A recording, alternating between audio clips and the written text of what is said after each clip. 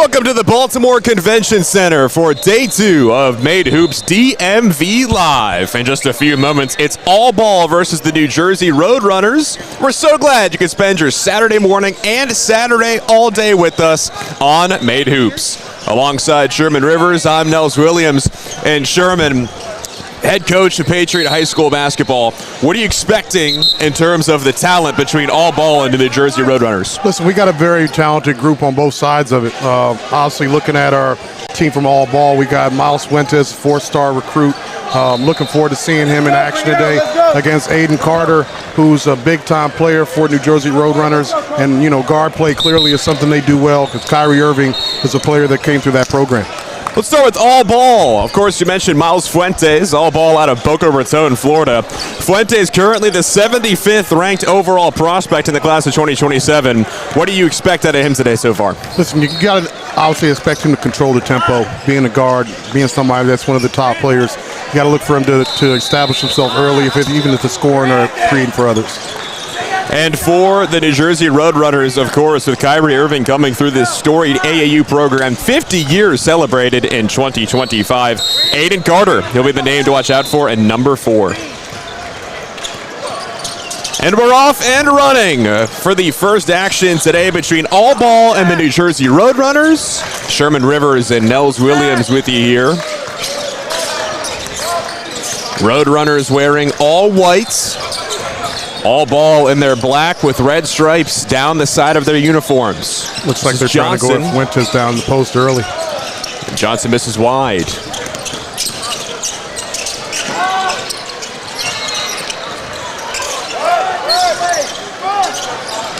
Quick action so far. Of course, 2 16-minute halves between these two teams. Here's Aiden Carter, as we just mentioned.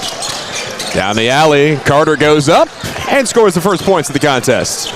As you can see, both players are coming out early making plays.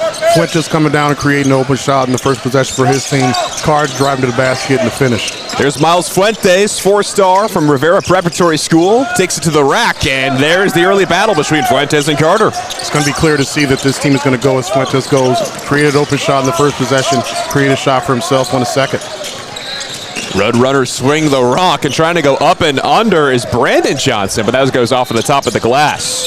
Here's Fuentes. He's stripped, and he's also fouled by Seth Hunter. Involved in all 3 first plays. Create, score, getting a foul, heading to the foul line.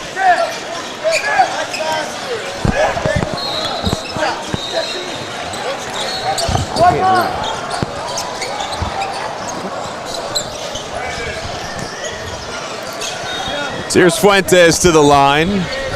Standing at 6'1" from the Rivera Preparatory School down in Florida. First strip to the charity stripe by either team. And all ball takes its first lead of the afternoon, or the morning rather. T. Sherman, I mean, you're very well versed in the AAU game. When you're in this building, you lose all sense of time. Absolutely. You know, first of all, you're waking up early. You're playing at 9 a.m. That's something your body's not necessarily used to. You got to get your blood pumping. Got to get yourself going. But, you know, with coaches being on the sideline, that's enough motivation to get out there and play hard. He's Sherman Rivers. I'm Nels Williams. If you're just joining us, between all ball and the New Jersey Roadrunners, been a slow start. I think, as you could mention, Sherman, with the 9:30 in the morning call time for these two teams to tip off on this court. Obviously, you have to do your warm-ups on the side concourses, but how do you lock in and how do you get these guys, you know, in game-ready shape for such an early tip? You just got to get them up early. Yeah, you know, you got to try to get something in the body as far as their breakfast and something that they can sustain in the body for the morning and not too much that's too heavy for them to play this early in the morning. Great offensive board cleaned up by Brandon Johnson. Put the Roadrunners back on top. But absolutely, you know, it's a hard thing to try to get your body going this early in the morning to play a basketball game. Miles Fuentes will take it himself straight away, but there's a foul before he can get the shot off. And it's offensively against all ball. You got to stay still on that screen. Here's Ahmad Johnson to inbound to Seth Hunter. So we're officially past the 2-minute mark here, the first of 2 halves. One thing that's been evident so far early is that New Jersey is going to run their sets. They're going to get into what they're going to get into, and they're going to try to get the shots that they want. Aiden Carter wide open. Off the front of the iron. Ball tipped around, it's loose, and it's recovered by Jamarcus Johnson. He feeds Fuentes. Kick like out. his pace. One more for Rowan Hoffman. Bingo! Absolutely. Great play.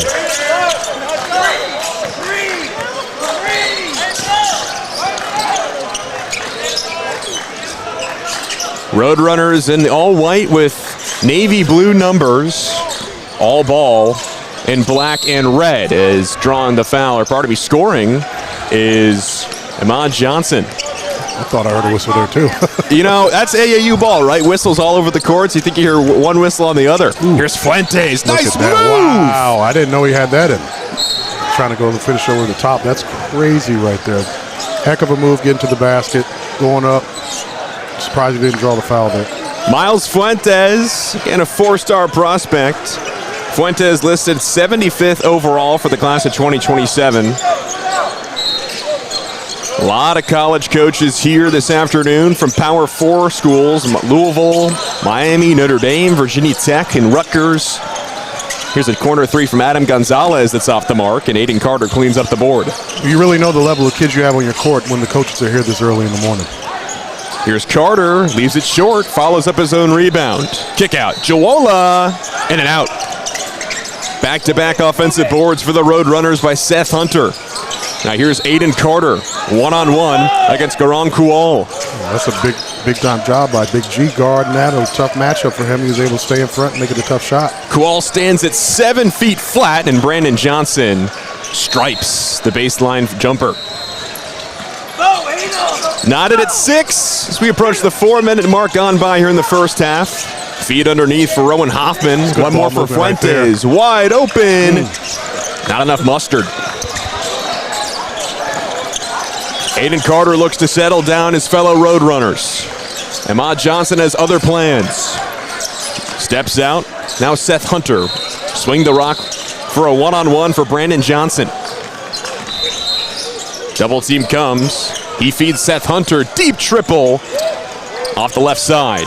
Stretch pass. Jamarcus Johnson the other way in the finish. New Jersey's going to have to start knocking out some shots from outside if they're really going to have a chance in this game. He's Sherman Rivers. I'm Nels Williams. So glad you could spend your Saturday morning with us from the Baltimore Convention Center in Baltimore, Maryland. That is tough right there. Tough shot by Aiden Carter. Rebound pinballs around into the hands of Jowola, and it's cleaned up and taken by Garang Kual. Love the fact that the referees are letting the kids play physical basketball going on right now. Kual standing at 7 feet from Highlands Christian. Fuentes directing traffic.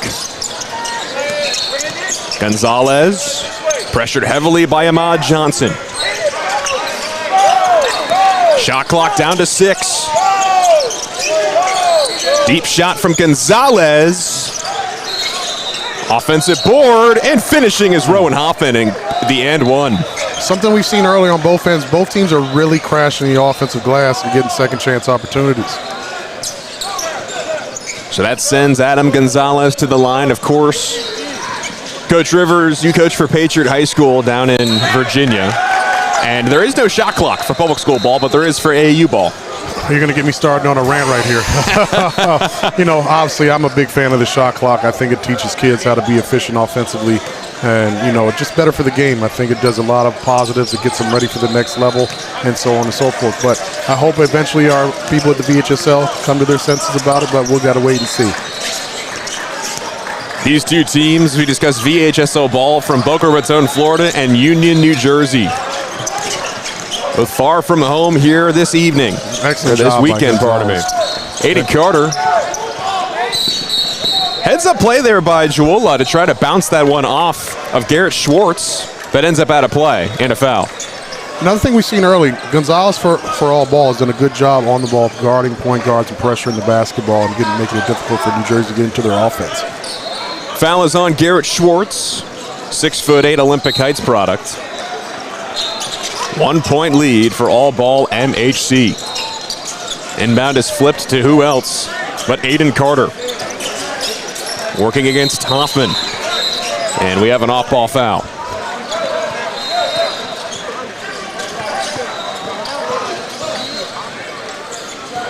So that'll reset the shot clock to 25 seconds.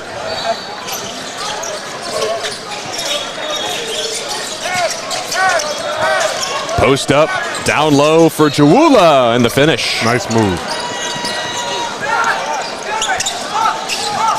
Both teams have eclipsed the 10-point mark here as we're about 6 minutes through from the first half. Fuentes picks up the screen, curls around. One more pass for Hoffman and a great finish, and one. I'm telling you, he has been everything that has been advertised so far. Great point guard play so far by Fuentes. 6'1" Fuentes feeding 6'8" Hoffman for a second trip to the line. You know what's been really enjoyable watching him so far is that his ability to understand when he's got to take his shot and when he's have to create for his teammates. A lot of guards have some difficulty with that. Rowan Hoffman not only standing out for a 6'8" frame, but he's wearing highlight green, yellow Nike basketball shoes. He's going to make sure he gets noticed on this court for sure.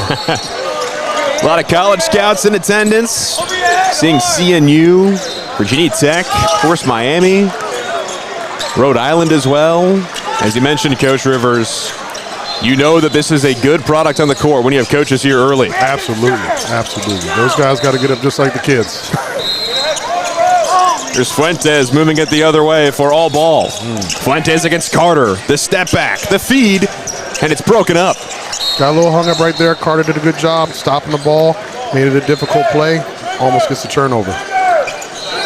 That one-on-one matchup between Miles Fuentes of all ball and Aiden Carter of the New Jersey Roadrunners is one to watch all morning long. You can almost feel the temperature rising when those two get matched up together on the floor.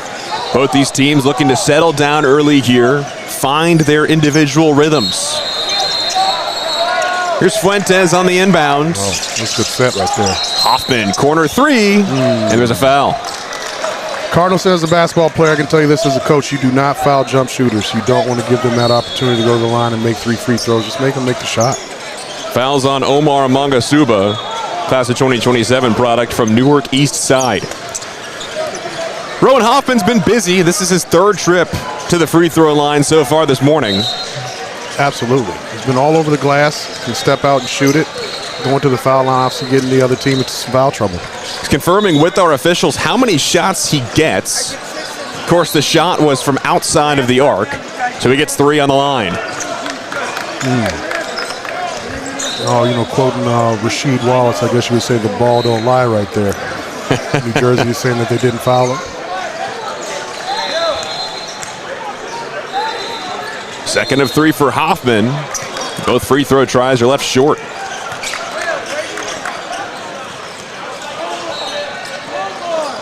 Coaches, both of these teams have found their rhythm and found their groove. What have you liked? What have you not liked? And what do you think both can improve upon as we go deeper into this first half? Well, I think they've both been pretty sharp as far as the sets that they're running and where they're cutting and guys making plays. It's been some pretty clean basketball so far. I can tell you the talent level that's on the floor, because usually these morning games, they're a little rough for about a half and they kind of get them going. But I like the way that the players look. They just haven't been knocking down shots at the rate that I think that they want to. Hoffman, 0 for 3, comes up short from the charity stripe as he was fouled on the 3-point play. Can the Roadrunners take advantage? Too strong for the shot from Ahmad Johnson. Here's Lucas Chakopin. One more for Conde Smith straight away. Fuentes curls off the screen, stops, pop, and sinks the shot. Man, that is an excellent pull-up jump shot. Got the guy off balance off the screen, stopped on a dime, pulled up and made it. Now he makes a play on defense. And he sets up the strip and gets it right back from Hoffman. Hoffman, another pass down low for Chakopin, and all ball extends its lead to 4. Tell you what, this all ball team plays very good basketball together for sure. Roadrunners looking to settle things down here. Some deep pressure from all ball. Little 1-2-2 press there from all ball to slow them down, get them in the shot clock. Now they got to get a tough shot late in the shot clock. Carter hoping to take over. They swing the rock around. 6 seconds on the ticker. Carter working down low, spins, fires, overcooked it. He got to where he wanted to go, just got to knock it down. Mangasuba, shot clock resets. Set it up for Ahmad Johnson straight away, defended by Hoffman. Picks up the screen. One-on-one against Schwartz. Great move, can't get the finish. Oh, they're right there. But he cleans up his own board. It's what you like to see if you're a college scout here in attendance. Little double ball screen action. Great job moving his feet. Fuentes back for Hoffman. All ball likes the pick and roll action. I would too if I had the guard play that they had. Fuentes, one more for Hoffman. Drives baseline. Excellent 1 second to job by shoot, New Jersey barely gets playing it defense. off. That's as good as a turnover right there, getting the stop. Doesn't tickle any iron. Here come the Roadrunners. William Dyer. Ahmad Johnson a triple. There. Bullseye. Finally from outside. Both teams were cold from the perimeter, but now the Roadrunners and all ball are heating up. Little horns action here. Screen to screener, open look, good set. Hoffman misses the shot. Carter picks up the board. And here comes the four-star prospect the other way before he's fouled by Lucas Chakopin. Carter's got a really smooth game, you can see it. It's never in a hurry, getting to where he spots. It's really good to see. Substitutions made in by the Roadrunners. Coach Anthony Carter, Shayna Hunter, and Sandy Payanen. Roadrunners in its 51st year of serving the Union, New Jersey community in this AAU team. Of course, very, very talented roster historically as Carter draws the foul. Listen, his aggressiveness got him to call. I thought it was a pretty good job there on defense, but, you know, he stayed with it and got the bump. Now he's going to the line for two. Aiden Carter, he's listed as the 59th prospect nationally in the class of 2028 from the St. Joseph Metuchen High School down in Florida, standing at 6'7". And he increases the Roadrunners' lead. Nice touch from the foul line for sure. It's great to witness the future of collegiate and professional basketball on the Made Hoop circuit. We're live for day 2 of the DMV Live period from the Baltimore Convention Center in Baltimore, Maryland. Sherman Rivers, Nels Williams with you here all day long on Made Hoops. We have Miles Fuentes against Aiden Carter. New Jersey's jumping into a 2-3 zone now. See where they're going to have an all ball on offensive end. Looking like they're a little bit confused. Cross court. Great job getting to the gaps. Kick out for Fuentes. 9 seconds to shoot. He checks the shot clock. Knows he's got to take over. One-on-one against Carter. Kick out. Rupert drives. Right hand, and it's blocked away by Brandon Johnson. Last 2 possessions, New Jersey has definitely picked up their intensity on the defensive end, making it difficult for all ball to get good looks at the basket. That was a great switch up by the coach to 2-3, caught him off guard. And then they get another stop. Now it's their ball. 3-point lead for the New Jersey Roadrunners, hailing from Union, New Jersey. Here comes the full court press from all ball, but the Roadrunners escape. You know, if I didn't know the score watching this game, I would expect that all ball would have been up. New Jersey having a 3-point lead means they've actually stuck with it when they had some difficulty to make some shots early. Carter swings it to Ahmad Johnson. 8 seconds to shoot. Feeds Brandon Johnson on the post try. Drives, and he draws the offensive foul. Listen, not sure about that one, but hey. New Jersey has made an effort to go inside to Johnson a lot early. Clearly, he's somebody that they want to get touches down on the block. There's Miles Fuentes now leading up the court. New Jersey still in the 2-3 zone. Now Rupert. That was a nice set right there. Hoffman with the ball screen and slashing down to the short corner. Good look inside, just couldn't finish. One more look inside for Brandon Johnson, and he's fouled before he can get the shot off. Brandon Johnson's been very active in the paint this half. Absolutely.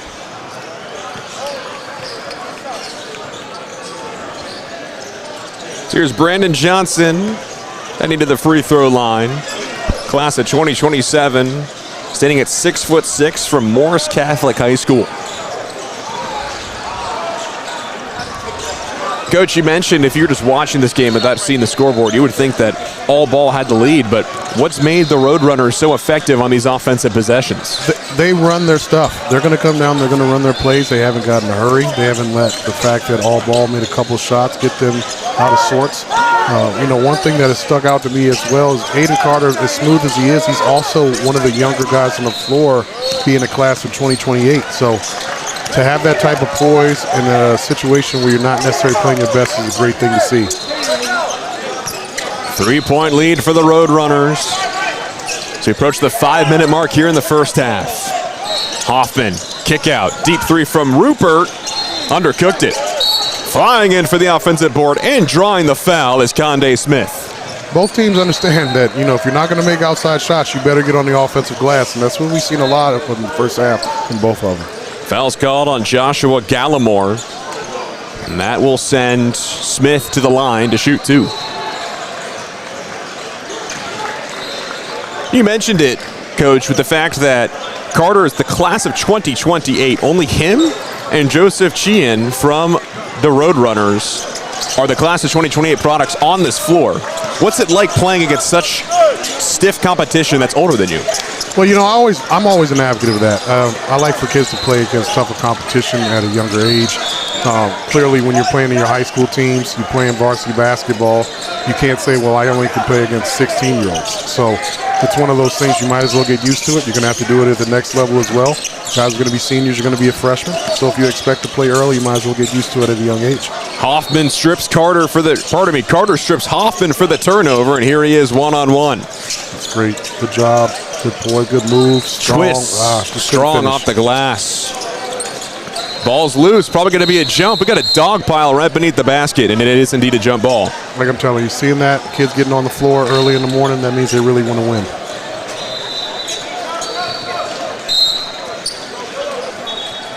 All ball takes possession, trailing by 2 to the Roadrunners with 3 minutes and 55 seconds remaining here in the first half.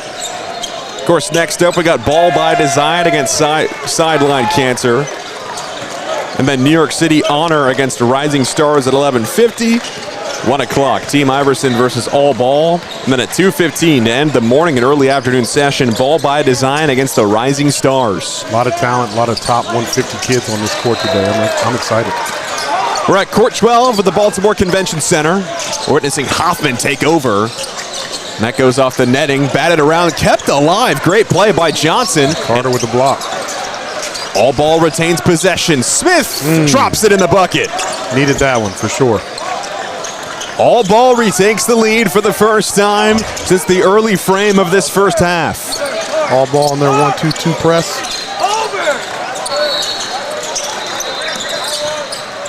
Oh, deep triple try from Ahmad Johnson. Just knock that down. Smith in transition tries to find Fuentes, but it's knocked around and turned over. Here come the Roadrunners. This is Jawula. One more in deep on the baseline for Ahmad Johnson. He finally is able to knock it down. Offensive rebounding, offensive rebounding, offensive rebounding. That has been the story of the first half. Miles Fuentes slows down the pace here. Cross court back to Fuentes from Jamarcus Johnson. Here's Hoffman. Even subtle things you can see from Fuentes as a leader. Subtle words, eye movements, head nods towards players, trying to get his guys in the right position. Just great point guard, heady play. So we have a foul on the floor against William Dyer of the Roadrunners. You mentioned the communication of showing Miles Fuentes that he is a floor general. Looked like he told Hoffman, you got it, as Hoffman tried to feed at Fuentes. It's those little words of encouragement that build up confidence for not just yourself, but for others on the court. The best teams are the ones that talk the most. And, it's always, if it starts from your best player and your leader, that's always a good thing. Fuentes wants the screen from Hoffman. He acquires it. Again, for these cross-court passes outside the perimeter. Finally, they drive down low. Can't get rewarded for it as Hoffman fights for the board and picks up the foul. Hoffman's really working, man. I think he's going to need a blow here in a second. He's definitely getting tired. This 2-3 zone has caused a lot of problems for the all-ball team here. They're struggling to get really good looks at the basket. A lot of back and forth swinging the rock action, like you mentioned, with that 2-3 zone to try to get the Roadrunners to be mobile and move around, but not a lot of room to work with inside of the arc for all ball. Shot clock resets with 30 seconds. Here's Conde Smith. You got a lot of guards on the all-ball team, but you got to get some action going inside, as they did right there. Cuts to the basket, draw two, being able to get good looks. Jamarcus Johnson finishes the needle thread off the feed from Smith. Back to the 1-2-2. Here's Dyer on the drive. Goes up and is fouled by Lucas Diaz. All ball struggled to find their men out of the 1-2-2. It might be something we might want to switch to a zone instead of a man-to-man. They're not really getting to their guys out of the press. So this is William Dyer, 5'10", class of 2027 recruit from Sicily L. Tyson Community School of Performing and Fine Arts. First of two shots, swirls around. Got to be able to capitalize when you get to the line in a game where points are at a premium. Struggling to make outside shots. When you get to the foul line, you got to knock them down.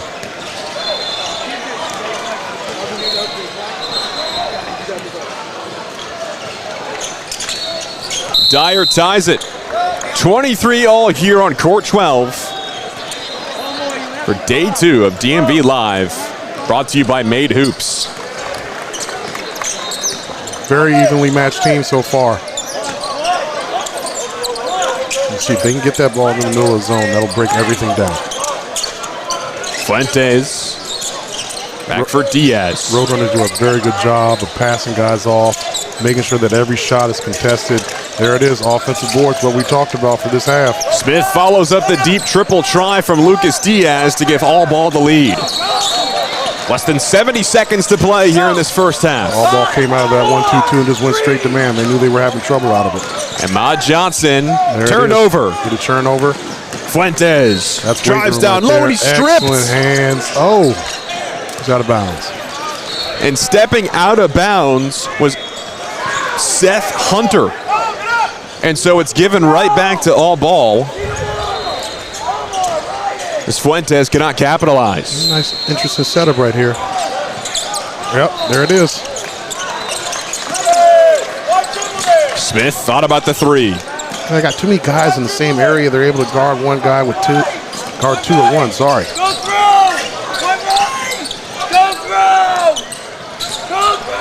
Ahmad Johnson. Here, Coach Sandy making the call right here. Spins, fires, left it to the right. Conde Smith drops it for Fuentes. Less than 20 seconds to play. Extending the 2-3 out a little bit farther to the half court here. That might make some more gaps in the zone. Right there at the high post, they don't like it. Fuentes played by Ryan Lamera. Get it inside, get it inside. Here's Diaz, less than 5 to play. Good. Trying to set up the three ball from the corner, and it's blocked by Ahmad Johnson. Hoffman's got to be a threat when he catches it there at the high post. He's got to get those guys to commit to him so he can get some guys open on the perimeter. And that is the end of the first half between All Ball and the New Jersey Roadrunners. All Ball holding a 2-point lead. Coach, what have you liked from what you've seen so far? Like I said, man-to-man, I think they're both excellent sets. They're struggling to make shots from the outside, but both teams have made an effort to get on the offensive glass, which has made the half been very well played. Like I said, usually these early morning games, it's a lot of sloppy basketball. You haven't seen that, but that's probably due to the level of talent that we have on our floor, having 2 top 100 kids out here. We'll take a short break and return in a moment from the Baltimore Convention Center between All Ball and the New Jersey Roadrunners on Made Hoops.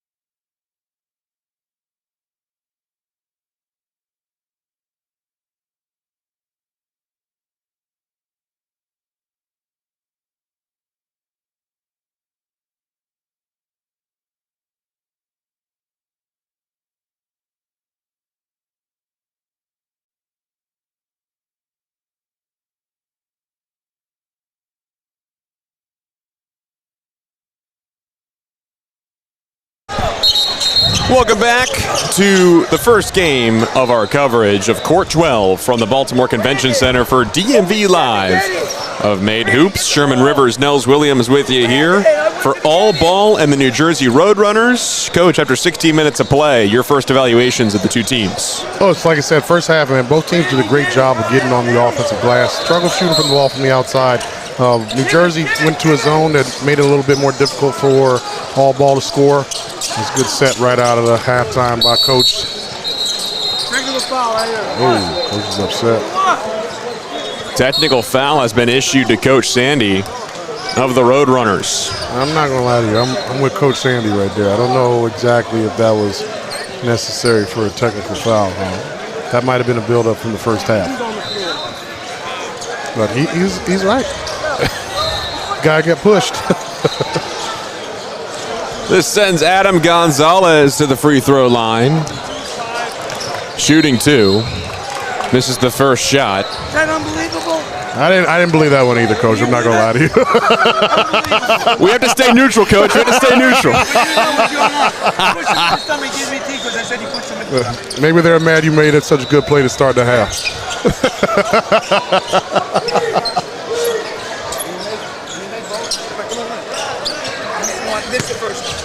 He missed the first, made the second.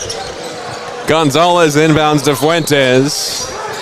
New Jersey still in that 2-3 zone. Obviously, they like the effectiveness in the first half. See if some All Ball and their adjustments at halftime. Yep, came out with a set. We have an off-ball foul. Oh, they called a moving screen on that one. That's on Rowan Hoffman. One thing I always tell players at that screen down to the bottom, don't move. The guy either runs into you, he doesn't, then you just slip there to the open spot. Hoffman did too much fighting with that guy on the screen on his own.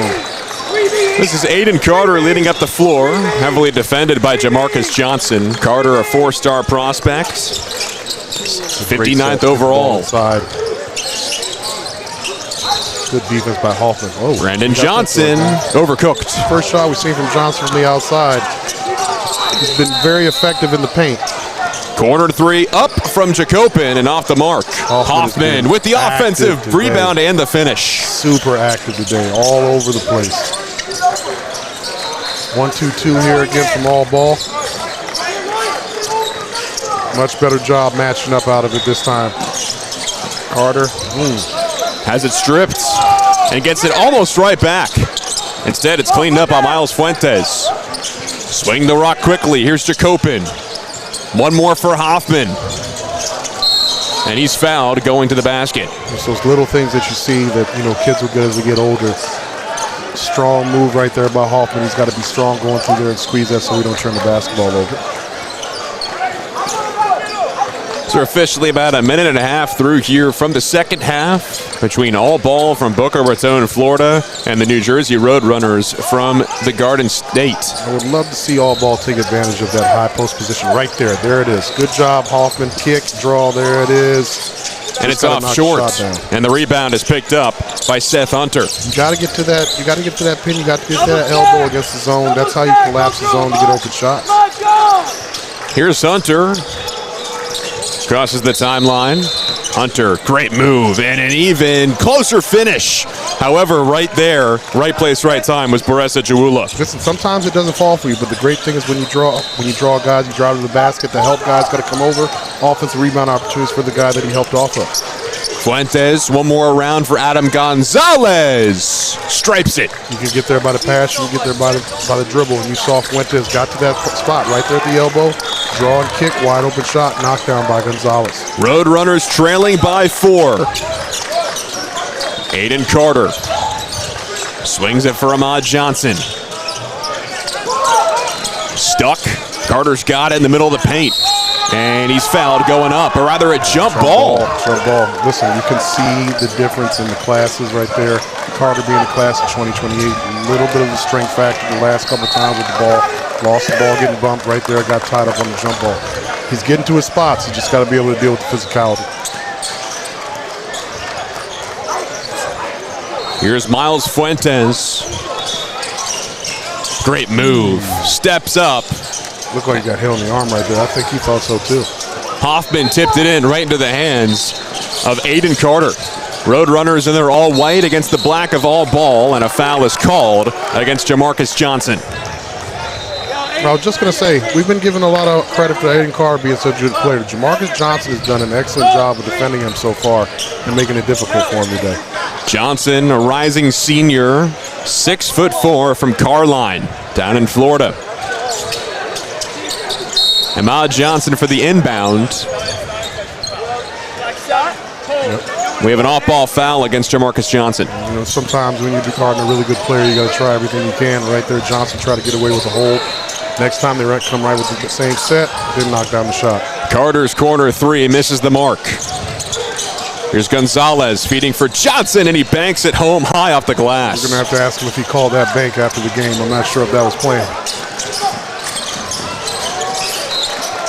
Aiden Carter directing traffic, defended heavily by who else but Jamarcus Johnson. I love seeing the kid knock down the shot, get right to guard immediately. Didn't go back, didn't get the little NBA 2K trot, right on the ball. Long range two from 𝘼 Johnson's short, and driving and drawing the foul is Jamarcus Johnson. The fact that New Jersey hasn't been able to knock down jump shots, that's led to a lot of long rebound opportunities for all ball that has really pushed them into their fast break. You have to start seeing them get on the offensive glass again, or maybe have some misses that aren't so far from the basket. Here's Miles Fuentes to inbound to the left of the basket. Immediately fires into the corner try from Adam Gonzalez. Cleaning up and going up for the two is Smith, and he's fouled. Immediately when Condé Smith gets in the game, he's on the offensive glass. Same thing he did in the first half. He's definitely an activity guy for this team. So Smith will head to the line. He'll shoot two. All ball can extend its lead to 8 here. Smith goes 2 for 2. We've seen early on, Coach, both these teams have struggled from the charity stripe. You know, that's one of those things that falls through the cracks at times. You play really hard, you're competing, you're running your sets well, and then, you know, you get to the line for the freebies and you don't make them. It really is backbreaking to a basketball team. Smith goes 1 for 2, and all balls lead ticks up to 7. Sherman Rivers, Nels Williams with you here, but an eventful second half, of course, with Coach Sandy Pyaden getting a technical foul within the first 5 seconds. And we have a foul leading to a turnover on the Roadrunners. It's a 10-second violation right there. Sometimes that zone press can do that to you. Lull you to sleep, you're moving the ball back and forth, and you lose track of time. That's exactly what happened. You don't always have to get a steal to have to be effective. Now all ball will slow down the rhythm here. Got to get that ball inside. Good dribble drive. Jacopin up and under. Couldn't dot his eye across his tee. That is a tough, strong move right there through contact. And 𝘼 Johnson right down Broadway for the finish. And a much-needed 2-point for the Roadrunners. I'm not sure how much longer New Jersey can stick in this 2-3, but if we're going to keep picking up fouls like that, they can. Once again, Hoffman not still on the screen. He's got to set himself. His guard's got to help him out by letting him get set before they go off the screen as well. Fouls on Rowan Hoffman. Gives the Roadrunners the rock, trailing by 5. Garrett Schwartz played some good minutes in the first half. Let's see if he can do some more of that in the second.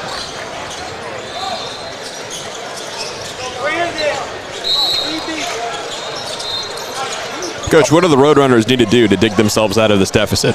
Got to make shots. They just haven't been able to make shots in the second half. And, you know, we're almost halfway through the second half, and they're still sitting at 29. They're not really scoring the basketball. All ball's not lighting it on fire, but they're making enough to give themselves a lead and get into the foul line. So New Jersey's got to start making some. Here it's man-to-man. I think that'll be in their benefit. They'll be able to take some guys off the bounce and maybe get into the paint.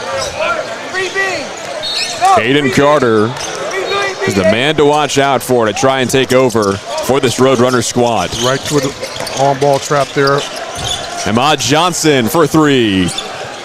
You got to make sure you rotate out of those. They got lucky, didn't make the shot there. Jacopin's got the board. He leads it the other way. Kick out for Adam Gonzalez. Drano. Fast break opportunity, push, draw, kick. Excellent job there. 8-point lead for all ball. 𝘼 Johnson back out for Aiden Carter. Aiden Carter's going to have to get more aggressive here in the second half. He's been trying to let the game come to him. He's going to start to have to force the issue. 𝘍ula is fouled. Responsibilities you have is when you're the best player on the team. You can't just kind of go with the flow. That's on Miles Fuentes. So while all ball has found its rhythm, feels like the Roadrunners have had different outcomes to every possession, whether it's a turnover, a two, a missed shot with a failed offensive rebound, right? And the Roadrunners get two thanks to 𝘍evelopment there. I like to see some more of that. He's got some good moves down there, good footwork. Fuentes backs out. Victor Johnson comes out for him. Loops it to Jacopin. Got to get somebody to flash in the middle of that zone. Jacopin. Jacopin's done an excellent job driving the gaps. Feed Fuentes off the mark. Here's 𝘍evelopment for the board for the Roadrunners. Push the pace. Attack early. Attack early. There you go. Aiden Carter downhill. Double-teamed kick out. 𝘼Johnson. He'll drive the paint. Ball ends up in the hands of Carter. He goes up, and he draws the foul. Sometimes persistence gets you where you need to be. It's on Lucas Jacopin, 2027 kid from Cooper City High School. A lot of height on both of these teams. Just one player on the Roadrunners and Seth Hunter at 5'11". William Dyer and Ryan Lamera at 5'10" each. You got Adam Gonzalez at 5'11", Noah Rupert at 5'10". The class of 2028 kid, Aiden Carter at 6'7", sinks the first free throw. I got you. Here's Aiden Carter to cut the lead to 4. Way to go up there and knock down 2. You saw that forcing the issue, trying to get to where he wants to go. Got to have him make some plays here in the last 10 minutes. Cooper City High School kid Lucas Jacopin. Smith. Drive the gaps. It's good. Look at him right there in the high post. Excellent. Face up. Draw. Jacopin drives. Hop, skip, and a step up footwork. And down. Second time he's made a slinky type move there on the baseline. Snaking his way around for a very tough finish. 1-2-2 with the trap action. 𝘼 Johnson in the corner. Oh, they got to throw that ball inside. They got an advantage. Got to let him get a chance. 12 seconds to shoot on the shot clock. Carter's defended by Fuentes. Now Hunter for 𝘼 Johnson for a triple try. Oh, yeah. 𝘼 Johnson's been very aggressive today, thank goodness, because his play has kept him in the game. 𝘼 Johnson stepped up tremendously. And the Roadrunners trail by 3. Draw and kick, one more. This is Smith. Fuentes. New Jersey really active on this possession. A lot of deflections to get guys moving. 8 to shoot. Tough. Fuentes makes the shot, but it goes off the glass. And Carter's got the rebound for the Roadrunners. In and out to a pull-up. Just got to knock it down. Let's see what Aiden Carter can do right here. As we approach the halfway mark between the Roadrunners and all ball. And that is a forced turnover, or at least it would have been if it went out on a Roadrunner. You can clearly see that all balls had a lot of discussions about Aiden Carter, because when he gets it on the floor and he's going towards the basket, he's getting a lot of attention. Coach, how much preparation goes into either of these teams? As a timeout is taken by the Roadrunners, how much preparation is taken in pregame to get these guys game ready and understand their matchups? This might be the most one that they prepared for, just because you had the night before. You know who you're playing the next day. You got an idea. I'm not sure if these teams played yesterday or not, but you know, if you're able to watch them the night before, you can talk about them. You can look up some of the things that they have going on. But it's really tough in AAU because you're playing so many games in a day. You don't have a lot of time to really check guys out. You really want to kind of worry more about what you're doing and be precise and doing those things to the best of your ability, and not so much worried about what they are. All ball, this is game 1 of 2 on court 12. They'll take on Team Iverson at 1 o'clock here. We'll have your coverage, of course, from the Baltimore Convention Center. But, Coach, what do you think the Roadrunners are discussing with Coach Pyanen and company in this timeout? I think they just got to keep attacking the paint. When they're inside, outside, basketball is the best thing for them. Like you said, Aiden Carter's getting a lot of attention. He's got to look to start playmaking a little bit more on his dribble drives, because they're coming pretty quickly with double teams. If they can do that and make outside shots as we saw them just a second ago, I think they have a good chance of winning this basketball game. And how about all ball? All ball's got to continue to defend. I think their legs are starting to get a little tired. We've seen some short jump shots up, especially from Fuentes on his last couple of releases. But, you know, they got to make sure that they're talking defensively. They're really getting lost out of that zone, getting back to man-to-man, which is giving New Jersey an advantage. He's Sherman Rivers. I'm Nels Williams. Day 2 of DMV Live from Baltimore, Maryland. Your coverage will be right here all day on the Made Hoops YouTube channel. We're so glad you could join us. Seth Hunter, tough dribble, and he picks up the foul. A push-off against Noah Rupert. I'm okay with that. Noah Rupert just subbed into the game, did a good job of getting up pressure and being physical. Sometimes you got to, press the issue there defensively as much as you do offensively. Give us a little bit more energy. And checking in, we haven't seen much of him today, is 𝘿aximizing. 7 feet tall, tallest player on either squad. Teams are going to, right there, you see it immediately, his length, he gets a deflection on the block. Big G, his coach said he called him. Created that right there. Noah's got to take that ball up. That extra pass kind of caught them not any points right there. Jacopen picks up the foul. That's called against Seth Hunter. So Jacopen will head to the line. All ball holding a fragile 3-point lead. It's been a tight contest. Largest lead of the day has been 8 for all ball. Been a lot of back and forth play today, evenly matched basketball teams. Some good coaching going on as well. Like you said, both teams have run some good stuff. They've gotten some good shots. Just haven't been able to make some, but there's been some excellent basketball being played today. Jacopen hoping to go 2 for 2 to put all ball up by 5. Jacopen has really put his imprint on the second half, being able to create, making some shots around the basket, now getting on the line. Roadrunners down by 5. All ball back to the 1-2-2. I think they're good with slowing the pace. It's in their benefit. Omar Mangasuba, baseline, bounce pass, far corner for William Dyer. I thought he had shuffled his feet as well, but he looks like he stepped out of bounds, so all ball basketball. These turnovers are killing the Roadrunners here, Coach. Absolutely, absolutely. You've got to get good shots on the basket. Even if they're misses, you give yourself a chance to offensive rebound the basketball. Turnovers are just empty possessions. So we're officially past the halfway mark here of the second half. We would like to see Big G flash real big there at the high post to be able to get some action there. Gonzalez's shot is blocked, and Conde Smith fouls Boresa Jawula. What's going to happen on the rebound with a player like Conde? You see right there again, crashing the offensive glass. He's going to go for the basketball whether you're there or not. Chris Carter leading up the floor, and you mentioned the 1-2-2 from all ball. Carter's able to get it over. He didn't establish his feet there. That might have been a backcourt call.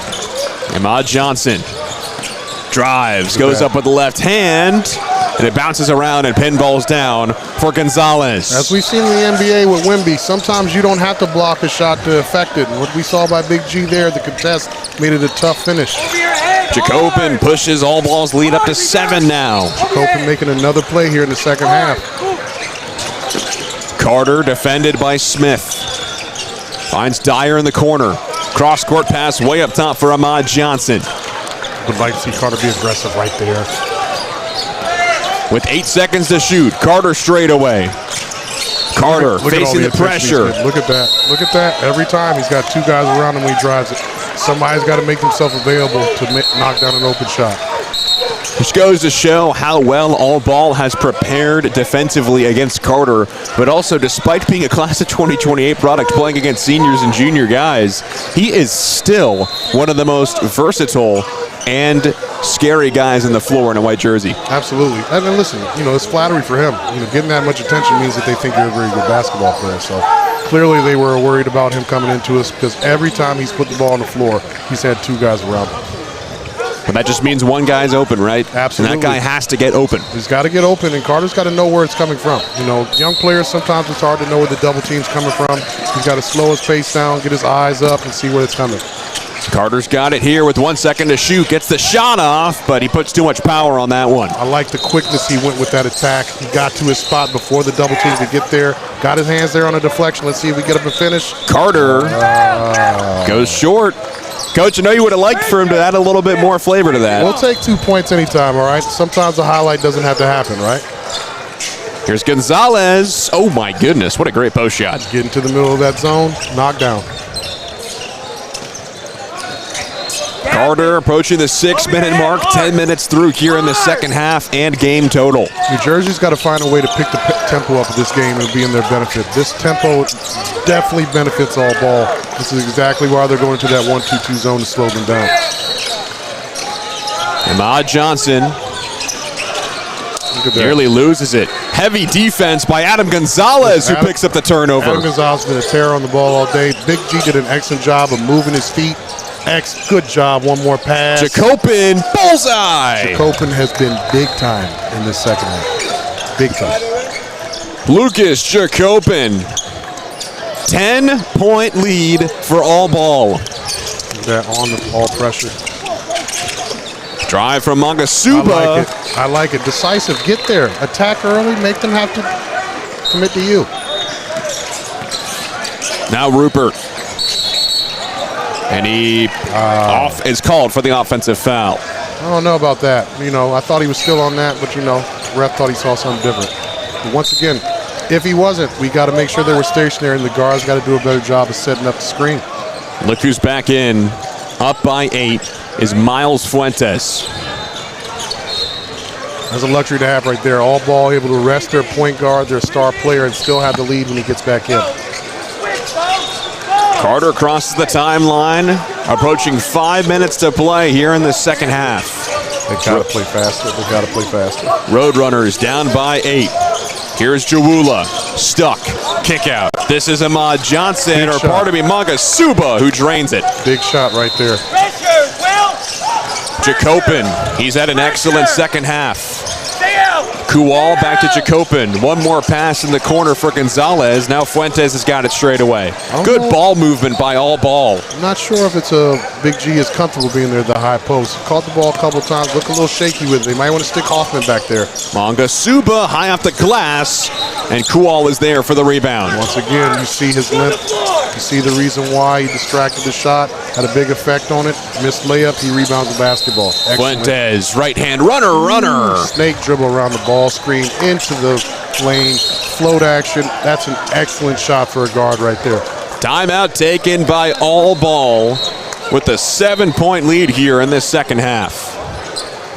Just like we talked about, Fuentes was able to get a nice rest there. Came back in with a lead. Now he can close the game out.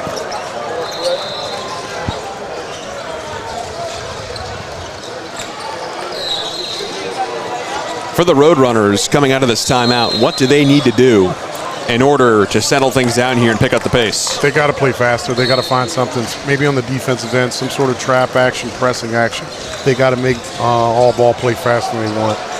Because right now, they're dictating everything as far as the tempo, as far as what shots are being taken. Every shot is on this end for New Jersey has been a difficult one. Nothing has been easy. It's a testament to all ball defense. So that's why I think New Jersey's got to play faster to get more early opportunities, to get themselves some more easier opportunities at the basket. A lot of eyes on court 12, including collegiate scouts. ACC repping hard here with Georgia Tech, Louisville, Miami, Notre Dame, Wake Forest, and Virginia Tech in attendance. Some Big Ten schools in Penn State and Rutgers. Of course, got the Big East and Creighton and Xavier here as well. First game here on their Made Hoops YouTube channel. Sherman Rivers and Nels Williams with you here. Next up is Ball by Design against Sideline Cancer. This is clearly all ball's bread and butter. They've been in the 1-2-2 all night. Here's Dyer on the drive. Once again, that definitely having a big effect on the guys finishing at the basket in New Jersey. Corner 3 up from Smith and down. Smith has been all over the glass. As we can see, he can knock down the outside shot as well. Created by Fuentes. Carter goes back outside. Need more movement, a lot of standing and watching here for New Jersey. Carter around to the screen. The double team. That leaves a wide open Brandon Johnson who sticks it. We talked about Brandon Johnson in the first half inside, knocking down the outside shot. Versatile player. Up, Brandon! Brandon, up! Coach Sandy wanted him to get up and pressure. Smith zips it to Johnson. Defended well against Ahmad Johnson.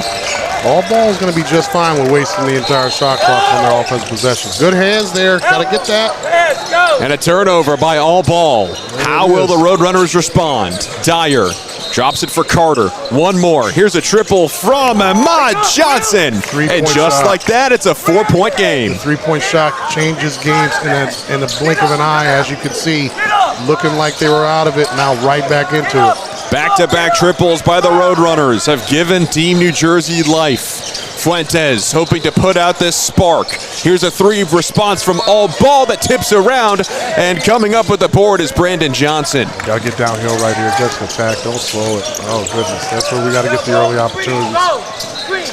Here's Carter off the screen from 𝘍aximizing. Double team comes one-on-one against Fuentes. This is what you love to see. Brandon Johnson rises into a three ball, and he can't make it. And Jamarcus Johnson is fouled by William Dyer after the board. Strong rebound by Johnson there. Big shot, they knocked that down. I feel like the momentum is completely on their side. Unfortunately, it couldn't go down for him. All ball hoping to snuff out this surge from the Roadrunners. Big possession here for all ball. They need a good look at the basket. Fuentes connects with Jacopin. Here's the full court press from the Roadrunners. Jacopin's been a little quiet in the last few minutes to see if he can make a play here.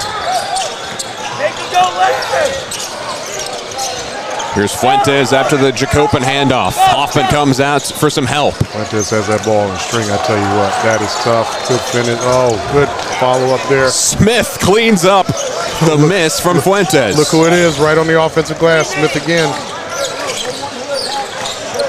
Carter. This team down by 6. Less than 90 seconds to go. Carter, mid-range, short. All ball's done a great job defending Carter today, staying in front of him, making every shot tough. Smith, great feed and an even better finish by Jamarcus Johnson. And how about all ball denying any sort of wave of momentum from the Roadrunners after back-to-back triples? Now we have 60 seconds to go. Yeah, this is a big possession for New Jersey. Brandon Johnson downhill. He goes up and is fouled. Listen, get to the glass. Get to the rim. At this point right now, all ball's trying to play without fouling. So you're going to have easy opportunities getting to the rim. Don't start settling for long jump shots yet. You got plenty of time to get yourself back in this basketball game. Lucas Jacopin called for the foul. Brings up Brandon Johnson, class of 2027 from Morris Catholic High School.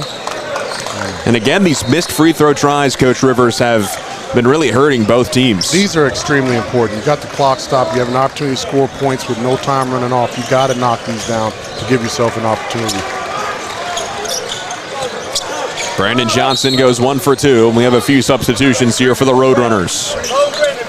Omar Mangasuba and William Dyer subbing in for Brandon Johnson and Boressa 𝘍aximizing. Looking like New Jersey's going offense, defense right here, putting their 5 best defenders on the floor, trying to get a stop.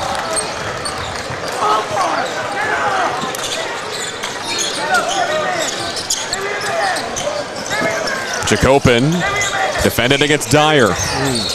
Successfully gets across. Here's Conde Smith. Now it's Jamarcus Johnson. I would have loved to see New Jersey defend like this for most of the game in man-to-man. You guys can really move their feet. They're physical. Look at that. Timeout by all ball. Timeout taken by all ball with 4 seconds on the shot clock, 7 seconds on the game clock. Just so much athleticism on the New Jersey team. I didn't think they really took advantage of it today with the way they defended. Coach, obviously approaching the end of play here, but all ball, what led to their presumptive victory?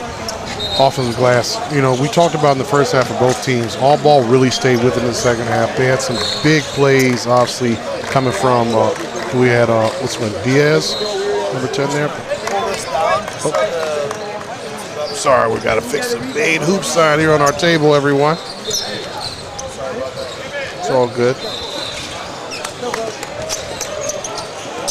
I want to thank Made Hoops for allowing Coach Rivers and our entire production team and me, Nels Williams, here. Great hospitality so far this weekend for day 2. We'll have day 3 coverage tomorrow as well from the Baltimore Convention Center. DMV Live. As I was saying, all ball. Listen, they've done an excellent job, you know, being able to attack against the zone. getting open looks, knocking down shots. They've got multiple contributions from different guys. Hasn't just been Fuentes today. Obviously, he's been at the top of it, but guys have made plays all over the place. Fuentes to the long ball from Hoffman. He gets the 3 off, and it goes in and out. Foul is called against Seth Hunter. Unfortunate. They worked so hard to get that down to the last few seconds of the shot clock.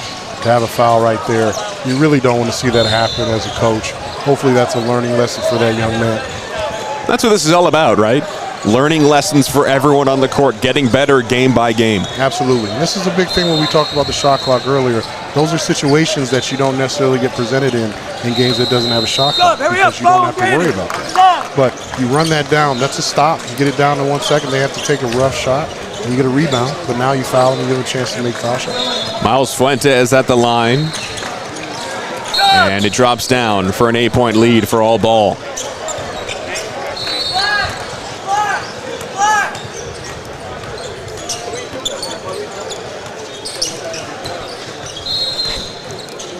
"20 seconds on the clock remaining here in the second half.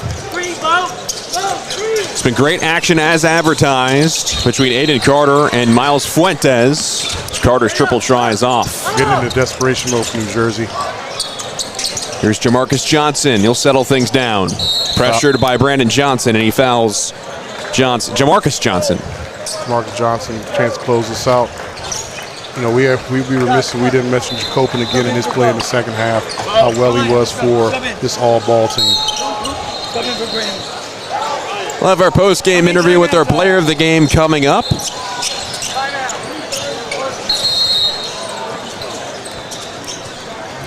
Coach, if you were to give someone the player of the game on either team, let's start with the Roadrunners first. Who would you want to have sitting with us? If I had to pick from the Roadrunners, I would go with 𝘼 Johnson. I thought he had a pretty good game today. He was attacking the rim. He made some outside shots. He was the aggressor for most of the day for the Roadrunners. Aiden Carter really didn't score it the way that I think that he would want to. It had a lot of potential. So I'd go with 𝘼 Johnson. On the other side of that, how about all ball? If I had to look at all ball and I'd have to look at the guy, I would say Hoffman. Hoffman was all over the floor today. On the glass, creating at the high post, knocking down jump shots, offensive rebound, and getting to the foul line. I think that he has been an energy person for them today. Close second with that, if I'm being real, would be Conde Smith. I think Conde Smith, a lot of stuff he did today, really helped this team win.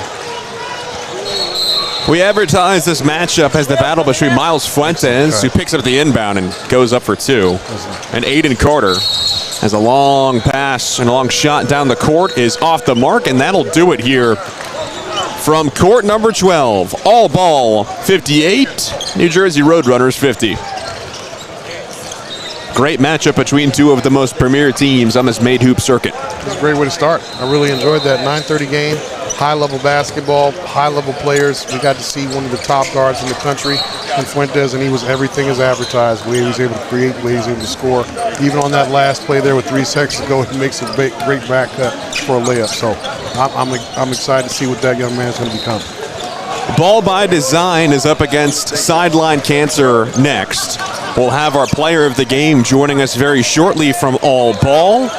Leave a comment down below as to who you believe it should be. We know who it'll be. We'll have Rowan Hoffman joining us very shortly. Okay. Sorry.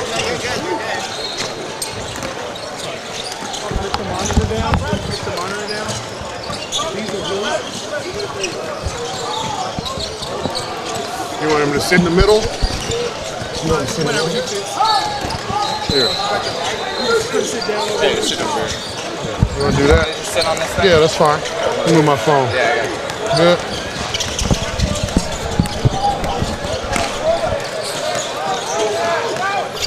Rowan Hoffman joining us now from All Ball. Nels Williams, Coach Sherman Rivers, and Noah.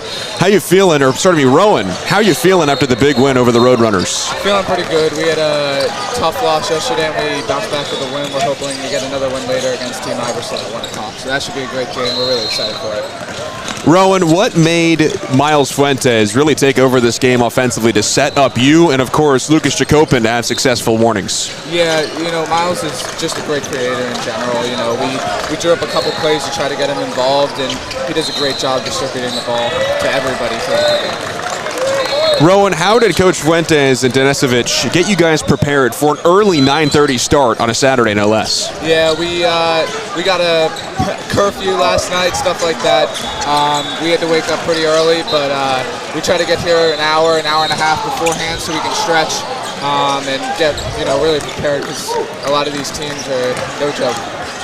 Rowan, it really looked like you guys made an effort to get on the offensive glass, especially yourself. Was that something that you guys talked about as a team before the game, or is that just something that Coach had mentioned as you guys were going?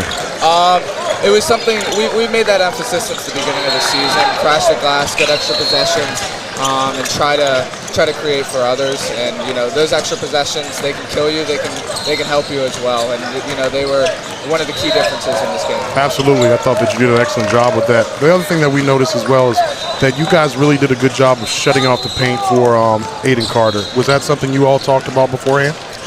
We came into it knowing that he's a force and that he can be a real game changer, similar to Miles. And we just worked together. We were there for help. We were there just trying to limit him as much as possible. He had a couple tough buckets, but we did everything we can to limit what he does best. Lastly, I'm going to ask this. I was a point guard myself. What is it like playing with Miles? Clearly, he makes the job easier for all of you and does the things he does. You can see that he's very unselfish, but he can score the ball as well. What is it like having that type of point guard for you, being a forward, making your job easier? It's awesome. Just being able to set that screen, knowing he's looking for you, while also being able to create for himself. Never a selfish moment. It's really exciting to play with him. Well, listen, I'm super impressed. I thought you did an excellent job. Clearly, you were the player of the game today. Last question for you, Rowan. Those highlighter shoes make you stick out the most on the court. What went into the decision to have those shoes? Show us to the camera a little bit. I'll put my shoes out, but the main thing was it's very hard to find a size 14 in the store. And these are actually courtesy of Coach Joe. So you can't say no to free shoes, and they're Giannis's, so they're not bad at all. Well, listen, if it wasn't his play, his shoes definitely got the coach's attention. That's for sure. Smart young man, even better player on the floor. Rowan Hoffman joining Coach Rivers and I. Rowan, thank you so much for joining us. Appreciate you, man. Have a good one. You too. Let's take a quick break, and then up next, it's Ball by Design against Sideline Cancer right here on the Made Hoops YouTube channel. Coach Sherman Rivers and Nels Williams will have your coverage for the rest of our early morning and early afternoon slate. We'll take a quick break, and then we got evening action. But for now, next up, Ball by Design and Sideline Cancer very shortly from Baltimore, Maryland.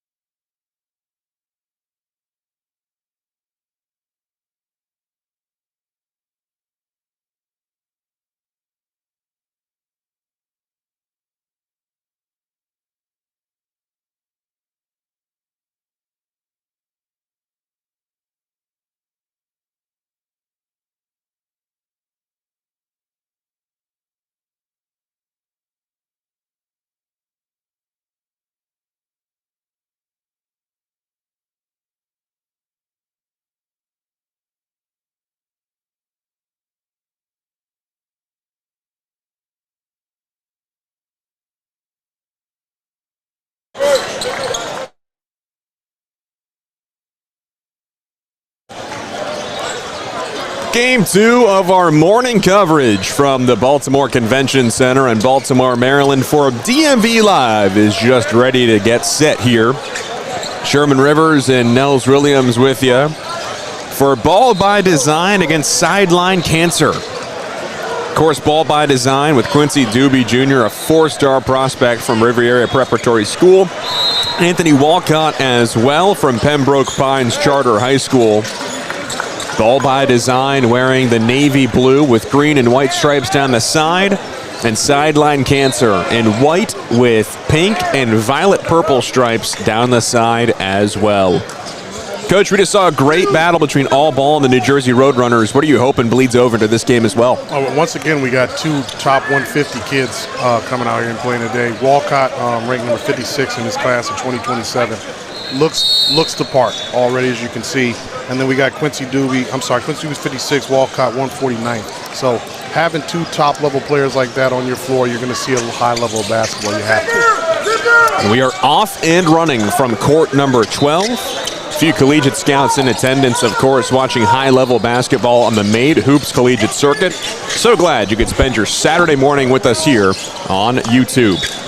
I mean, you can see right now, Walcott is 6'6" point guard. Clearly, I'm sure that's something that's highly coveted by college basketball coaches, being able to have that level of height and be able to handle a basketball, see over traps, and see over defense. Inbound comes in. Here's Maher Diu. Diu swinging around one more for Doobie. Quincy Doobie downhill with the right hand. Tipped around and tipped down and in by Kingston Smith. Heck of a move by Doobie getting to the basket. You see, when the help man comes over, that gives you offensive rebound opportunities.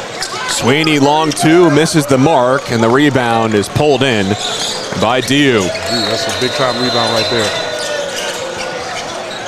Spin going up and picking up the foul is Anthony Walcott. It's good patience, good footwork by Walcott. Got to a spot, was able to pivot with the foul.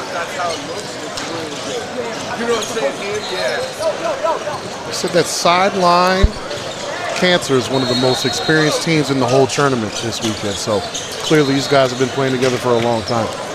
Anthony Walcott, 159th overall prospect in the class of 2027.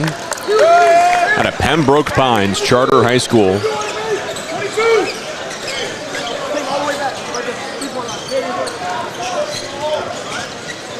So I'm really excited to see this young man play. Obviously, being a high-level guy, you want to see if he can bring it out here and put it on showcase in front of everybody when they're watching.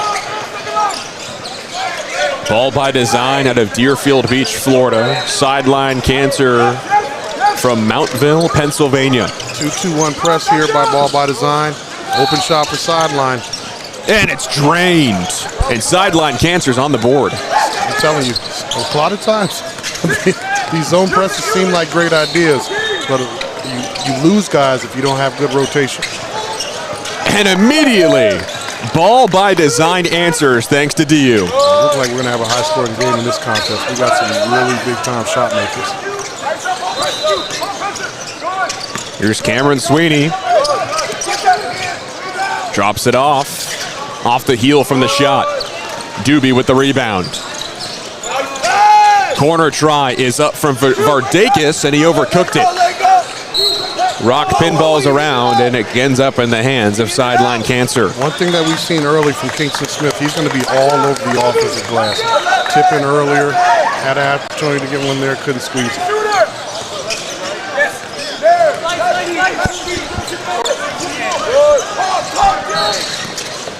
Sweeney nearly had it stripped by Smith. Listen, I love it when the guy's a really talented player in Doobie and really to put in the work on the defensive end, guarding the ball, playing at a high level on that end as well. You have a lot of guys think that the offensive part is the only one that's important. I can tell you these college coaches are watching the way that they compete on both ends of the floor, and that was really good to see. Sweeney took a hard hit to the deck, and he'll head to the line. Fouled by Kingston Smith.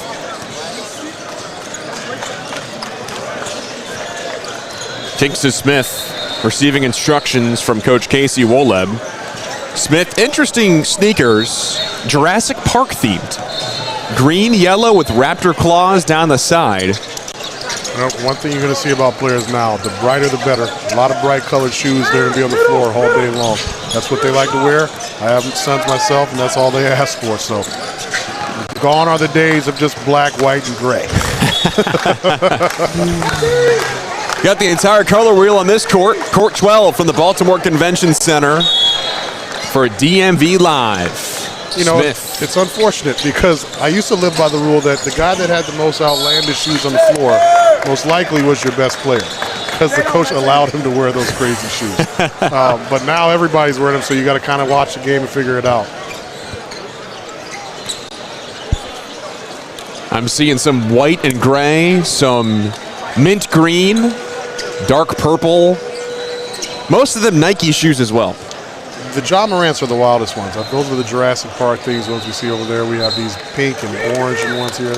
You know, like I said, having sons myself, I got to be up on these things. And I'm not going to lie to you, I got a lot of shoes in my closet. So I'm a big fan of a lot of them. Some of them are a little bit too much, but, you know, Kobe's are always a good shoe to wear for basketball, in my opinion. Back in my day, I can't believe I just said that. Back in my day, it was about the Kevin Durant's. Those were all the wild in the 2010s. Absolutely. Kevin Durant's were always a good shoe as well. 3-point lead for Ball by Design over Sideline Cancer. And here comes the press. Right, and it's turned over. D got a hand in. Diving for the play is Cole Turn. Ball's still loose. Ball by Design's got it. Here's Anthony Walcott. Walcott with some pace goes up, and he gets the roll. I said it, and that was the pace is what got him there. He wasn't in a hurry. Good move, sidestep, strong finish at the basket. Turn on the baseline, and he turns it over. Ball by Design has picked up their defensive intensity, a lot of activity. You can see that their length is starting to bother Sideline as they're getting a lot of deflections, moving their feet, being active. Zipper!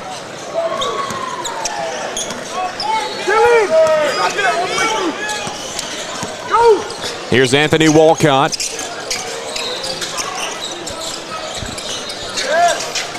Hand off for Doobie. Doobie, triple try, off the heel. Good Walcott all on the glass, and he gets the foul.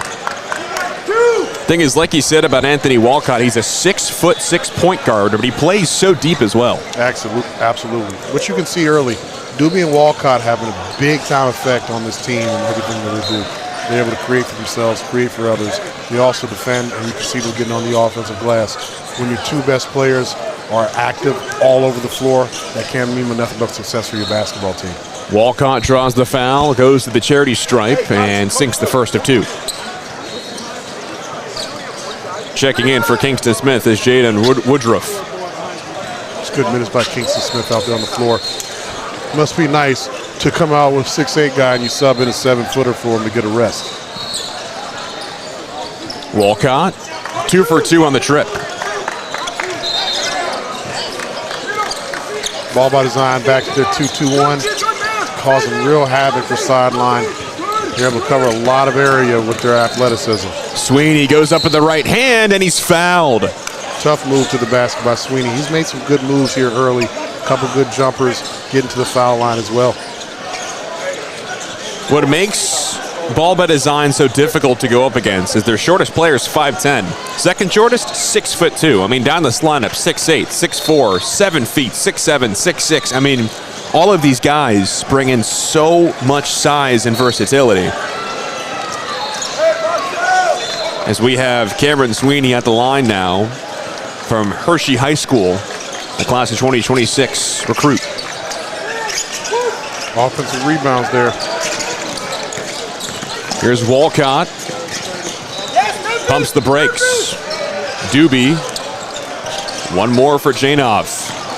It's going to be interesting to see who else is going to step up for Ball by Design. You've seen Doobie, you've seen Walcott. I think it's going to be Dew. He's made a few plays here. Hasn't seen him off the dribble right here. Good move, tough. Man. Follows up his own shot. And that is great. Individual excellence by Mayar Diu. Cole Turn. Coach is up here to stance himself. And he turns it over. You can see their high intensity on the defensive end. They definitely practice this way. Their coach is definitely showing his energy, and you can see it bleed through his basketball team. 6-point lead for Ball by Design as we are officially 4 minutes through here in this first half. Got a zipper cut coming right here for our shooter, coming off.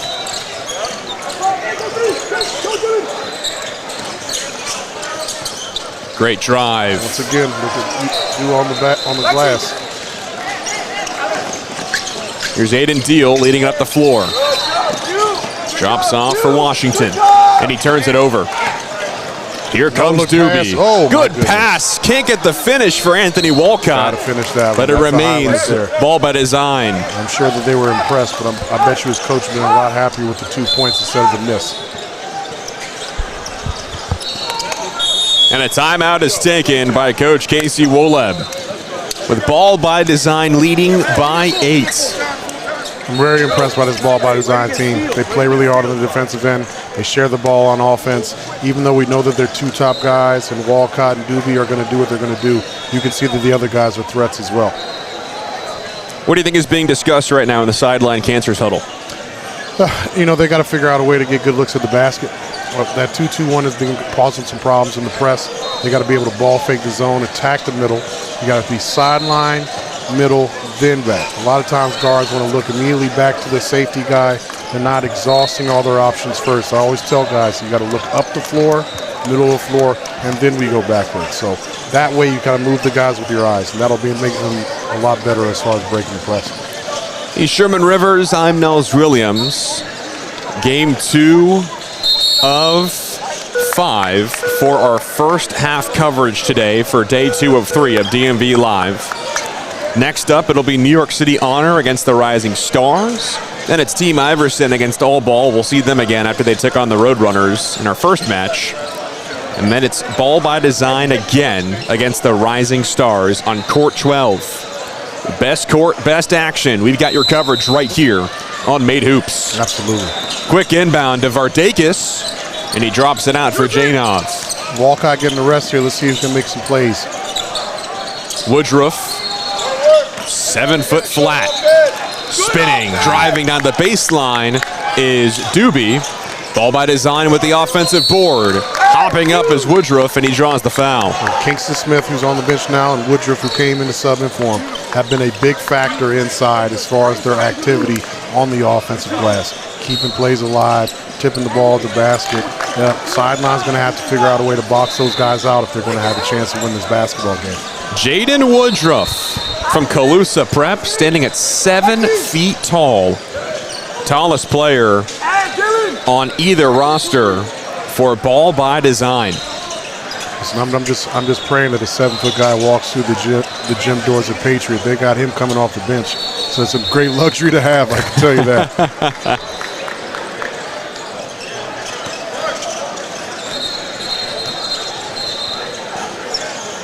Nice touch to the line, too.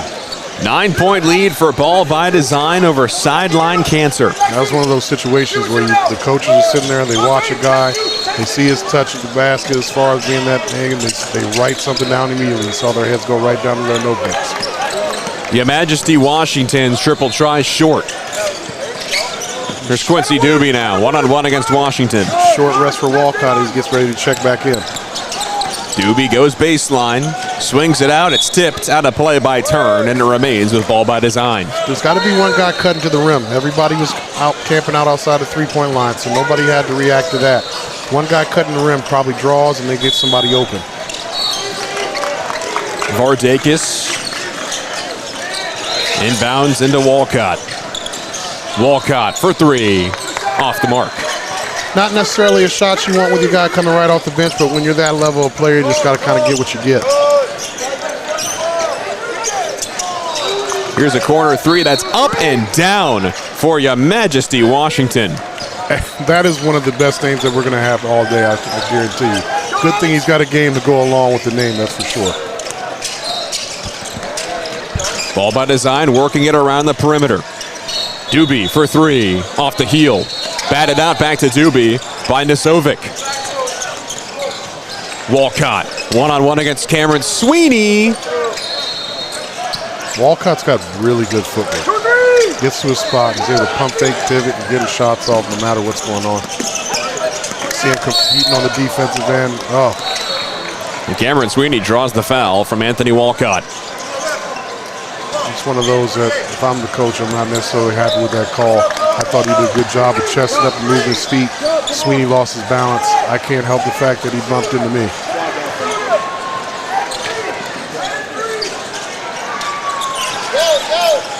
Your Majesty Washington will inbound right in front of us. Guard wing, standing at 6'4", the 2027 class out of Warwick High School. I want to see him get one off here. Your Majesty's already made 2 threes. Here's another try for Washington.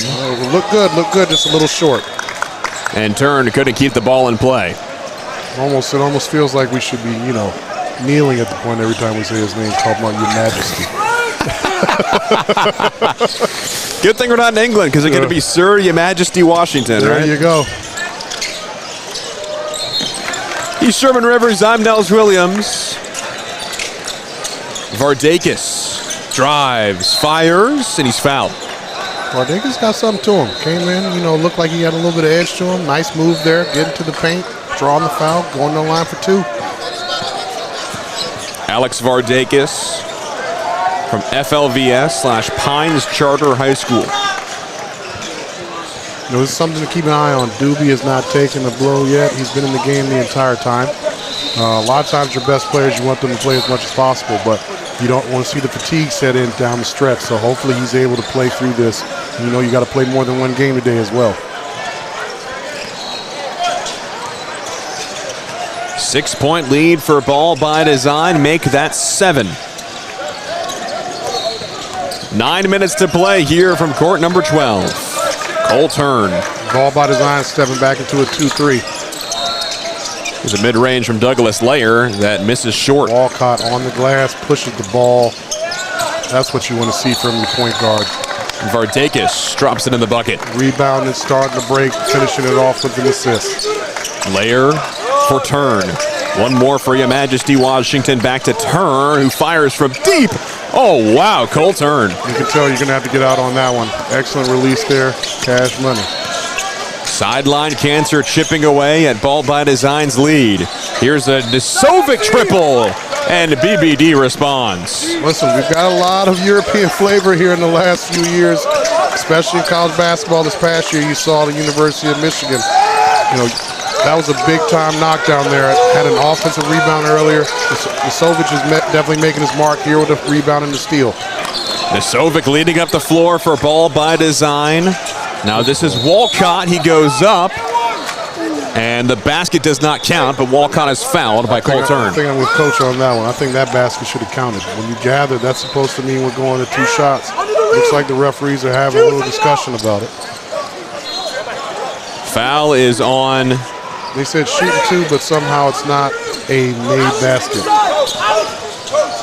I don't understand that rule. It's he gathered his 2 shots, he made the basket. You should be shooting 1. You're the coach, not me, right? You can hear them arguing about it right now. The shot went in. I want to hear the explanation, what they're going to say.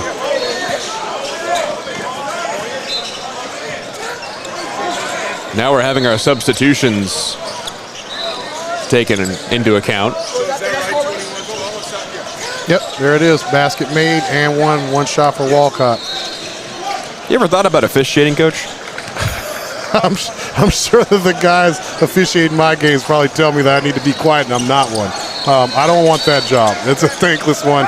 Everybody yelling at you all the time, thinking you can't do anything right. I like being in at my vantage point. Sideline Cancer trails by 9. Here's Lawrence Brown spinning in the paint, working against Diu, and wow, what a great finish. Listen, that was an excellent move by Lawrence Brown. A little bit of Lamar Bodum vibes right there, the way he's moving. The bucket counted. We shot 23. Here's a triple try from Vardakis from the corner. It bats out to Doobie. Doobie down low for Walcott, and he cleans it up. Still got some confusion going on that earlier basket. Good finish by Walcott. So, Ball by Design with 25 points now after a scoring error. And a drive from Jack Curry. He picks up the foul. That was a great cut by Curry. Came to a stop on 2 feet, bounce pass, got fouled beforehand.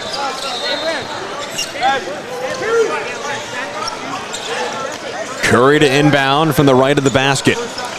First rest for Doobie. Obviously, we were talking about it earlier. He's got to be able to get some rest, make sure he can finish this game strong.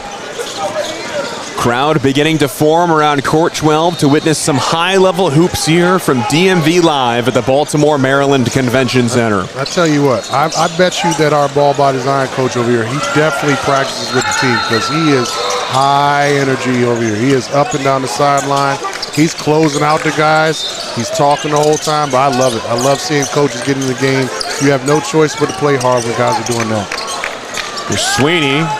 Bats out for Layer. He keeps it across. You see his intensity bleeding through their team. They are defending. They are active. They are getting after it. Sweeney. Tough Good move. finish. Good job. Good layup the glass. Zone. Was able to finish. Great job by Sweeney. Janov for Walcott. Swinging around for 𝘿aximizing. Someone's got to flash into the middle there. And it's 𝘿aximizing calling for it. Instead, driving baseline is 𝘺u. And he acquires the foul from Sweeney. He got lucky on that one. He didn't really have much where to go. Was able to get the contact. Sometimes when you force the issue, it works out in your favor. So Janov will loop it in for BBD. Wide open. 𝘿aximizing undercooked. Right there for the board, and the off-glass bank is 𝘺evelopment. 𝘺evelopment, look at him on the glass, able to do multiple things on the floor. Now Layer, some nifty moves. Layer right hand, might have been tipped around by 𝘺u. 𝘺u's got a lot of length out there, able to contest shots. 𝘺u at 6'7"'s got the rock now. Drops it off for Walcott. Corner feed, 𝘺evelopment. One thing you see about Walcott, when he's able to create, he can take the contact and be able to create regardless. Taking the contact there was Alex 𝘿aximizing against Jack Curry. Physicality isn't affecting him very much. He's a strong kid, obviously with size, able to play that position. Ball by Design's lead is 11 as we approach the 6-minute mark here in this first half. I thought they got some great minutes from 𝘿aximizing and 𝘺evelopment.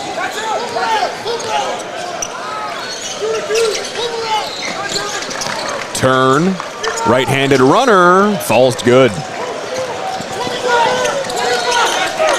9-point lead for Ball by Design as Quincy Doobie picks up instructions from a very vocal head coach here for Ball by Design. I'm telling you, he's super active.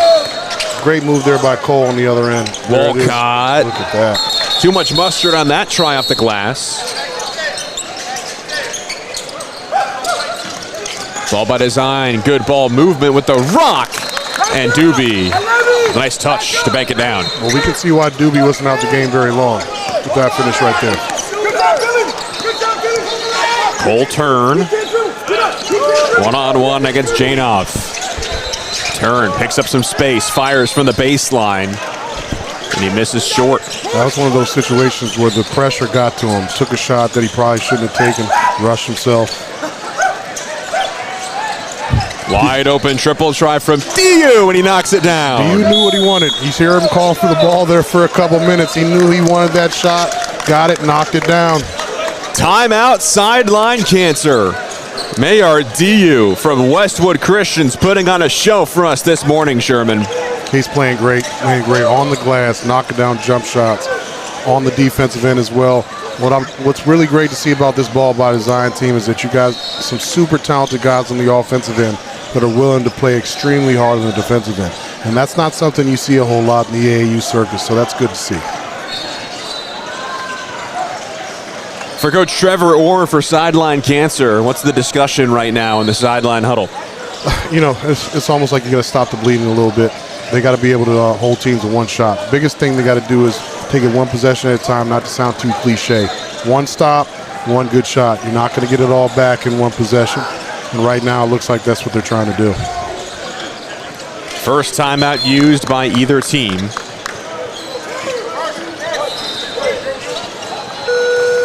And we're back to it. Of course, game 2 of our morning coverage from DMV Live.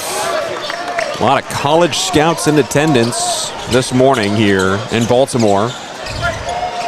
One thing that stuck out for me, you have your Majesty, you have Cole Tim and Cam Sweeney for sideline cheer. They have been together on the circuit since year one of playing. So long time for these guys to play together. So they're not going to blink and they're not going to be affected by a team going on a run and getting up early. This is Layer. Might have got away with the moving screen there. Nice pick and roll though. Stephen Moore drops it down. Good finish. Here's Quincy Doobie. He has offers from USC, Villanova, Memphis, and Georgia Tech. I can see exactly why that young man is extremely talented. Janov spins, fires, finishes. Listen, you got to have some strength to get that one off, to come to a stop, hit a fade on the bump. Excellent shot there by Janov. An immediate response by Layer. Some high-level basketball going on right there. Nice dribble pull-up there. Walcott. His offers from Virginia Tech, UNLV, and Loyola, Maryland. Putting on a show against Sweeney with these handles. Excellent defense by Sweeney, sitting down and guarding.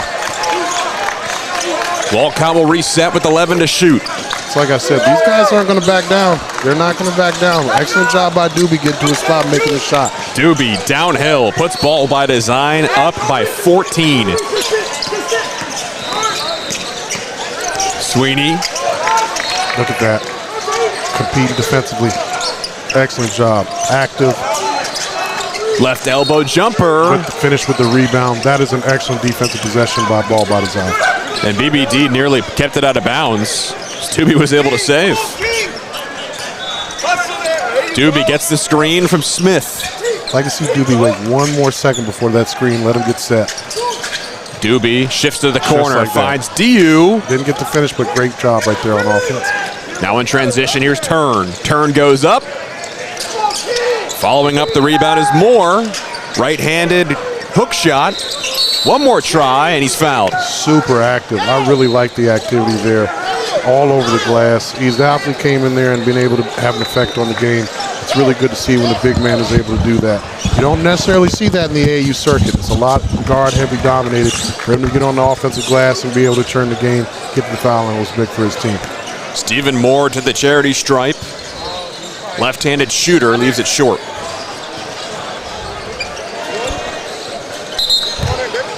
The sideline is going to have a chance to win this game. It's going to start with players like Stephen Moore. You see the length and athleticism here for ball by design. Guard's obviously going to knock down some shots, but he's going to have to be able to control the paint to give him a chance. Moore's second try is also left to be desired. Needed those. Big 2 minutes here, I think. Sideline's got to try to get the game to at least to 10 before the half. Ball by design. 14-point lead, dominating Sideline Cancer right now. Corner three is up and good from Quincy Doobie. Very patient. Walcott got to his spot again, didn't rush himself. Drive and kick, Doobie with the knockdown. And a foul is called on Anthony Walcott against Douglas Layer.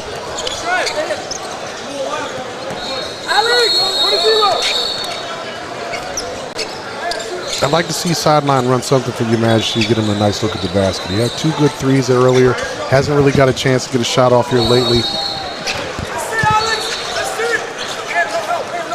Layer taking over for Sideline Cancer. One-on-one against Kingston Smith.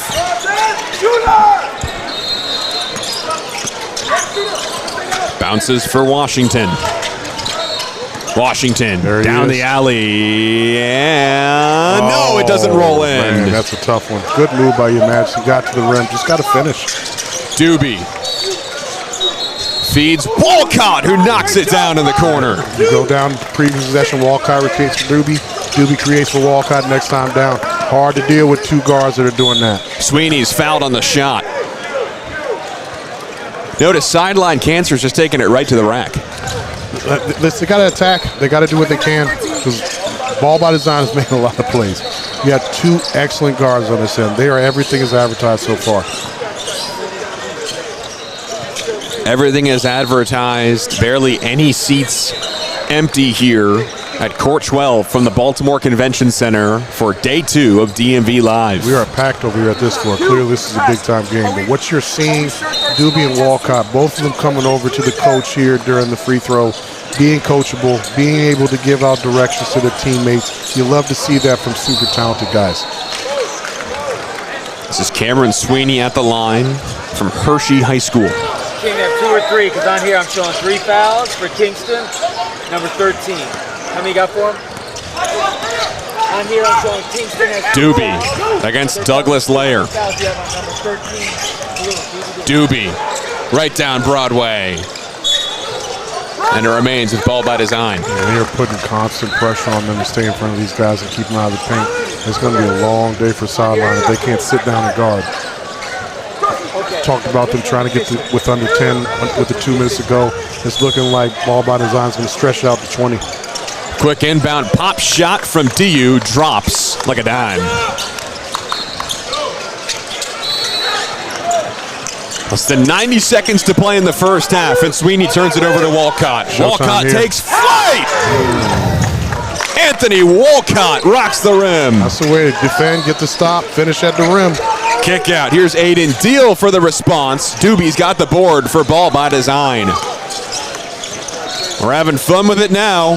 Doobie spins, right hand fires, and it ends up in the hands of Stephen Moore. Layer against Doobie, goes up with the right hand and finishes. That's a tough one right there. Didn't even put his other hand on the ball, was able to finish over the defender. Here's Quincy Doobie. The Doobie 5'11" with Anthony Walcott connection. It's been fantastic. This is Walcott right here against Layer. 𝘿aximizing against Turn. 𝘿aximizing, nice move. And turnover here. Just nothing is going Sideline's way so far in this first half.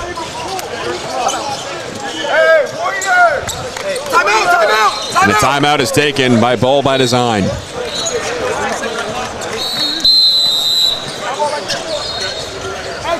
Coach got the board, going to come up with here something defensively. Let's see what they come out with out of the timeout. This is a well-coached ball by design team. Absolutely. You can see it. You can see the way they defend, the way they move, the way they share the basketball. These guys play well together. They're coached well, and they're locked in. More so, they're coachable. You can see that everybody's got their eyes locked on coach in this timeout. Nobody's drifting. Nobody's looking to see who's watching. You can see that they have a mission, and they're getting after it.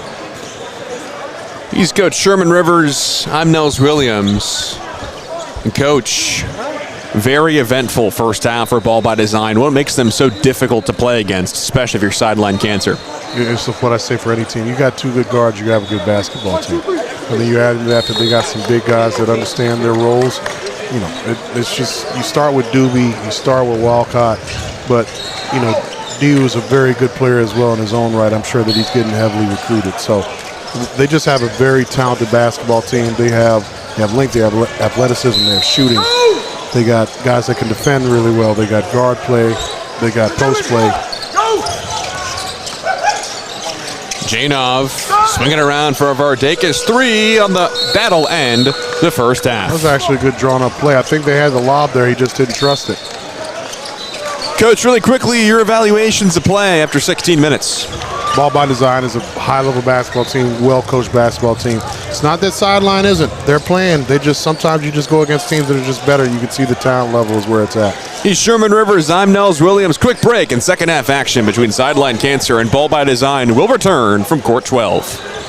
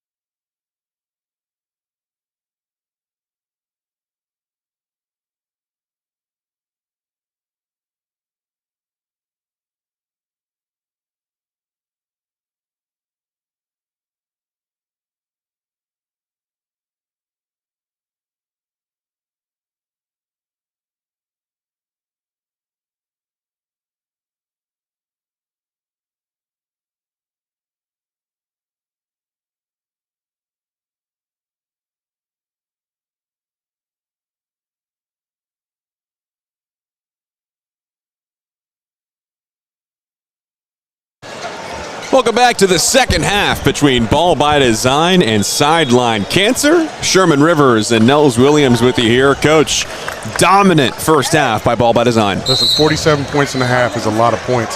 They're already on a 90-point pace. So they're playing at a high rate. They're making shots. They're attacking the rim. They've given you everything you want to see from a good basketball team right now by Ball by Design. Led by Anthony Walcott and Quincy Doobie.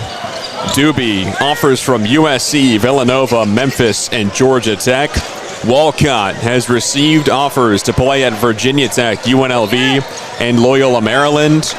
Shirley, with both playing in the class of 2027, those offer sheets are about to explode after the performance we've seen so far this morning. And the thing about it is, DU's going to have as many coming his way as well, because he's class of 2028. So you look at him and the things that he's doing, realizing that he has another year of high school after those guys are done. Is big time.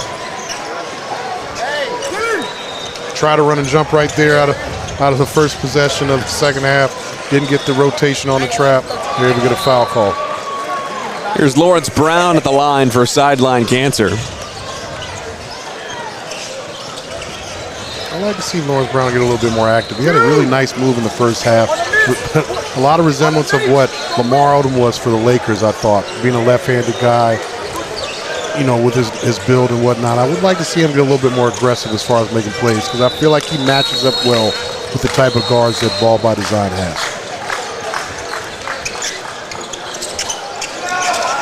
Offensive rebound, Sideline Cancer's possessions kept alive. I'm glad that didn't come back to bite him. You hate to give up an offensive rebound on the free throw.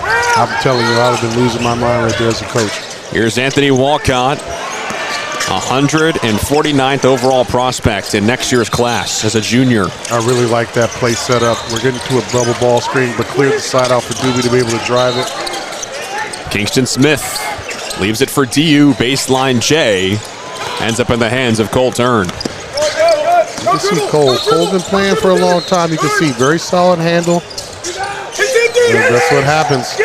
Contests happens with guys with that much length there. It's hard to get shots off. How about the individual effort from Cameron Sweeney after the shot blocked to be able to follow it up and go to the rack? Sweeney's been a bright spot for Sideline in this game so far. He's been able to get to the line a few times, made a couple shots. Like to see him get a little bit more looks.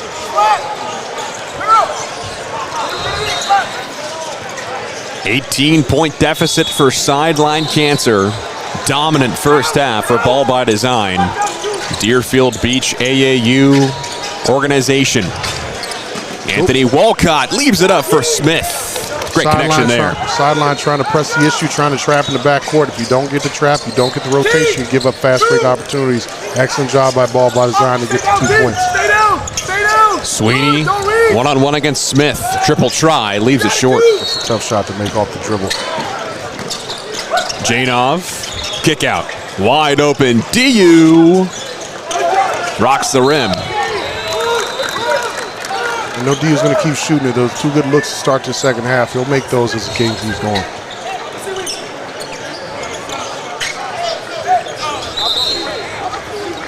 I really like the sets that Ball by Design has been bringing out here. Let's see what they do on this out-of-bounds play right here. Doobie will inbound for Ball by Design. Connects with DU. Right back to Doobie. Good job by Sideline. Defensively tough. Pulls up from the charity stripe. Good defense by Brown. It's off the heel. Deal with the board. Right-handed runner, batted around. Here's Walcott. Look at the pace. And the finish. Excellent job. Slowed himself down. Didn't force the issue. Euro step to the float game. Absolutely beautiful. Anthony Walcott leads all scorers with 16 points. Corner three is up and off the mark from Aiden Deal. It's going to be tough for Falls into the Sideline to get hands back of in this game Walcott. without making outside shots. Doobie strong off the glass. Timeout taken by Sideline Cancer.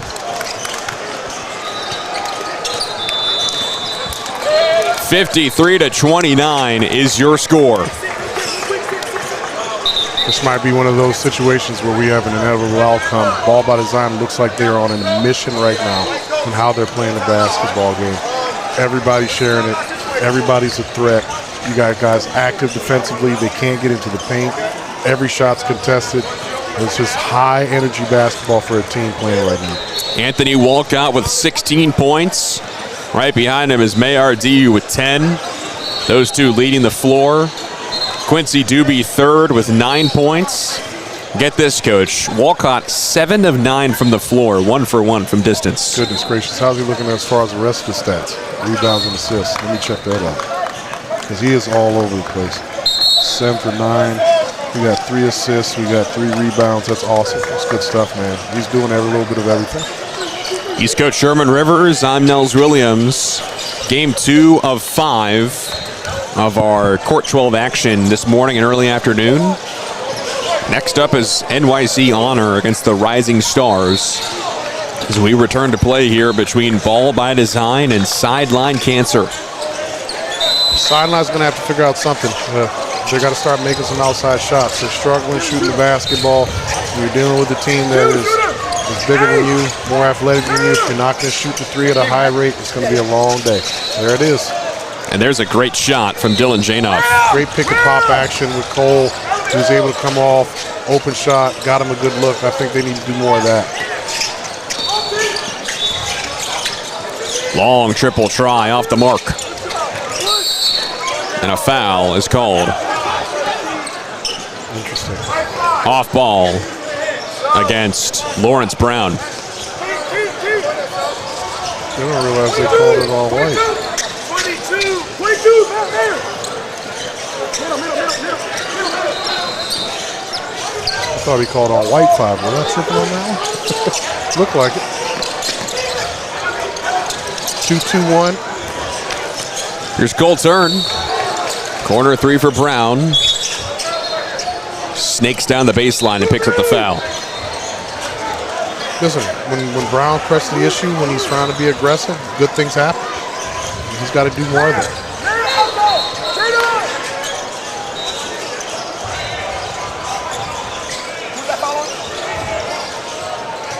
Cameron Sweeney to inbound. Drops it in for Brown. Posts up, knocks it down. Every time he's tried to make a play, something good has happened. We want to see more of that. Walcott for DU. Swing it back to Walcott. Wow. Splits the D. Walcott, kick out. Excellent. Right Janov. One more for Walcott. Ball pinballs around and ends up with Doobie.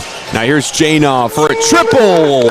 Bingo, bango, bongo. Going all the way back to Walcott and the way he was able to play off that ball screen action.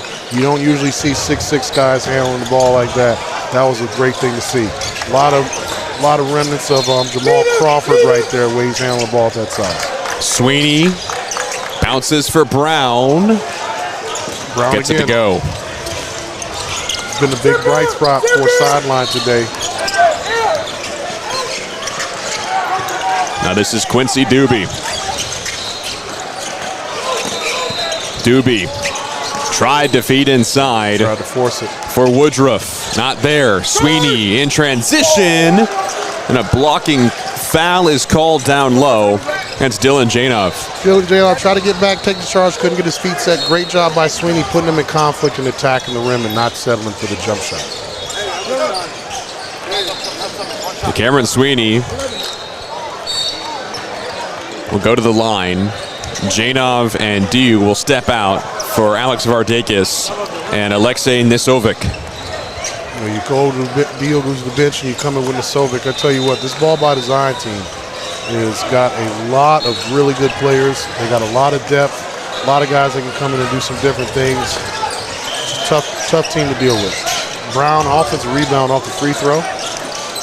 Now this is Cole Turn, and he gives it up to Vardakis. And Doobie, beautiful step down the alley. It's almost like Doobie and Walcott are competing to see who can get the biggest oohs and ahs at this point. Comes back with his own Euro step action on the fast break. Your Majesty Washington, fade fire off the front of the iron. Your Majesty's had a lot of game. They seem to be a little bit more aggressive. Walcott. Here's Nasovic. Doobie steps into a triple off the heel. And flying in for the rebound is Your Majesty Washington. Brown cut to the basket, didn't see him swing with a pull-up. Pulls up, leaves it short.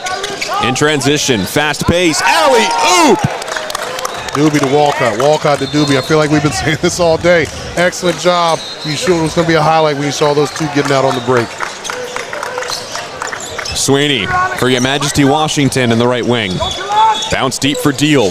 One more look, and it's blocked by Jaden Woodruff. Way to be vertical on that block attempt. Didn't come down on it, pinned the basketball. Great block. Walcott turns it over.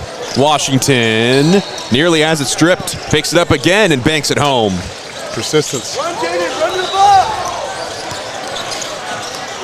Coach tell him to slow down a little bit. Things are getting a little bit chaotic.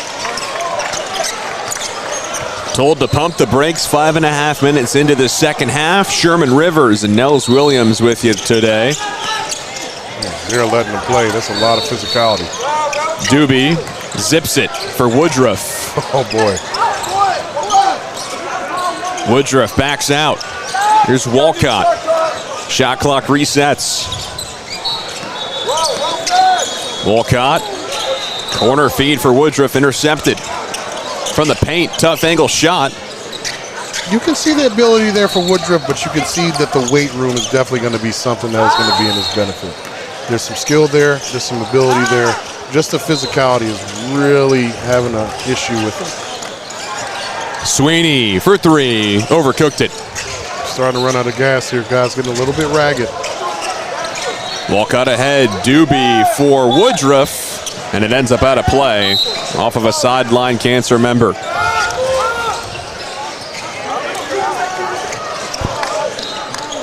"20-point lead for Ball by Design over Sideline Cancer.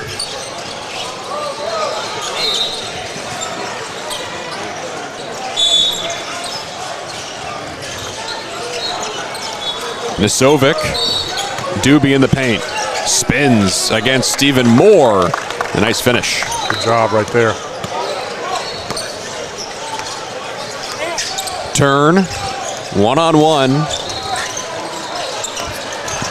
I would like to see them to get him off the ball. They did a great job with the pick and pop action for Cole earlier. Got a good look. Just put him on the ball. It's just too much for him. He can't get good looks at the basket. Here's Washington. Fires mid-range. And it's cleaned up by Woodruff. Woodruff for Doobie. Tipped around. Woodruff came into it. And it's picked up by Deal in transition. Woodruff's got some ability. Was able to get that rebound, push it out, start the break, just didn't finish. Turn. Steps into a triple. Like I said, Cole off the ball. Able somebody to create for him, knock down an up and jump shot. Timeout. Ball by Design. The game is going the way that it's going. Ball by Design is a very talented team. At this point now, you want to see Sideline start to figure out things that they can do that they can carry on to the next game. Because it's not going to be a whole lot of time for them to come back with 8 minutes to go. I like the action that they had with Cole off the ball. I like it with him some screen action. See if they can get some open looks, some easier things. Since every shot that they have taken so far, I feel like it's been difficult for them. And that's ball by design. It's got to be by design how they're defended, because they're doing an excellent job of making it difficult for Sideline to get good looks. We knew heading into this matchup that Quincy Doobie and Anthony Walcott would be the two names to look out for, but Mayar Diu really shined. Listen, the fact that he's a 2028 too, I'm sure that is intriguing for these coaches watching. He has definitely had some big-time eye-popping moments, just even the way he's gone up to get rebounds. But his ability to shoot it, his ability to handle it, do some different things, guard different positions defensively, you can see how that can be a high commodity for these college coaches. He's Coach Sherman Rivers of Patriot High School. I'm Nels Williams as we return to action from Court 12 at the Baltimore, Maryland Convention Center. Made Hoops DMV Live. Game 2 of 5 of our early morning and afternoon coverage. Let's take a quick break. A few more games for you for the evening slates. NYC Honor versus Rising Stars will battle right here on court number 12 at the conclusion of Ball by Design and Sideline Cancer. Under 8.5 minutes to play. 19-point deficit for Sideline Cancer. It's been all ball by design this morning. You know, Sideline going to a zone here with 8 minutes to go. Like I said, this is one of those things. It's not going to get you back in the game down 19, but we got to start to see what's going to work for us going on for the rest of the day. So I can see why they might want to run it. Not something that's going to get them back to a win in this one, but give them some momentum going forward. Washington, economical in the paint. That was a nice move by Your Majesty. As you see, you know we're in the royal family here, but you saw that here and there. We'd like to see more of that going forward. Ball ends up out of play. Woodruff was hoping to find a fellow BBD member. Instead, it's a turnover. Sideline Cancer hoping to take advantage. To show my age right there. You saying BBD, I'm thinking 𝘿evelopment. I'm thinking about poison. Oh, man. Turn, straightaway, triple jackpot. Listen, I like his game. He is very fundamentally sound. Jumper is very pure. They got to run some more stuff to get him some more looks. Walcott, right down the alley, swirls around the iron. Ball still loose, and it's taken away by Aiden Deal. Wait until that deal goes down for Washington, and he turns it over. That's unfortunate. Janov, hands off for Nasovic, in and out. Right there, good driving catch. Just got to knock it down. Excellent job. Moore gives it up. Janov with the steal. Janov's one of those guys that's kind of unsung on this team when you have such high-flying guys like Walcott and Doobie. But you can see that he's a very effective point guard. Turn, step back, triple off the side of the iron.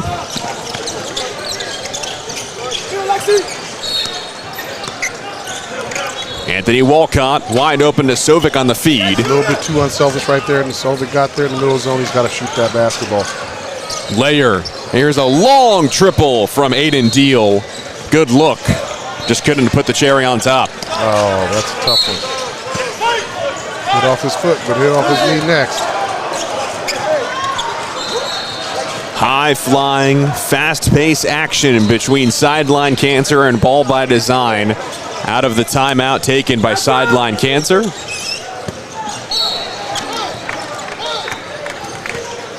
Here's Douglas Layer, 5'8" from Central York, Pennsylvania. Swinging around the perimeter for turn in the corner. Now Deal. Cuts inside, connects with Sweeney, and he leaves it short but picks up his own rebound. Now Deal will try a corner three, and that swirls in and out. Sweeney's right there, and he's fouled on the rebound attempt. Sweeney stayed in the mix. He's playing really hard, trying to give his team a chance. You know, you like to see guys compete no matter the score. Anthony Walcott called for the foul. Hey, shift in, shift. I'm Dylan. Turn will reset. Corner three for Deal. And it ends up in DU's hands. Janov will settle things down here with about 5.5 minutes to play in this contest. Janov steps into a long three, and that's off the front of the rim. This might have been something that Sideline should have went to early with the 2-3 zone. As you can see, it's kind of give BB a little bit of trouble scoring the basketball. Catch up. 2.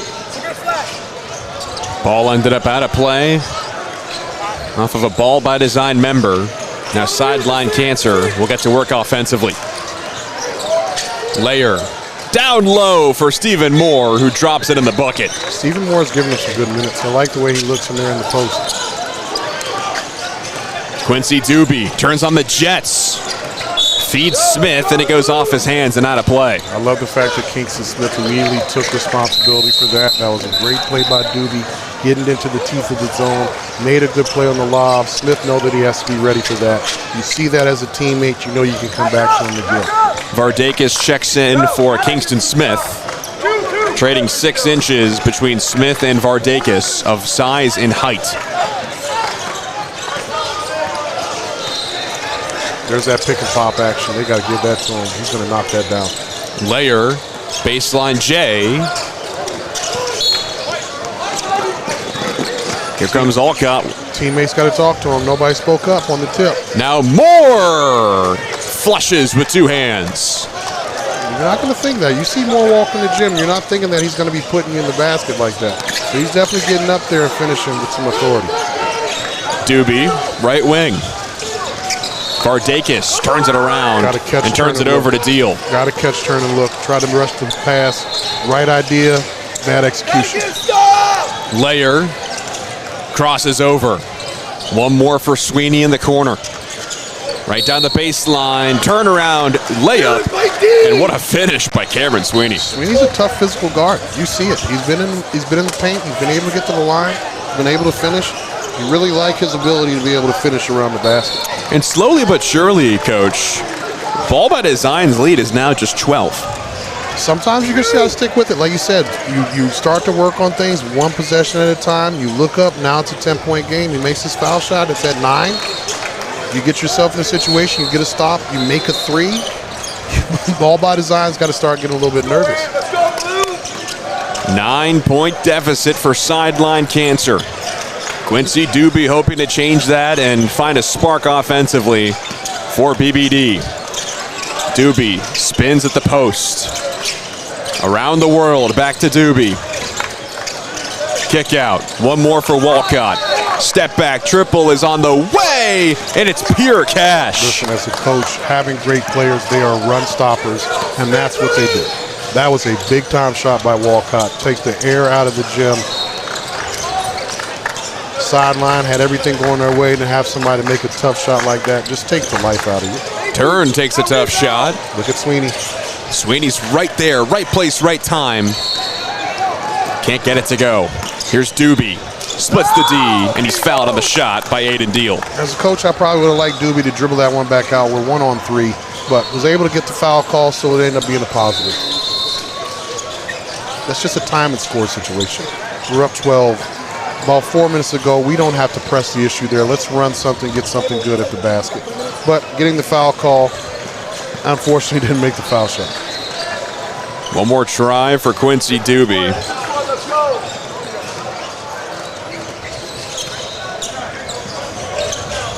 𝘬 today with 13 points. Can he make it 14 here? And a lane violation. 𝘿aximizing stepped in. That basket will not count. And it's turned over to Sideline Cancer. It's one of those things. Quick possession. You didn't get any points out of it. Now they get the ball, the clock to stop. They'd rather with them ran something and get the time running off. Pick and pop action. Give him something else out there. Ball screen, some sort of action. Get him a little bit more loose. There you go. Turn around the screen. Turn downhill. Doesn't find any of the rim. A lot of contact right there. 𝘿aximizing up ahead for 𝘬. Left-hand layup is good. Underestimating the athleticism it took to catch that ball and to finish with the offhand. Great job by 𝘬. Douglas 𝘿 against 𝘿aximizing. Had the roll, missed it. Sweeney, right-handed runner, off the heel. Cleanup and offensive finish is Stephen Moore. Whatever happens in this game, Sideline doesn't have anything to lower their head about. They kept competing in this game. You could see they got some talented guys as well. And playing against 2 top 150 guys and able to keep themselves in the game is impressive. 𝘬 working against Turn. 11 on the ticker. 𝘬 steps into the paint and drops it right down with the right hand. That's a great possession for a team up double digits. Exhaust the shot clock, get the look you want, finish. Now we go down the guard. 𝘿 hoping to stop the bleeding for Team SC. Pick and pop action again. Sweeney, bullseye. Listen, Sideline's found something good in that. They're doing that action, realizing that Ball by Design is either going to trap or hedge the screen. They're getting wide open looks. Pace is picking up here as we approach the 2-minute mark of the second half. Big possession right here. 𝘿aximizing in the paint, pulls up and gets it to go. Patience. Last time you saw him, he caught it. He was in a hurry. That time, caught it, took his time, had a good shot at the rim. Here's Douglas 𝘿 Pick for and pop Sweeney. again. That's his spot, but he can't get the shot to fall. That was a big one. Walcott, right down, will take it himself, and he's fouled on the shot. Now look, did he get bumped on that? Yes. Did the referees wait to see if he was going to make it? They absolutely did. I'm not a big fan of that. I want to hear the whistle in live action, but I know it's a thing that you see at the NBA level a lot. It's on Cameron Sweeney. That will send Anthony Walcott to the line. Walcott, the 2027 class from Pembroke Pines Charter High School for Team Ball by Design out of Deerfield Beach, Florida.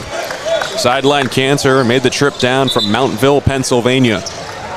Got a lot of teams from all over the place in the DMV this weekend. A lot of excellent basketball to be seen. We've seen it so far through about a game and 4/5. As Anthony Walcott puts Ball by Design up by 14. You always know when you're on a court where there's a lot of really good players based on the people watching the game. And as you can see, there's not an empty seat around our court.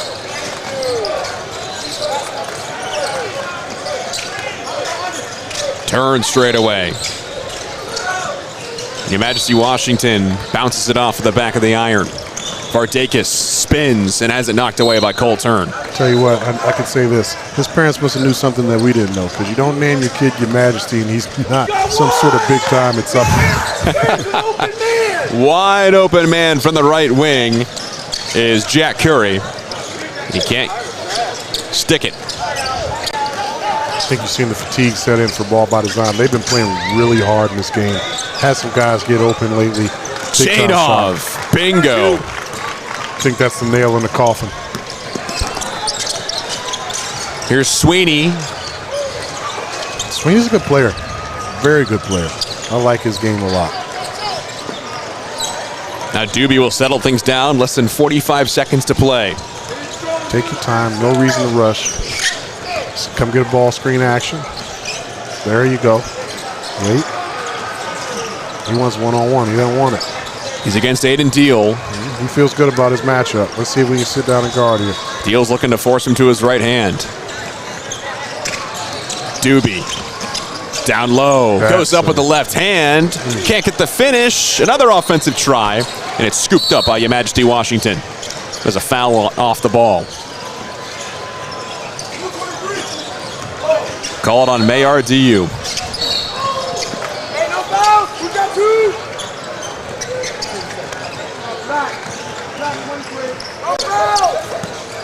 Flipped in to Your Majesty Washington against Doobie. Washington one-on-one. Too much mustard on that layup try. And that is the end of this game.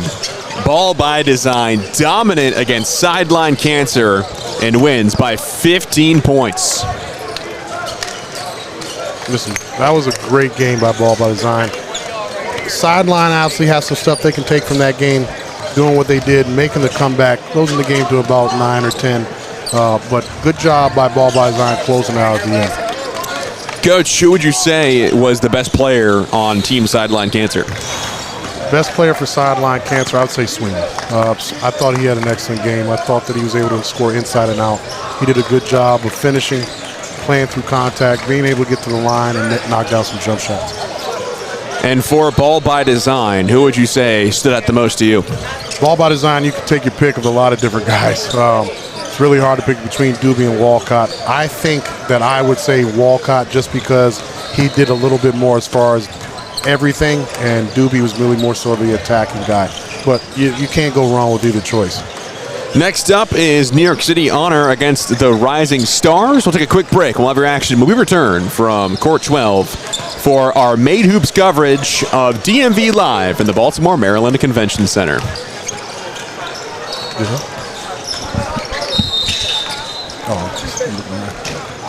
Looks like instead, actually, a bigger part of Quincy Doobie joining us will be staying right here. He's Sherman Rivers. I'm Nels Williams. Big dog.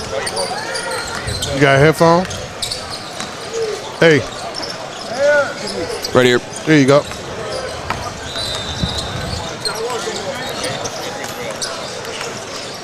Quincy Doobie joining Nels Williams and Sherman Rivers. Quincy, big game today. What made it so effective between your connection with Anthony Walcott to come out on top of Sideline Cancer? We just play together. We've been playing together for 2 years. We played EYBL together, so it transferred to here. So we just lead our team to victories. What's it like being told, hey, you can take over, you got this on the floor, and you're given that confidence by your coaching staff behind you? What extra emphasis and extra push does that give you to be the best on the floor that you can be? it just shows me like the work I put in, so they believe in me. So I'm just taking advantage of it, putting the work in all day, and I'm just showing it on the court. Because you can see that you're a high-level basketball player, man. It was really great watching you guys play. You mentioned that you and Walcott have been playing together for the last 2 years, and you guys played EYBL. How do you feel like the EYBL circuit has prepared you guys for what you guys are doing this summer? It prepared us because the competition is really good. The competition here is good. It's also good, but we just that chemistry built over time. It just shows us how we can play together. Absolutely, absolutely. And how's your recruitment going? Who's hot and who's not? And I don't want to put you out there too much. I know you got to keep it close to the vest, but I can tell that you got a lot of guys interested in you because you're a high-level basketball player. Who are we looking at right now? I'm not sure yet. I got to take some visits. We haven't gotten a chance to yet, so over the summer. Hopefully. Awesome. Well, listen, man, I loved your game. That was an excellent job. Good job out there, and that's really all I got. Thank you. Quincy, thank you for joining us. Really appreciate the time. Go rest up. Obviously, you got a tough team to take on Rising Stars at 2:15. Thank you. All right, good luck to you. Quincy Doobie, Sherman Rivers, Nels Williams with your early morning and afternoon and evening coverage for Day 2 of DMV Live from Baltimore, Maryland. We will have New York City Honor against the Rising Stars in just a moment. Don't go anywhere from Made Hoops action from Baltimore. Another player interview. Was not informed of this one. There we go.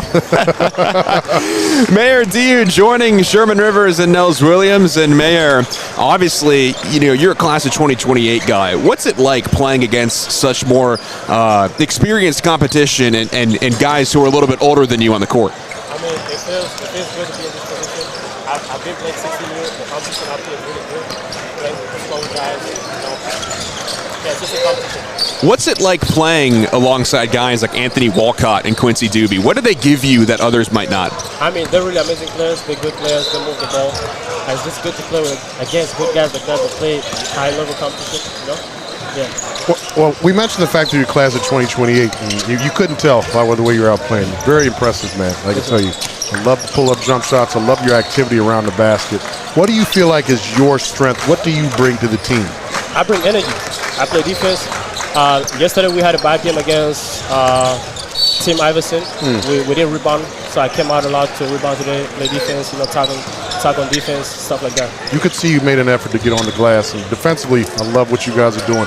Let me ask you a question. Yes, sir. Does Coach jump in practice? Because he was all over the place, sliding, contesting over here on the sideline. Yeah, he does. He does a lot. Coach Casey, too, he's on top of us every day in practice, talking, making sure that we're on top of our game. That's good stuff, man. Yes, well, thank you so much for joining us. Go rest up. Obviously, you got a tough competition in the Rising Stars at 2:15. Yes, thank you for your time and a great performance this morning. Good luck to you, man. Thank you. Thank you so much. All right, now we will take a break. Obviously, we got New York City Honor against the Rising Stars next from Court 12 in Baltimore, Maryland.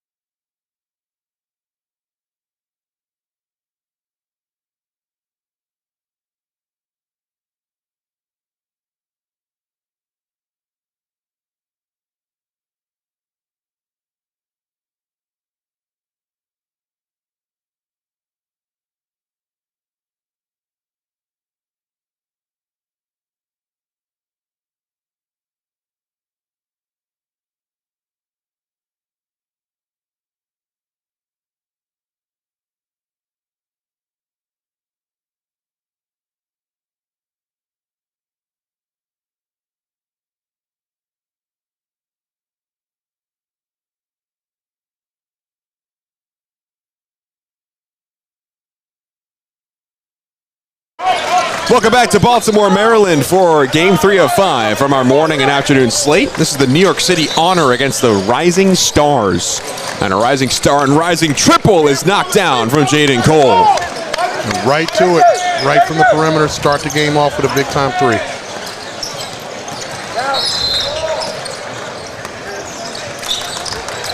The Honor in white with green trim. Rising Stars in the crimson red. Both these teams elite on the made hoop circuit. We got some big-time Northeast vibes here with the Honor, who are a lot of New Jersey-based kids, and obviously some NY kids on the other team as well. I'm sure there are a lot of kids that have probably played against each other growing up. There's a lot of competition that's going to come out, I'm sure. These guys have seen each other around the circuit. Obviously in high school basketball, so high and, just high quality basketball in the New Jersey, New York City circuits. High quality basketball in the DMV as well. And you're seeing it represented right here this morning from Baltimore, Maryland. Great runner floater is dropped in the bucket from Nando Miraarchi. Nice move there. Always got to have a nice floater in your bag as a guard. This is Elijah Ashby for the Rising Stars. Give it up! Ashby for Hank Williams.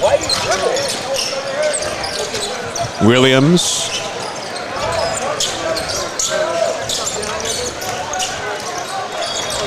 Got to get some action going towards the basket. As you can see, the Honor are doing a good job of keeping them out the paint. Big time rebound there. And Andrew Adigbite is called for the foul off the ball.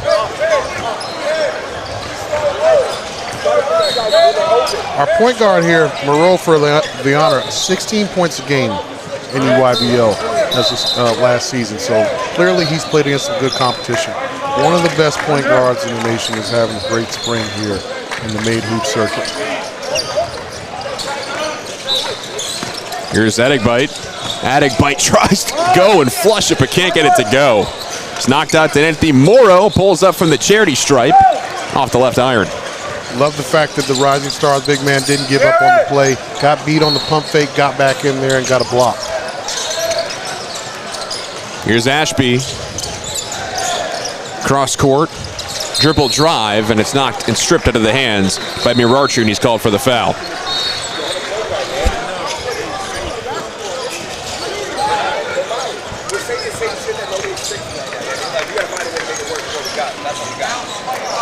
The Honor with the 5-point lead. Foul's called on Nando Miraarchi from Cathedral Prep.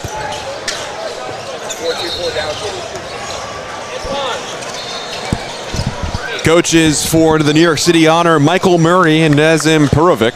And for Rising Stars, it's Alfred Joseph Allen and Willis Perry. Really love the basketball that we've seen on this floor so far today. High-level guys. We've had some excellent guard play, and it's not going to stop here today with our guard right here, number 0.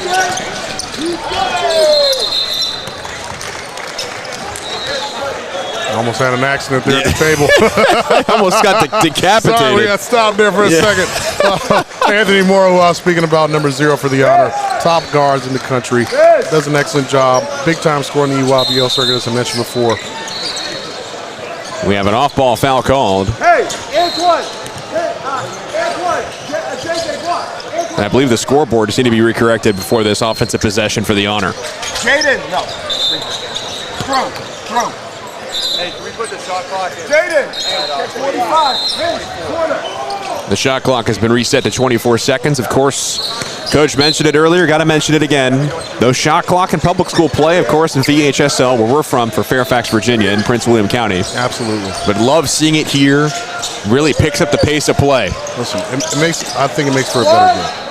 Absolutely does. The pace of play, all of it. You're simulating professional environments as well, too, which is 100%. obviously the goal of AAU basketball, Right. but it needs to be said. Like I said, kids have a goal of playing college basketball. Why not get them used to it at that age? And honestly, it makes you better as a coach. Deep triple try from Williams. Jackpot. You can see that Williams is going to let that basketball go. His second shot attempt from 3. Both have been at the NBA range. Knocked down the second one. Miraarchi for Adigbite. and it's knocked out of play. Rising Stars ball.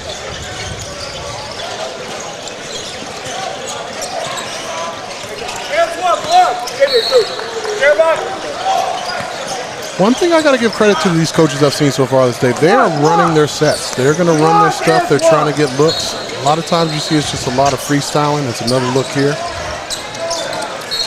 But they are running their sets to try to get good looks at the basket. 𝘼thletes with the board. Here's Morrow. Back to 𝘼thletes. One more from Marachi. Corner three. Oh, yeah. Marachi might be one of those unsung guys. He's looking very good early. Floater early, three-point knockdown in the corner. Clearly we talked about Moreau, but Mariachi's going to be the one I think that's going to have a big impact on this team. Nando Marachi, 6-foot guard from Cathedral Prep. 4-point lead for the Honor. Slow start to this first quarter, Coach.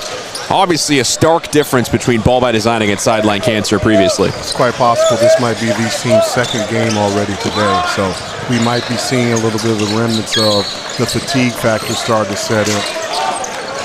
And a beautiful flush is dropped down by Emmanuel Malok. Excellent pick and roll action right there. Good roll to the basket. Point guard found him at the rim with the finish. So, Coach, let me ask you this. Regarding fatigue in AAU play, how do you keep these guys well rested and make sure that there's not any lactic acid building up? I mean, you got to do the best you can to keep them loose beforehand. Get off their feet in between games as best they can. I mean, still making sure that they're hydrated. You probably want to have some potassium around, have some bananas for them. That way they can have the right type of energy. And you just got to listen. You got to be ready to go.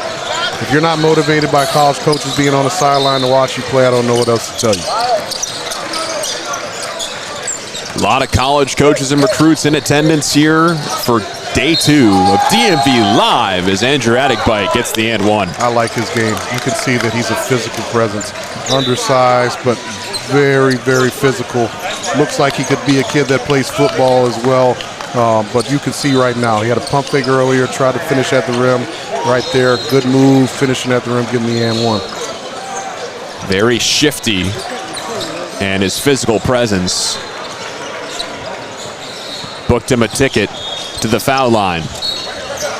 Doesn't cash in. Honor remain up by 8. Now this is Herbert. Triple try. Off the mark. Vacuumed up by Malok. That's clearly Hank Williams' job is to get threes up. That's already his 4th attempt this half. Mirachi Malok, he'll go for it and leave it. Some more to be desired. We live in an age of everybody wants to shoot the three. Big man stepped out. Looked good, just didn't knock it down. Hank Williams, not to be confused with the country star, doesn't tickle any iron. It ends up out of play. I can tell you this right now. There's not a shot that Hank Williams doesn't like because he is getting them up. He's only made one of them, but you can tell he's very aggressive in his action. Now some substitutions for the New York City Honor. Of course, like you said, if there's college coaches on the sidelines and that doesn't get you fired up to be able to play, what will, right? I mean, we mentioned it already, but we have Johns Hopkins, Holy Cross, LaSalle, Georgia Tech, Virginia Tech, William & Mary, Towson, Temple, Miami, Notre Dame. I mean, a third of the ACC is here. Son of the American Athletic Conference. I mean, scouts from all over the country are here to watch the best talent play on the Made Hoop circuit. Listen, big time. Like you said, you know that you got some good players when you have those type of coaches showing up. And they've been here on the sideline throughout since the game started here at 8:30. And back-to-back-to-back blocks by Emmanuel Malok. Malok at the right post. It's tipped out of bounds off of a rising star. You can see some ability there from Malok right now. Obviously at 6'11", he's a big guy. Got some good hands, got some good footwork. Just, going to keep working on his athleticism and his strength. Brooklyn Jelinski to inbound. A lot of size on this floor for New York City Honor.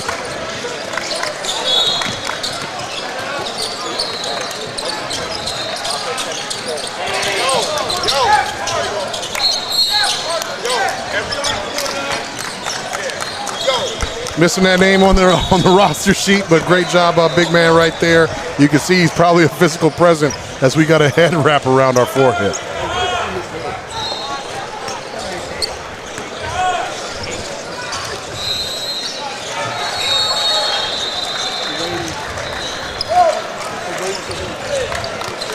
Your Archie checks in.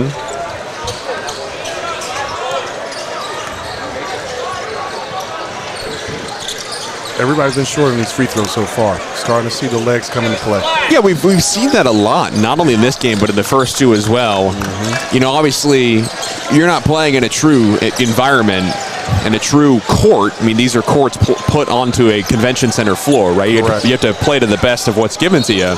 But do you think the depth perception's playing with these guys a little bit? Absolutely. It's one of those things that when you're not used to playing in those sorts of environments, you can see it at the high school level when kids get deep into the tournament, playing in the state tournament. The state championship game is not always the best level of game because the shooting goes down. Kids get used to shooting at a different play, and you know they got to get used to the depth and being able to shoot higher. It's just the baskets are the different type of stanchions that come in. You feel like you're shooting at a different depth and height and everything else like that. So you really got to accentuate using your legs and shooting the ball up and focusing on the fundamentals. And obviously you see that in the NCAA Final Four, right? You go from playing in a historical basketball arena or, you know, maybe a multi-use hockey basketball arena, whatever it may be. You're playing in an indoor arena to then going to a massive stadium that's indoors with different sight lines. I mean, people say who don't know ball that it doesn't matter, but I think it absolutely does in this case. 100%. And, you know, those guys are a little bit different because they get to play in arenas throughout the season. But then you go and you're jumping into a football stadium that doesn't have a wall back there, and you're just shooting into open space, and all you see is crowds of people. So there's an adjustment, and you always see it in those games. Those games are always lower scoring than what the games that happened before that. Low scoring affair here, about 7 minutes gone by. Honor with a 9-point lead over the Rising Stars.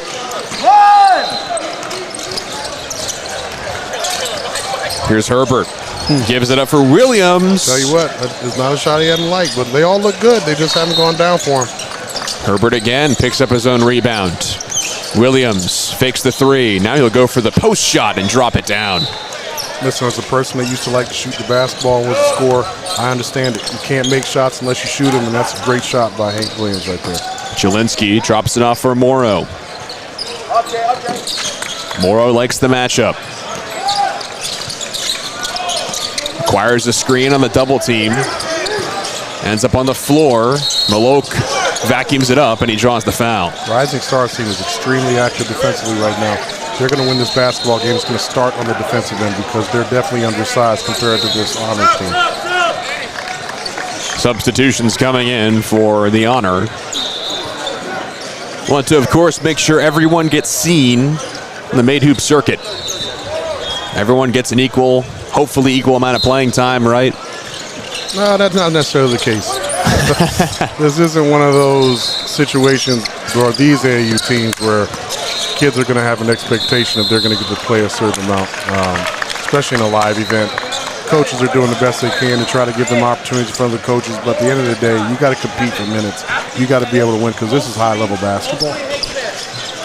Truly blessed to see such great competition unfold in front of our eyes this morning. Started off with all ball against the New Jersey Roadrunners. Then it was ball by design against Team Sideline Cancer. And now game 3 of 5 between the New York City Honor and the Rising Stars. Try to go up and finish at the rim. That was a tough one.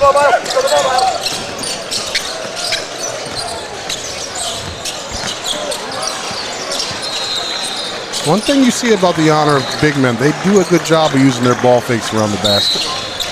Playing off of two, giving good ball fakes, getting an advantage that way.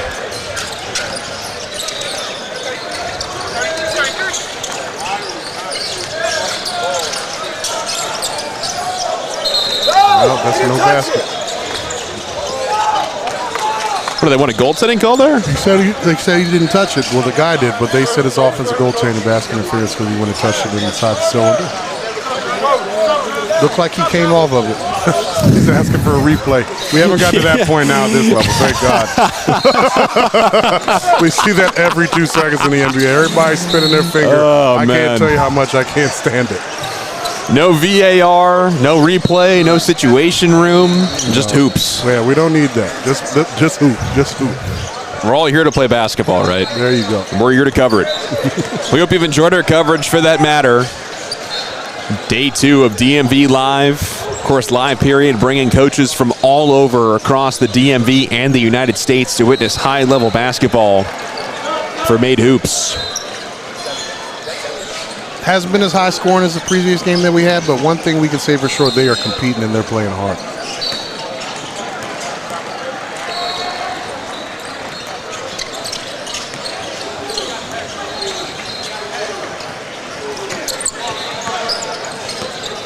Adam, hey, Elijah said it. Elijah said it.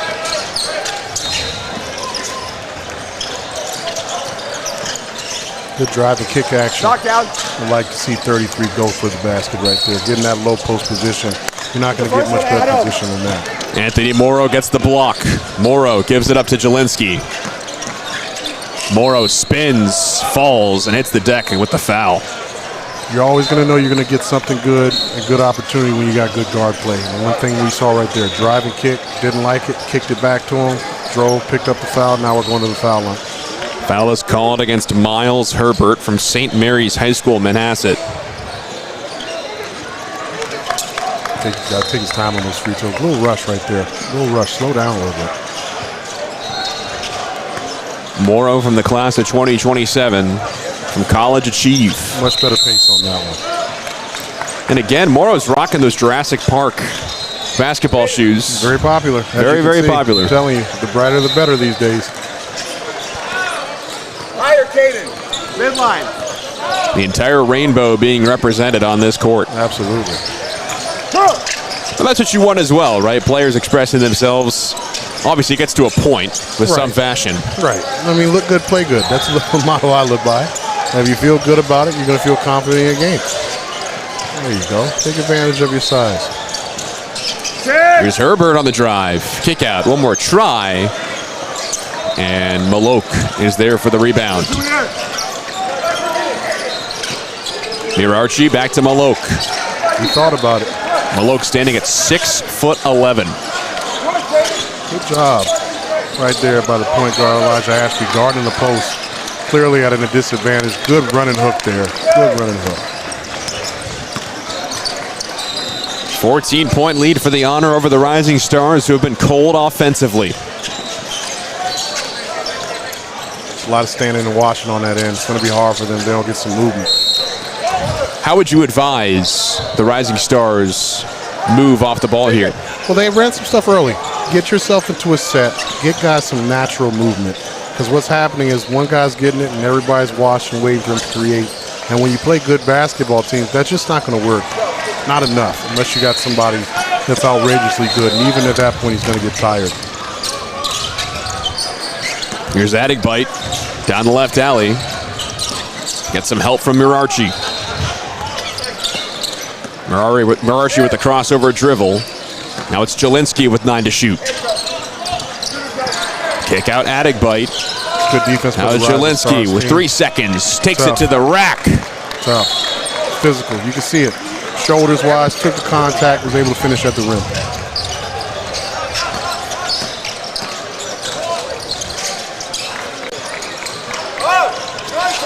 And the Rising Stars get a desperately needed bucket.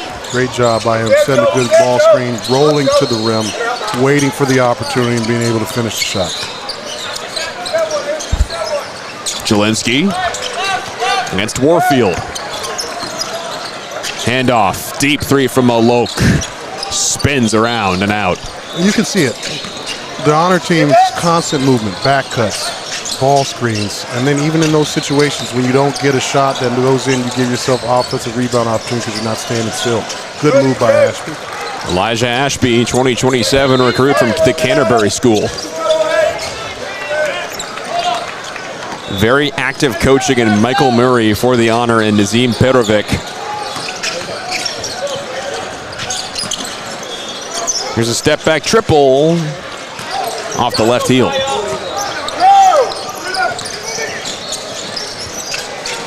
And a turnover now. Honor hoping to do some more damage. Referee's Can't capitalize. Gotta capitalize when you get turnovers like that. Ashby drives baseline. Ooh, had to dump down there, missed him. Back to Ashby, straightaway triple. Left it to the right, but it's cleaned up and one. But you see the activity, you see the movement, you see everybody getting about, and that gives you an open shot. The open shot leads to an offensive rebound because everybody's active and involved in the set.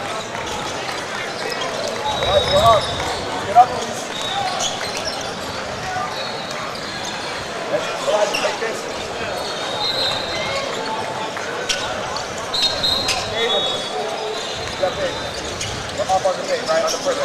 Get up, get up, get up. Fight it down, fight it down, fight it down.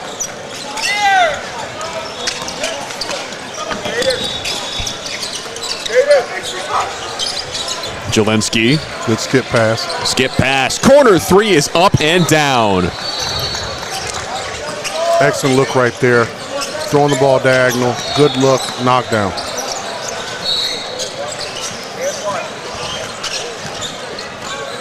Throw it in there. Let's see what he can do with it. This is Garden Ash.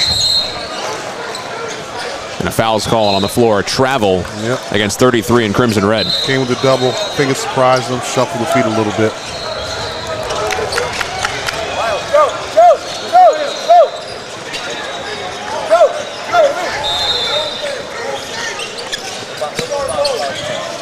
About 3 minutes to play here in this first half between the Rising Stars and New York City Honor. Sherman Rivers and Nels Williams with you here.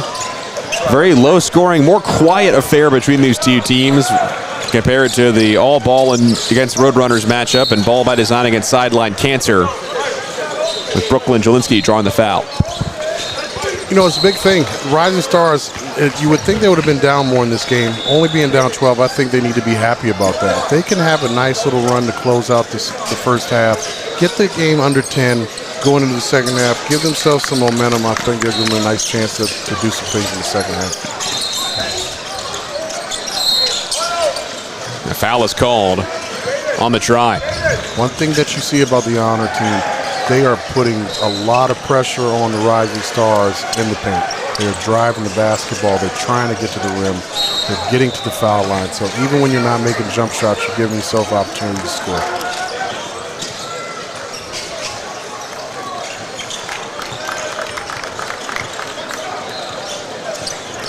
Next up for you on tap is Team Iverson versus All Ball. And then our last game of the afternoon and the early afternoon slate will be Ball by Design against the Rising Stars.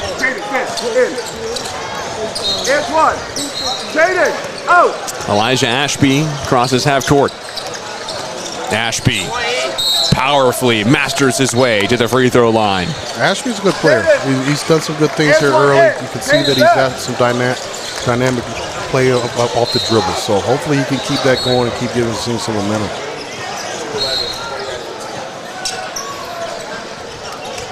Elijah Ashby, rising senior from Canterbury School. These are big. You know, we talk about foul shots. If you can go here and make 2, you close the game to 10.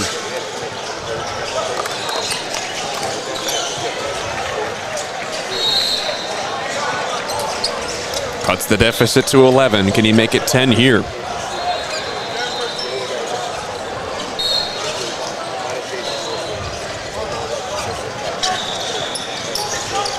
Off the heel, but an offensive board is there.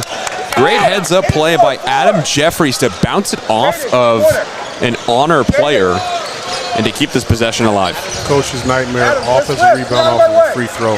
Good hustle by the Rising Stars team. Gotta turn the corner! Ashby bounces inside. Hop, skip, and a jump for Antoine Day. I like it. I like it. Good job getting the ball inside. And Jaden Cole picks up the foul. Up and one! Up and one! You know, obviously, Coach, everyone says there's that one whistle that messes up the entire court. It's messing up me. Listen. I mean, we got so many whistles and games going on simultaneously. That's the thing about these AAU tournaments. I feel like there's a whistle going off every 2 seconds. And then you just got to see if it's anybody stops playing, they must know it's a whistle on your court or not. Morrow. Now Adigbite. Adigbite underneath the basket. That's just Lays more it in. physical than you. Got to my spot. Was able to come off 2 feet, finish at the rim. Great job. Ashby trying to take over. Like that move. That was Jaden Cole, but he turned it over. It's Morrow.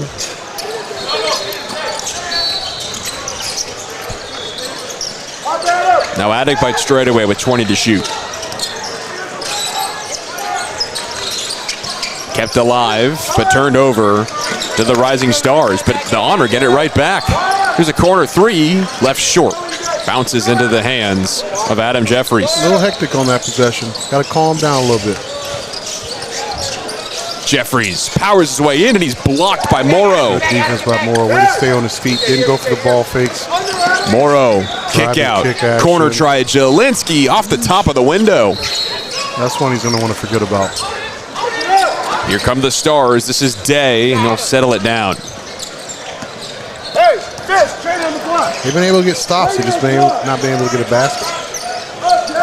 Ashby, left-handed runner. Ashby's been playing well. Been playing really well.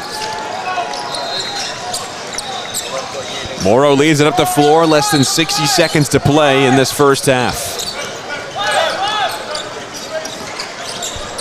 Morrow, now he'll try the runner. Great rebound. It's acquired by Antoine Day. Ashby on the attack once again. See what else he can do with it. Good screen. Kick that, missed it. Cole back to Ashby. Checks the time, and what does coaches have to say? It's going to be 33, going to get left open in the corner here. It's got a big man matchup. He's not used to guarding out there. Ashby. There he was, didn't kick it. Fade away from the elbow, too strong. Back, 5 seconds. Morrow, down low for Adigbite, and he gets the nice roll in his favor. Good job. And that will do it from the first half. It's Big the bucket. Honor 33, Rising Stars 20. Big bucket. Those are type of momentum killers. You want a basket right there. You had a good look, didn't make it. Give up a layup on the other end at the buzzer. Takes the wind out of your sails going into the second half. Let's take a quick break. Second half action. We'll be back in just a moment.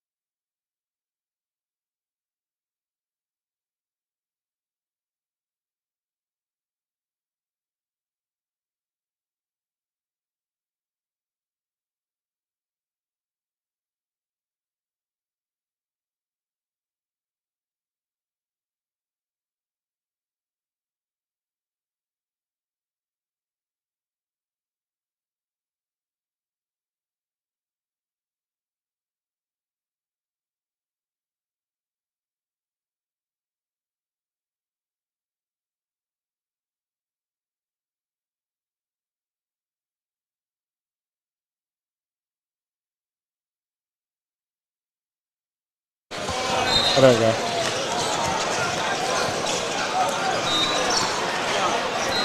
Welcome back. Second half is moments away between New York City Honor and Rising Stars. We are glad to be joined by Colin Bird out of Tuscarora High School. Obviously a Made Hoops legend. How does it feel to be back in this house? It's amazing to be back here. I mean, obviously, hit the game winner here last year. It's amazing just to be a part of this circuit again. I mean, it's amazing to be back here. It's a blessing.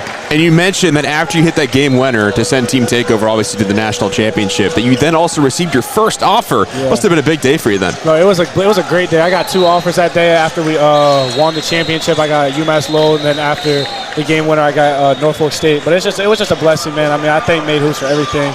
I mean, I obviously still take pride in it. Everybody still calls me Mr. Made Hoops around. So, I mean, it's amazing just to be a part of this again. Listen, man, that's awesome to hear. Clearly that situation in that moment was a big one for you, but more so, it led to something that I'm sure was a dream of yours in getting that first offer. How did that feel in that moment when that coach came up to you at that set? Bro, it was amazing. I mean, like, all the hard work that you put in the gym, like, all the late nights that you think nobody's looking at you, like, this means nothing. I mean, I'm here in July. I don't got any offers. I tried my hardest. Like, right when you think you're at the end, like, God just puts it in your life like a sign just to tell you to keep going. I mean, so it's only the beginning. So You never know who's watching, yeah, right? so it was amazing just to be a part of that. And I just thank God for it all. Good stuff, man. Well, like I said, I've seen you being a Northern Virginia guy, watch you grow, hearing your name all the time. Glad that you weren't in our division, so I didn't have to see you.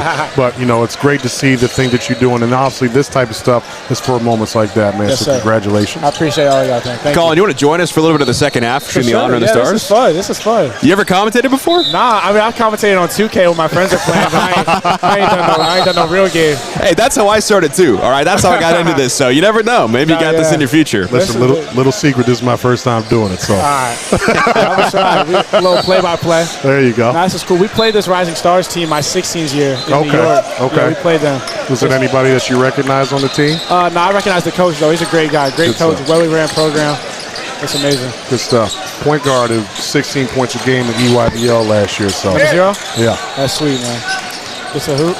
Morrow underneath. Listen, you might be good luck. This is the first dunk on we've had today. That's sweet. That's big time finish right there. Emmanuel Maloke out of the Life Center Academy. Listen, we talk about point guard play all the time. Moreau making the job easier. Step in, finish that with some authority. It's a triple try that's off the mark, and who else but Maloke is there to vacuum up the rebound. That's right.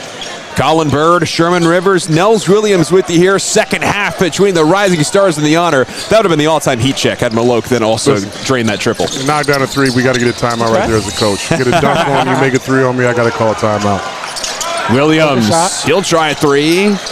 Off the mark. One thing we talked about Hank Williams, man. He's going to get those things up.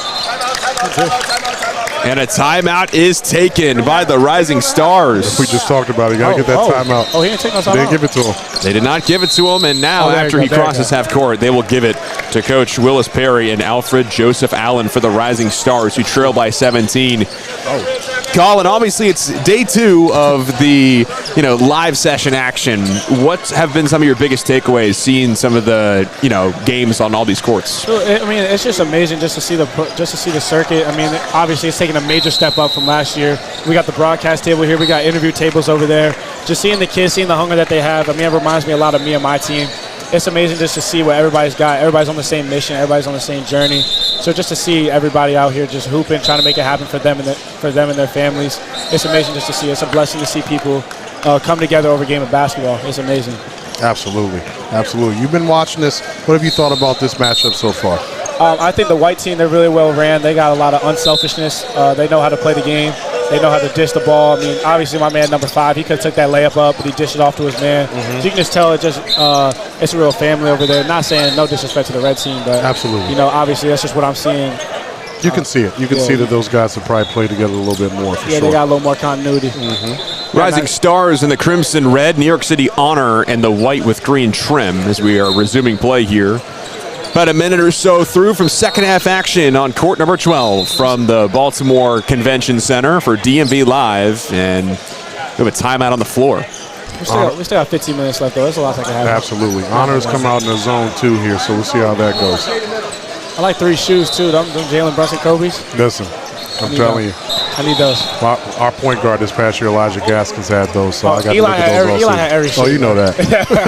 Eli had every shoe. Like I was telling him earlier, the nice guys got to wear nice shoes. Yeah, you got to stick out. You got to stick. What did I tell you, Nels? If you're the good guy, you got to have the nice shoes out there.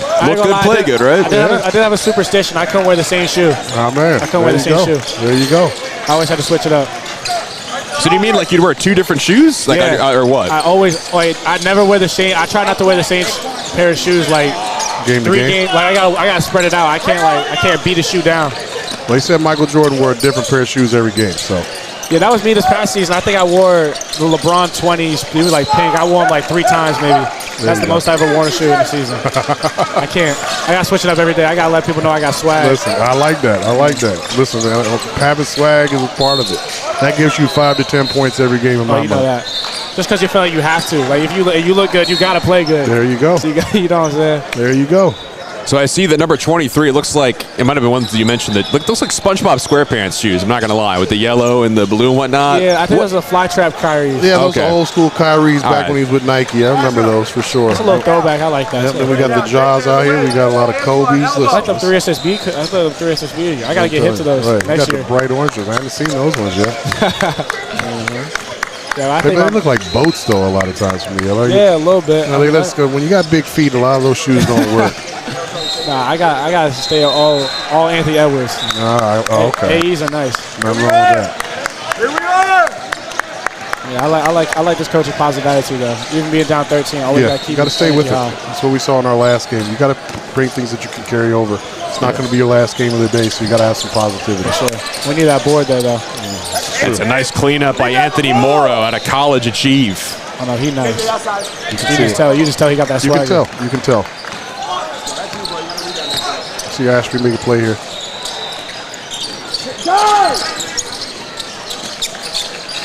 Interior feed for Day.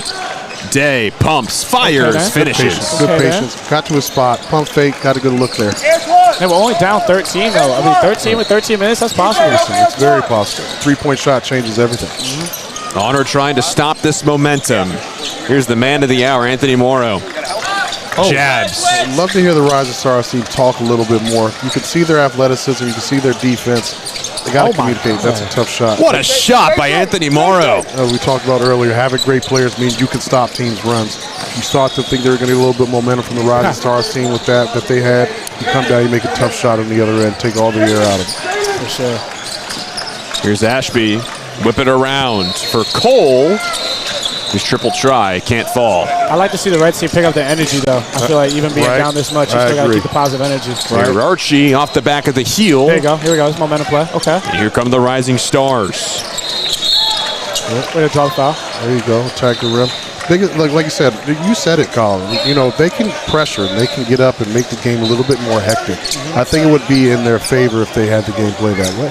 Yeah, just speed the team up. The pace that they're playing at right now, it's definitely what the Honor want to have. Have a point guard that can control the tempo. You got to get them playing faster than they want to. You got to make them feel like that they on the edge of their seats. Like even though like most teams, like including myself, like when you have 15, when you have 16 points, you feel like you got the game in hand. Yep. But when you got a team that's down 15, down 20, and they still scrappy, they still having the energy, it kind of scares you as an opponent because it's like, yo, like you down 20, you still believing. Right. Like so, that's what teams try to take out of you is that the belief that you can win. We saw it in our game last time. Game was a 20-point game. Next thing you know, it was 9.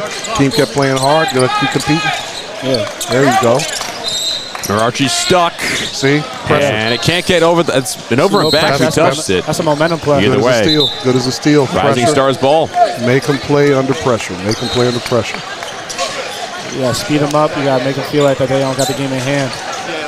I can tell you this. Just sitting here talking basketball with you for a few minutes, I can see why your coach was happy with you all the time. I appreciate that. You definitely think the game got a high IQ. No, yeah, I love the game. I love everything about this thing, man. Drive down the alley by Ashby. He's fouled. Yeah, I mean, they're not even playing the best basketball, and they're down 13. There you That's go. Crazy. Like you said, they're right in the game. They're right there. Ashby's done a great job today getting to the rim, drawing contact, creating for other guys. Hopefully he can knock down both these foul shots, get within 11 points. He cut that within,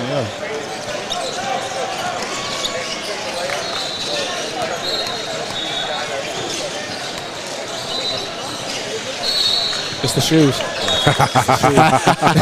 I need them. I need those. Any Kobe. Kobe 6s were the best ones for me anyway. Yeah.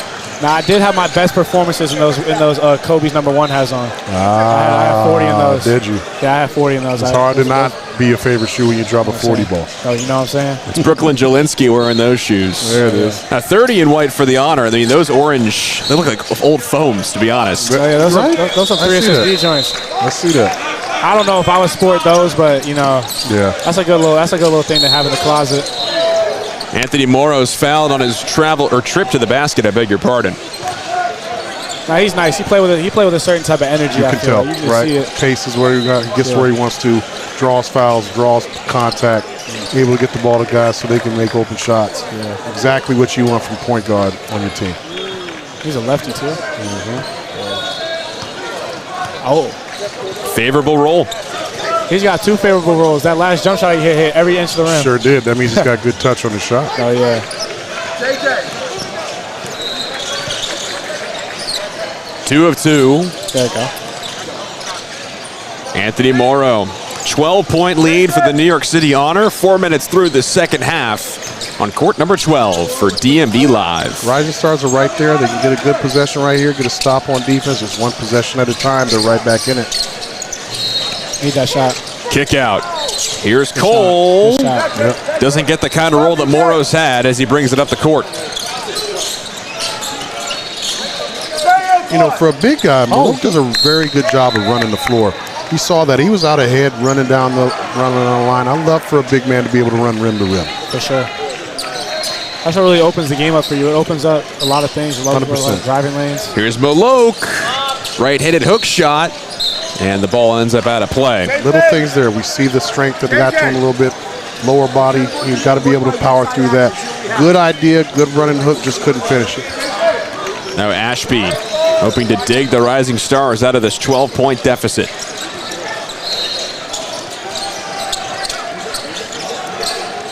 Jaden Cole back to Ashby, the floor general for the Rising Stars. Goes around the screen, up with the left hand, and banks it down. Underrated. You know, obviously we've been talking a lot about Moreau, but Ashby is definitely rivaling him on the other side with his point guard play in this game. Is he a lefty as well? He is not. So he hit that with the left lefty offhand? floater. Yep. That's big time. That opens up a lot. Absolutely. And a foul's called on the floor against Emmanuel Malouk. Emmanuel Malouk, tallest player by a mile. Carter Prees, you haven't seen any action out of him. He's at 6'9", but Malouk at 6'11". Tallest player for the Rising Stars, number 8, Dylan Kuja. We have not seen him so far this morning, or afternoon now. Malouk moves well for a guy at that size.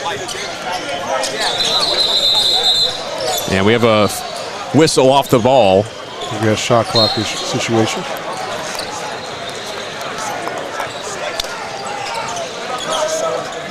The shot clock is big. I didn't understand the magnitude of it until we went back to Northern Virginia rules, and I was like, dude, these dudes can just hold the ball. Oh, man. Listen, you're going to get me started. You should have joined us earlier. We brought it up at least twice. I ran about this probably once a month on my X page. You know what I'm saying? But I like to say Twitter. That tells you how old I am. But at the end of the day, I don't understand it. I don't know why we don't have it. Every event that we go to, you can see. They got shot clocks. Yeah. Like I said, we play in the Summer League at DeMatha. They have it there. I just don't understand why you wouldn't want it in high school basketball. I don't know if it was our angle, but I don't agree with that goaltending call. I think it hit the glass first. All right, I just didn't see that. That was a good take by him, though. Yep. Timeout taken on the floor. Just about 10.5 minutes to play here on court number 12. Colin, what do you think is being discussed right now in the Rising Stars huddle? I think they just need a quality possession. I feel like all their possessions have just ended up in like wonky shots, wonky threes. I feel like they just need a quality possession, a good bucket, just to get them going, just to prove themselves that they can get a good possession against this great defense. I mean, you just need to prove to yourself that you can get a bucket on them, and then obviously I think that they need to pick the energy up. I mean, everybody from the players on the floor to the bench, there's not a lot of energy. You can really, and it's only a 13-point game. So, I mean, I feel like they just need a quality possession and they need to discuss their energy. And, Coach, how do the Honor keep their foot on the gas? You know, they got to stay, like you said, keep their foot on the gas. That's the biggest thing. A lot of times when you get a lead, especially double-digit, you start to kind of, you know, walk through possessions, not attack with the same level of intensity. They got to keep playing the game like it's close, like it's 0-0, like they're really trying to step, like I tell our teams, step on their neck, you know. Make sure they don't have any ideas of coming back. You don't want it to be something where they make a shot or two and now they're starting to feel good about themselves. Make them feel bad about themselves for the duration of the game, and that's what their goal should be. Colin Bird, Coach Sherman Rivers of Patriot High School, and Nels Williams with you here. We're now in the afternoon, and guys, I said it earlier, when you're at an event like this, there's no sense of time. It's like you're just told where to go, and it's tip-off, and you go, and it's like you don't even see the sun. It's such a weird feeling being in this type of environment. You know, you're just consumed and surrounded by basketball. Hoops all day. It's like Vegas for grown-ups. Antoine Day rocks the rim. He said, we've been in here 4 hours. It felt like we just got here. You've been here for 4 hours? And we've been here since about 8. Yeah. First game was at 9:30 for us between All Ball and the Roadrunners. Still some shot clock issues here at court 12. Trying to figure this out. Great team on hand. Of course, you got to commend everyone behind the scenes to allow all ball to happen, right? And allow, you know, the magic of production. Yeah.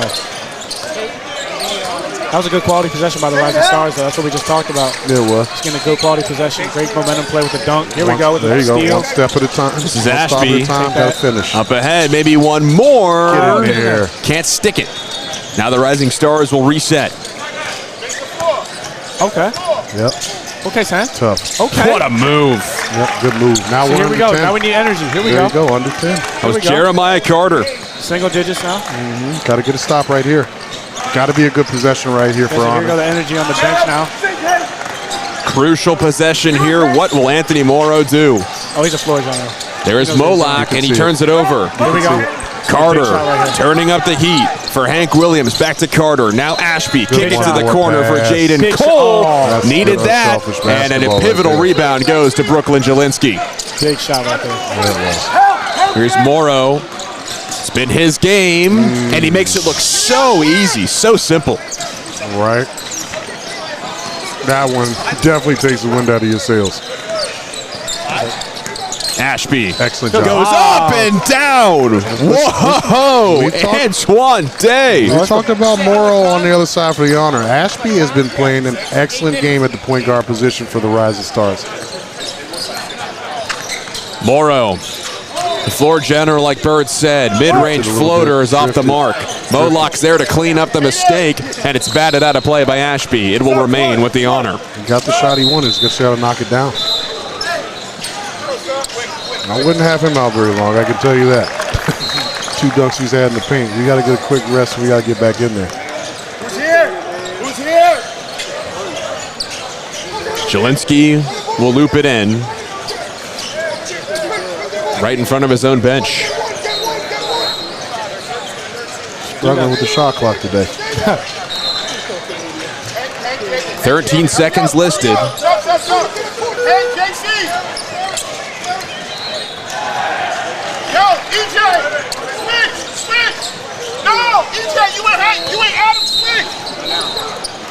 That's the one, Adam, that's the one. 10 seconds to shoot now. Here's Mirachi. You gotta get his hand off him. Nando Mirachi. That's great defense by Yeah, Six. it is. No middle, just Attic bite. 2 to shoot. Here's Jelinski. Step Great back, and defense. it's Great blocked. defense. You gotta go into the Jeremiah contact. Carter turns it over back to Morrow. Needed that. Good Morrow pass. flips it ahead. No and one. Or rather, no two for the and one. It's hard, man. You do all that work, you get a great stop, and you get nothing out of it. Just for them to turn around and go down and get a foul call.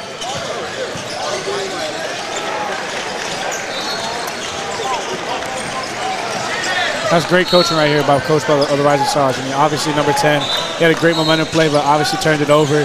Coach came over there. A lot of coaches, not a lot of coaches, but certain type of coaches will try to tear the player down or try to make him feel bad about the mistake. This is great coaching by the coach over here. Picked this player up, gave him a teaching moment, and let him go back in the game. That's amazing. Absolutely, absolutely. You can see right there, he was playing as hard as he can, made a great defensive play. Just had a turnover just trying to make a play. I can live with a guy trying to make a play and it happens. Yeah, that's a great coaching. I feel like that's a lost thing nowadays. Just pick the players up. Colin, I didn't mean to interrupt. Go No, ahead. you're good. You're good. I'm good. Colin, we've seen so far this morning and afternoon a lot of missed free throws at the line. In playing in these environments, how difficult is it to try and knock one down? Is it just the difference between an arena to a convention center? What is it, you think? The rims could be a problem. I mean, the rim could be a little tight a little bit sometimes. But I think, like, for me, yeah, it is a little bit of that. And obviously, kids, like, you don't really work on them as much. So it was tough for me when I first got to Made Hoops because I had to play on these hoops. You come from like the EYBO hoops, which are like the nice rims, to a convention center hoop, so you're not really used to these types of rims. So when I came here, I kind of started to practice more on these types of hoops, outdoor hoops, and I really took pride in my free throws. And then our championship run in July, I feel like I missed maybe like 3 free throws, and I took a lot of them. So I really took pride in my free throws and really just mastered the art of them, and I feel like I just knocked them all down. So I feel like just working on your free throws a lot. That's really the main thing. You got a guy that's a scorer. Yeah, and I'm sure that he's heard it enough. You don't want to leave those 3 points on the board.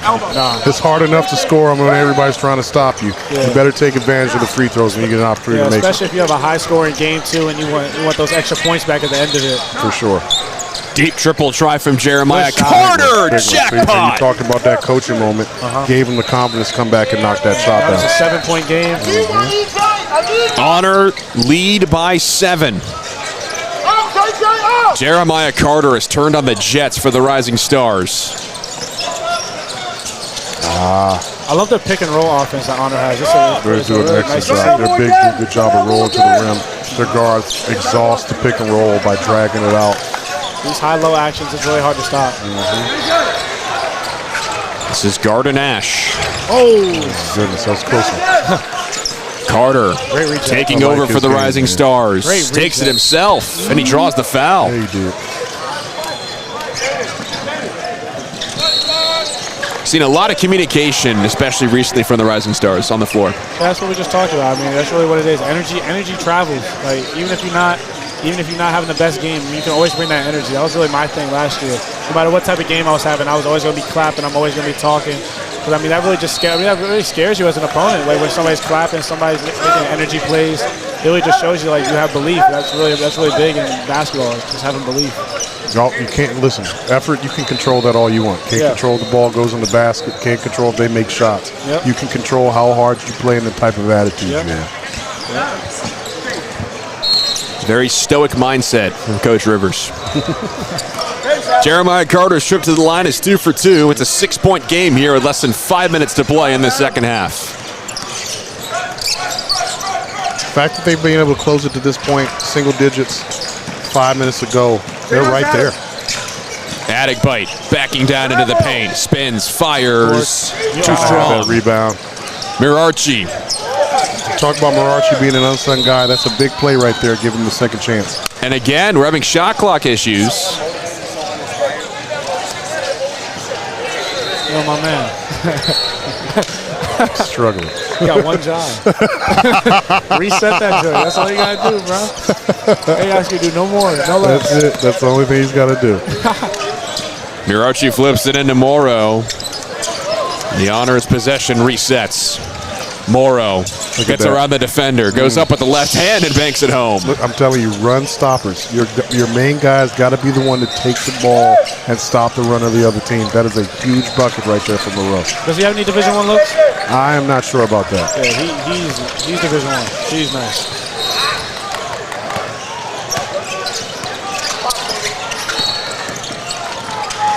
Funny part is now, you know how it is. You might be Division I and not have any of those offers. Yep. Might have to wait a year or two. Yeah, it's crazy. It's crazy the landscape that we live in now. I mean, I was fortunate enough to have those offers, have those opportunities. It was a blessing, man. Right person saw you at the right time, didn't they? Yep. That's all it is. God's timing. That's all it is, man. And once the floodgates open, then everybody's coming. Yeah. Life's all about luck and timing, right? I like that. Get to the line. I like that. Garden Ash fouled on the trip. Manuel Malok's got to watch out here. You got to be getting close from a foul perspective. How many we get? Wish I could tell you. I'm pretty sure you get 5. Yeah, that's what I thought. I don't think you get 6. Nice Ash touch. sinks the first. 8-point deficit. Will it be 7 after Ash's second free throw attempt? It's always fun watching each player's free throw routine prior to the shot. I feel like you don't even know how you get it. You just like wake up one day and you have a routine. Right, not even go back to something old, but early in the first half when he was spotted up in the corner, I was wondering why they didn't kick it to him because I was like, maybe he can't shoot. He probably should have had an opportunity to make that shot because he's got a nice touch. Oh, he did. I didn't know what to expect when he went to the line. That was a really nice free throw. Right, you never know. 𝘼aximizing Look at him. feeds Malok. Good cut. Good cut by Morrow. Oh, wow. He draws the foul. I think it might have been out of bounds. We talked about this earlier. The Honor do a good job of constantly moving off of the ball, giving themselves opportunity. That is where Rising Stars have gotten themselves in trouble. A lot of ball watching. Everybody on the Honor are moving, cutting, curling to the basket. 5 seconds to shoot. And then we get open shots. And it's turned over. The feed from 𝘼aximizing cannot connect. Big stop. Yeah, 3:30 left. This would be a big play for them. Ashby's got to get back on the floor at some point if I'm the Rising Stars. Sure. Long 2. Leave it up. Rebounds cleaned up by who else but Garden Ash. 5-point game. Some good minutes here in the second half by Garden Ash for sure. Morrow. Downhill. Oh, I need that board. Goes off the side of the glass. Now here's Jeremiah Carter with speed. Oh, that was a tough Needed that one bad. Yeah, they did. Get the tip. Back and forth action. Malok with the board. Way to go get that Kick out ball. to 𝘼aximizing. It's a wasn't foul. travel on 13 in white and green. Like I said, it's just the little pieces right there from the look. He's right there. He's able to get the ball in good spots, and just a little bump is taking him off his spot. Just a little bit more strength training, I think he'll be where he wants to be. I thought number 10 needs to embrace that contact I on the way agree. there. He's got to go into his body. Yep. Carter around the screen. Great play. Set play for Williams. Been Great short. shot. Been short. And 𝘈aximizing climbs the ladder for the board. I'm shocked Rising Stars haven't gone back with Ashby here in the game. Foul's called on Jeremiah Carter. 2:32 to play. Rising Stars have slowly dug themselves out of this deficit, but they have not taken the lead, I don't think, all game. No, they have not. If you're the honor right here, you got to exhaust the shot clock. Get a good one. It's a big shot right here. Yep. Morrow pulls up, pops it. I'm telling you, every time they've needed a basket, anytime they needed an assist, he has made the play. Nah, he's nice. He's nice. Carter for Ash straight away. Pulls up. I was about to say.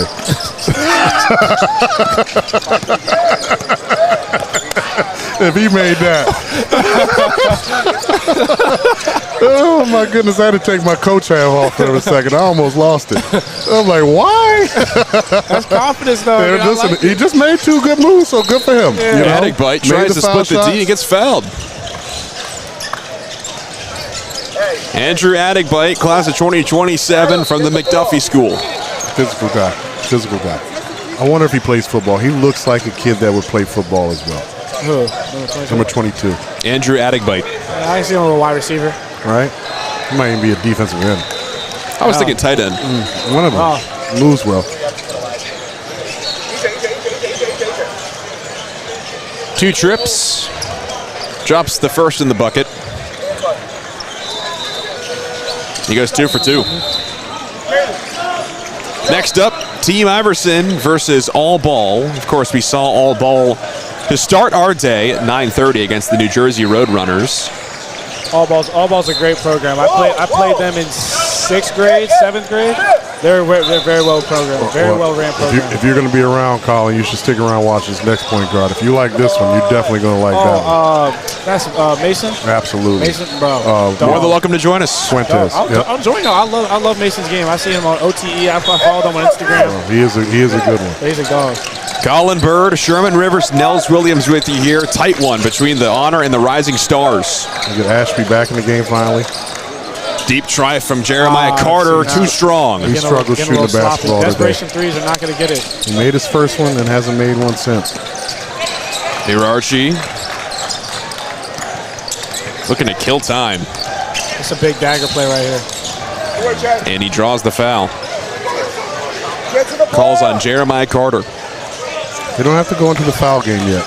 They don't have to do that yet. Play good defense. Attack the rim. They don't have to settle for jump shots either. Play the long game. Play it out.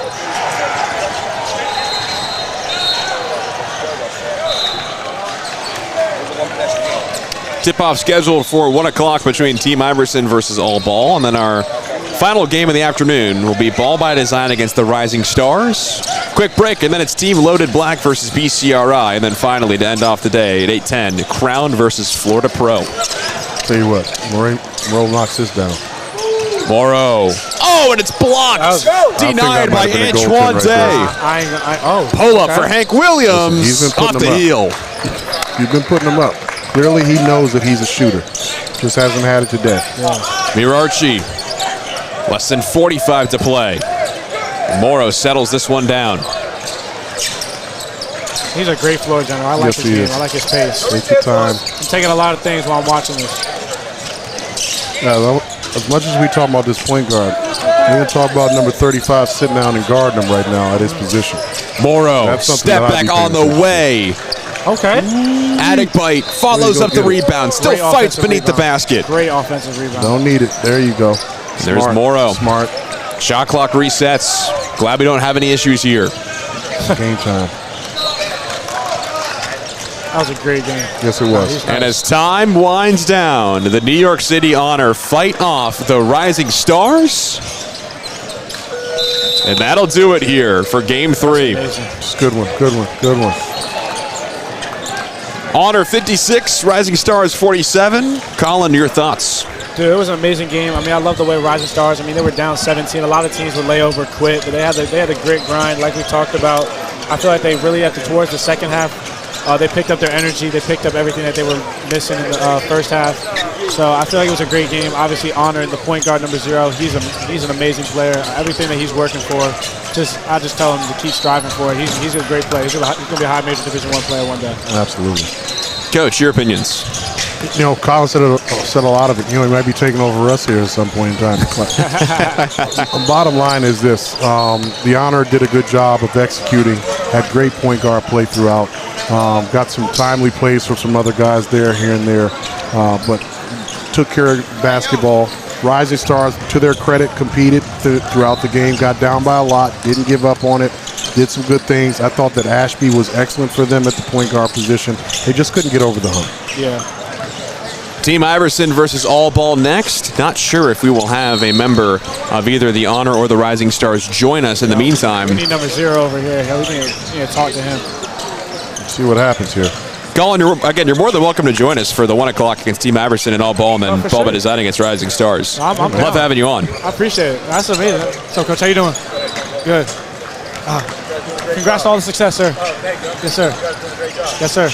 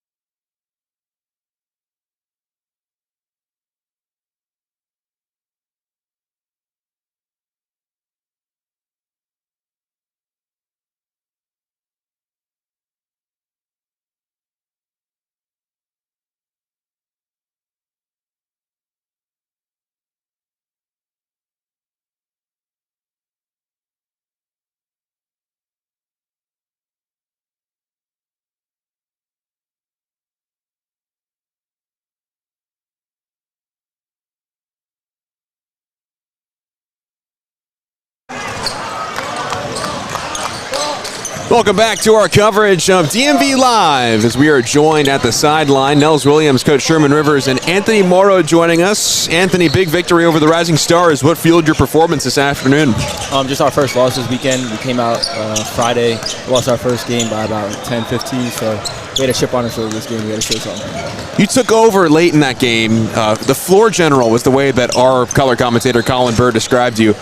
What was it that was in you that just fueled you guys to get that performance and get that victory? Just winning. I love winning. I hate losing, so I know I had to take over and get that win. Listen, man, that's great. Anytime you hear a point guard talk like that, it gets me excited. Andy, I think that you did an excellent job with the tempo and controlling that. What was, your guys' goal offensively for this game? Get up early and then control the pace from there, pretty much. Once we got up, Coach Mike ran a bunch of great sets, and we executed perfectly. Listen, I thought you guys did a good job of that. I thought that you did a good job of controlling it down the stretch, getting the shots that you guys wanted. Is that something that you take pride in, making sure that your team gets a good shot every time down the floor? Yes, sir. I take pride in getting my teammates better, making sure everybody on the court looks good, playing these college hoops especially. I want us all to get Division I offers this weekend and just work together to get these wins. You can see that. What for college-wise, what type of interest do you have right now? You mean like schools interested in me right now? Yeah. So Fairfield, we have what's it called? Loyola Chicago's been reaching out a lot. My bad. It's all right. Take your time. I can't even think right now. My bad. Well, we know we got a few, right? Yeah. Good stuff. That's what we wanted to hear. A few's better than none, right? I will absolutely. I'm sure that you'll get a few more after that game. You did an excellent job, man. Thank you. Good. Well, last question for you. You mentioned your coaching staff, and you mentioned how much communication you guys have, both off the floor and on the floor. What makes you guys so effective at that and not being quiet and communicating when you can? I would just say how close we are. We've created like a brotherhood with each other. We don't practice a lot, but like off the court we text each other. We have group chats and everything. We stay close together, and I feel like that really shows on the court too. Well, Anthony, appreciate the time. Yes, Go sir, rest up. Obviously got a big weekend ahead of you. Yes, sir. Congrats, man. Thank you. All right, Thank you. That was Anthony Morrow of the New York City Honor MHC. We'll be back in just a moment for All Ball and Team Iverson next from DMV Live.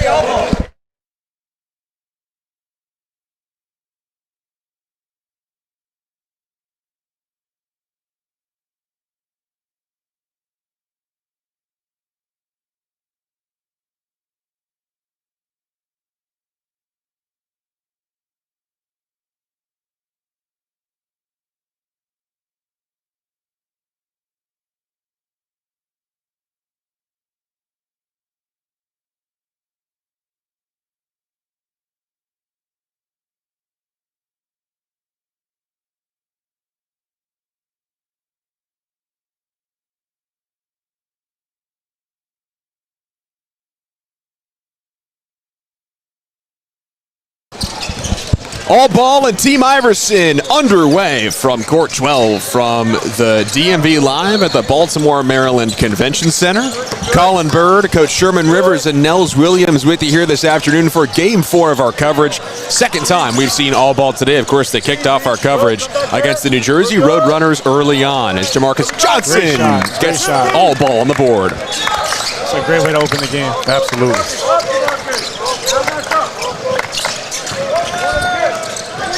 All Team ball coming Iverson. out. I'm sorry, go ahead, Neville. Corey Francis rises into a triple, and our player of the game from earlier, Rowan Hoffman, scoops up the board.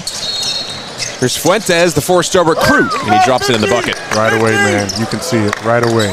Good pace, good balance. Corey Francis and Miles Fuentes of Iverson and All Ball, respectively. The matchup to watch. Not a lot of empty space around this court. Of course, court number 12 is where the action is this afternoon and all weekend long at DMV Live. Wide open, Nathan Lee off the heel. Need that board. I mean, once again, we got a great point guard matchup on our floor. Obviously having Fuentes here going against Francis. So we'll see how that goes, man. He's been challenged today already in the first game playing against Aiden Carter. Let's see how Fuentes is able to play in this one. Our coaching staff for All Ball, Jose Fuentes and Casey Denisevic. And then for Team Iverson, it's Nicholas Sullivan. Fuentes feeds Hoffman. One more inside for Garang Kual. Cross court, skip it. Rising, Jamarcus Johnson. Bingo. They can get Johnson knocking down threes. He's already a force on the defensive end. You can see into their classic 1-2-2 press. I love the energy All Ball's coming out with.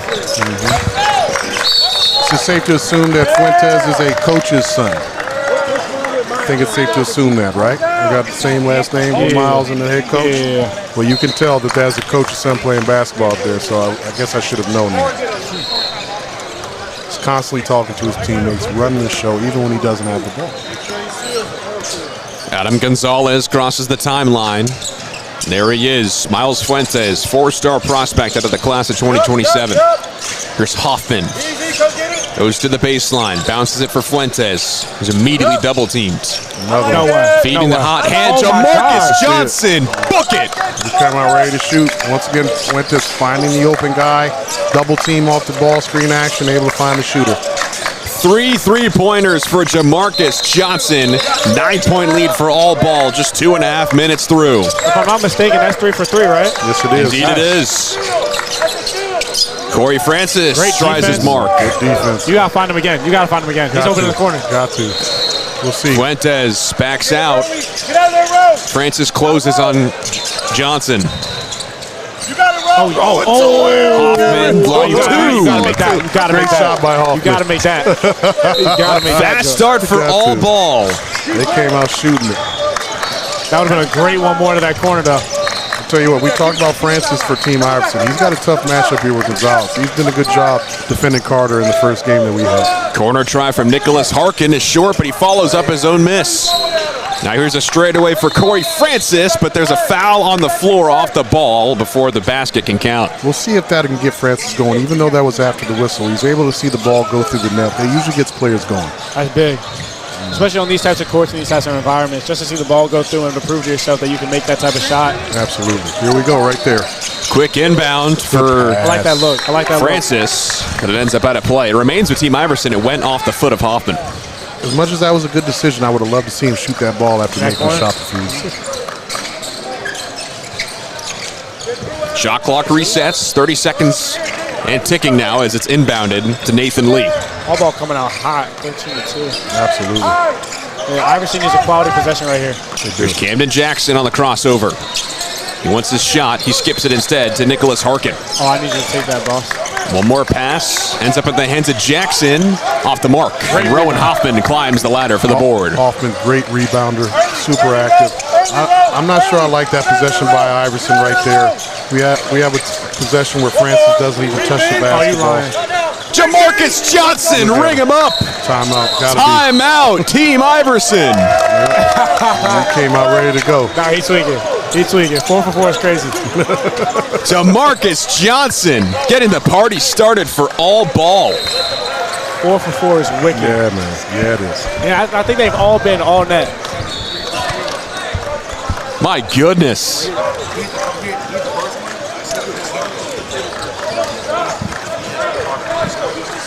Colin, what do you think Team Iverson is discussing in this timeout right now? Pick the energy up. I mean, it's 16-2. I mean, coming out there, I mean, that's got to show you something as a coach that you just wasn't prepared mentally, physically. You just got to come out here. You got to apply the game plan, go out and get a quality possession, get a quality look, and just prove to yourself that you can make it happen out here. I mean, obviously, you got a lot of pressure out here against the main court. Coaches fill up all the seats on the baselines. So you just got to come out here, get a quality possession, and just get the ball rolling. This is one of those situations where you can't come out of the timeout desperate. You know, we're still early in the game. We're still in the first half. It's like Colin said, you just got to get a good possession, get a good shot on the rim, go down, get one stop, play it one possession at a time. But if you come out here trying to get it all back, it's just going to get worse. Yep. And I feel like they need to take the shots that are given to them. I feel like they're passing up a lot of great open looks to try to make a better shot, when in reality they actually have the best shot. Harkin finds some help in Lee. Back out for Tyler. One more for Camden Jackson. 4 seconds to shoot. Got to get a shot off. Step back, long triple. Don't like the possession. Off the mark. Tipped into the hands of Miles Fuentes. Downhill. Fuentes at the block. Ball pinballs around and still loose. Finally recovered by Corey Francis. Here's Nazir Tyler. He knocks it down. There we go. Big shot. Big shot. As we've seen, Big G has stepped into the game for all ball. And anything at the rim is going to be difficult for them at this point. 7-footer, ready to contest. He's Coach Sherman Rivers, also joined by Colin Bird, and I'm Nels Williams for Team Iverson against all ball. I love their action. Screen to screen is so simple, but able to get open. When you have a good point guard, it makes it a lot easier. Miles Fuentes doing just that. Tried to get it to Garang Kual, but it's out of bounds. Jump stop. Jump hook. Coach is right. You got to go off 2 off that one. Play off 2 on that. Team Iverson also obviously hoping to settle it down, too. Roll it up.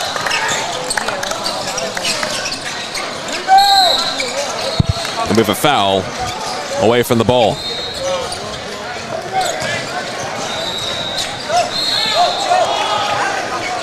We have a situation with this Team Iverson team where we had a couple players leave and come with a coach from another program. So clearly we're seeing that this has been a team that's jumped up recently.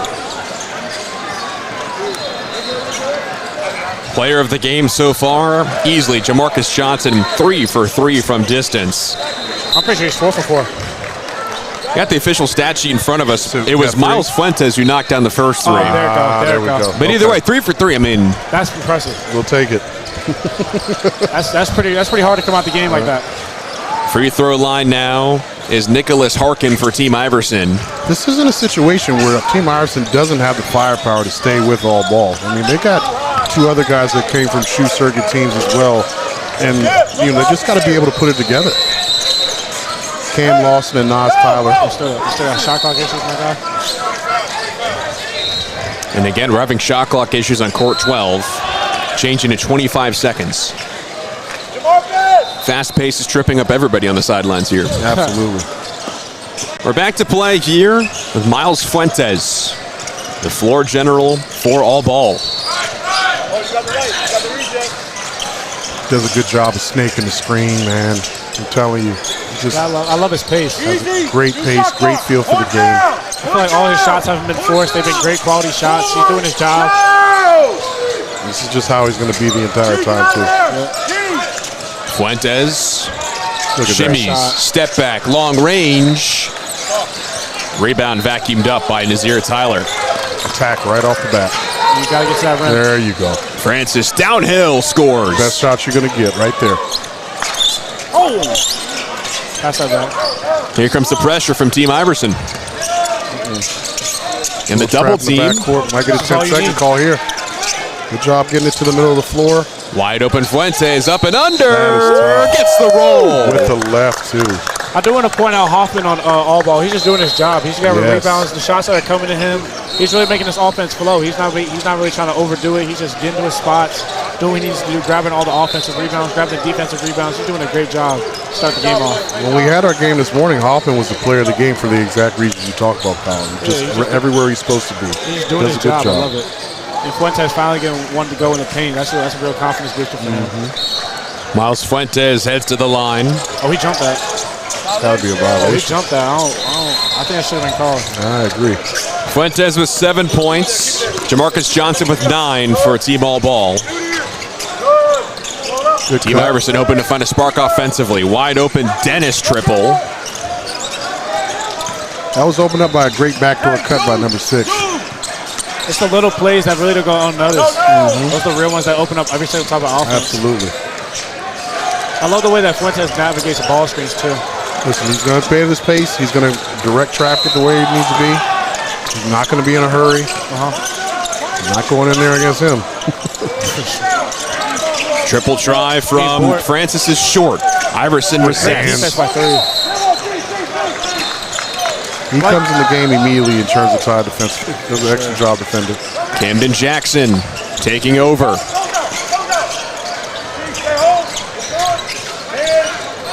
Yeah, big possession from Iverson right here. All ball coming with Condé Smith and Noah Rupert. Two of their better defenders. You can see the difference they have in the game immediately. Team Iverson leaning on the 3 ball. They haven't really had much success from the perimeter so far this afternoon. Fuentes to Hoffman. Ball screen. Fuentes gets Kowal to come up top. Spins. Little stagnant. Got to get some more movement. Good Love job. that high-low action. Absolutely. Need to finish that. They heard you, Coach. Kowal just couldn't stick it. This is Camden Jackson now. Straight away, Timmy Dennis, wide open, rims around. Nothing there. Nothing there. Good. Horn. See what we get here. Starting to get into the middle of the half. Starting to get a little tired. Fatigue starts setting in a little bit. See if they can get a good look at the basket and finish. Fuentes to Kowal. They play catch for 3 off of the mark. Right in there. Once Hoffman again, flies in for the board. Hoffman Another getting try, extra reloads, leaves it short. I like to see Fuentes have the offense come to him. I feel like he's trying to force it right now. Agreed. Nice move by great Jackson. Ooh, that was nice. Euro finish on the other side. 8-point deficit for Team Iverson as we are now past the halfway mark here. But not us. I don't know he's asking me. Listen, I know that we closest to them, but we don't have those answers for you. Rowan Hoffman, way out of his usual position. Coach Drops might it need off to a timeout. Fuentes. Fuentes looking a little tired. Rowan inside. 4 seconds to shoot. that's a They gotta hold. go. That's a hold. And we have a whistle off the ball. That's the situations where kids got to learn that the shot clock, you got 4 seconds, you don't got to fight with them. Just be solid, make them take a tough one over you. It's on Camden Jackson of Team Iverson. Jackson, 2027 recruit from Monsignor, Bonner, and Prendy. I hope I said that right.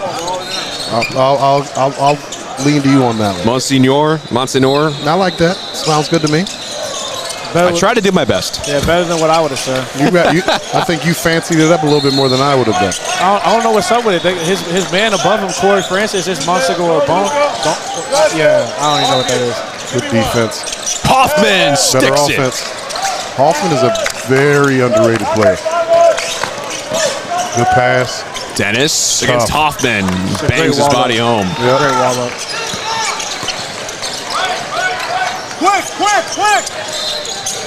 Hoffman steps into a three-pointer.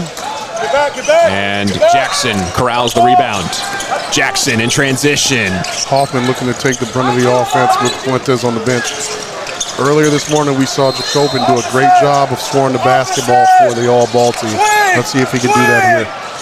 And this is Noah Rupert for Lucas Diaz. Footwork getting a little bit questionable out here. A little bit. Diaz fires off this fade. Smith's there for the rebound. Ball is loose. No jump called yet. And there it is.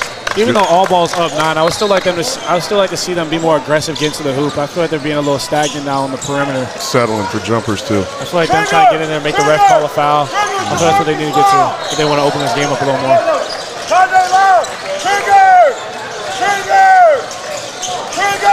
No throwing! You're good.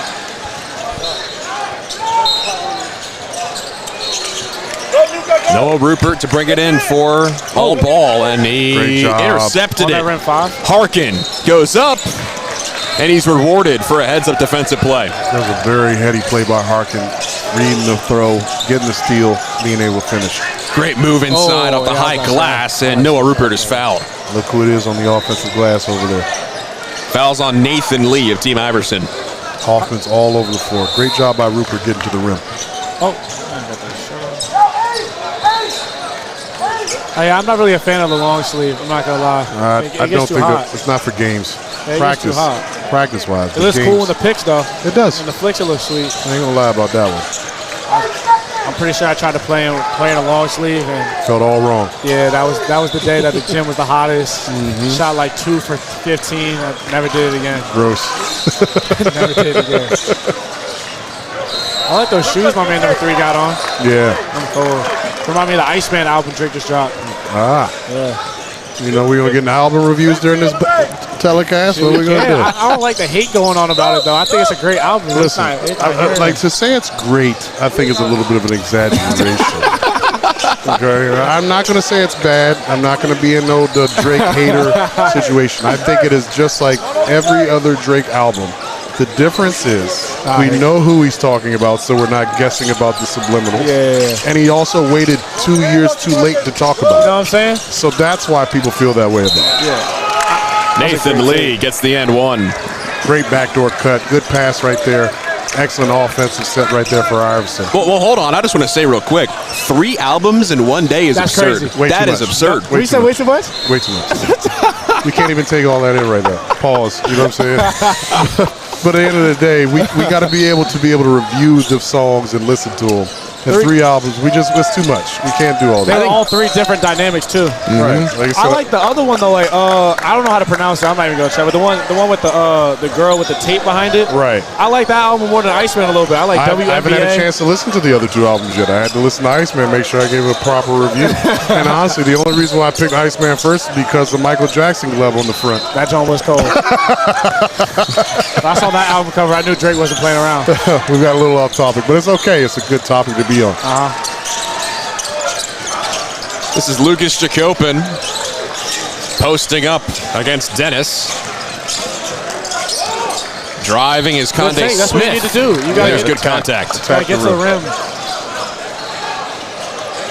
As you get farther into the day with AAU, jump shots are going to start to fail you. It just is what it is. Your legs are going to start to go. You got to be able to attack the rim and get to the foul line and make foul shots. This is Conde Smith at the line, the ABF Academy Homestead product. Of course, all ball out of Boca Raton, Florida. Team Iverson from Horsham, Pennsylvania. If I heard you say anything else for Team Iverson being from somewhere else, if it wasn't from Newport News, Virginia, I was going to call it a fraudulent organization. Well, there's 3. For Team Iverson, it's either obviously across Philly. You have New Jersey, Philly? right? Philly, I'll take Philly, New Jersey because it's close. Right. But if it was somewhere, like we said, somewhere in the Midwest, I'm like, hey, who told you that? That's his second home. I don't know. Maybe he's got a house in the Great Lakes. Maybe, whatever. I don't know. He did play for Denver. This is true. This is very true. This is very true. I'm curious to see what All Ball's about to do here. They got a little smaller lineup out here. Fuentes got a good rest. We're going to see him do some stuff here. Francis got to start attacking, too. We got to see him be a little bit more dynamic for Team Iverson. Corey Francis drives, right hand, high off the glass and off. There you go. Get it to that guy. Get it to that guy. He knew exactly what to do. He was like, yo, give me the ball. He's going to make the right decision. Diaz against Dennis. Stops on a dime, feeds to Copen, drives baseline. Kick out. Starting to feel like I don't know what travels are anymore. And it's turned over to Nicholas Harkin. Here's Tyler to the corner. Three up, off the mark. That's where they got to get after him. They're playing offensive board by Dennis, but there's a foul. They got to attack the glass. They got to attack the rim. They got to attack the offensive glass. They got a small lineup out there right now. Clearly, they're trying to alleviate that with the substitution they're making. But Team Iverson is the more physical team right now on the floor, and they got to take advantage of that. Timmy Dennis to the line. I think about that travel thing every time I watch Shea play.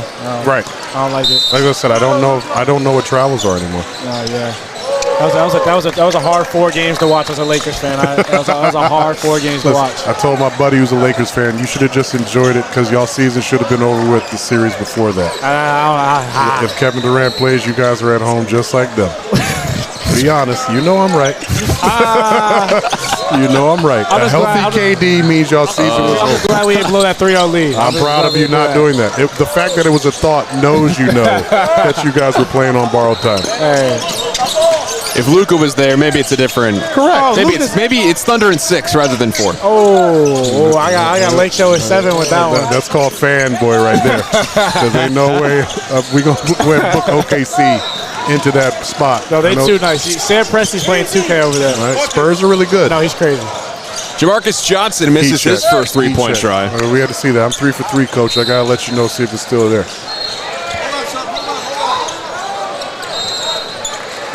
All ball with the stagnant offense that was still up 9. They are. And Iverson hasn't been able to take advantage of it. 9-point lead for all ball. Less than 3:30 to play here in this first half. One more game in this afternoon slate, and Ball by Design against the Rising Stars just after this game concludes. We'll take a break. We'll be back at 7 o'clock for Team Loaded Black against BCRI. Good job. I don't know about that one. There's no charge circle. I don't know how that one's a block. I like to hear that explanation. The referee's not going to give it to him either. Timmy Dennis back to the line. He mentioned it that Team Iverson hasn't been able to take advantage of the cold shooting. What needs to change here in this late window of the first half? They got to keep doing what they did just right there. Attack the rim. Get to the basket. They're not shooting the ball well from the outside. Clearly, it's 17 points so far in the first half. Put the pressure on all ball to stop you at the rim or to box you out. Dennis goes 1 for 2, leaving points at the charity stripe. It's a theme we've seen all day on this court. Swing the rock. Conde Smith. Bullseye. He said couldn't take advantage of them. Way to run the floor by Iverson, though, to get that back. That was Nazir Tyler.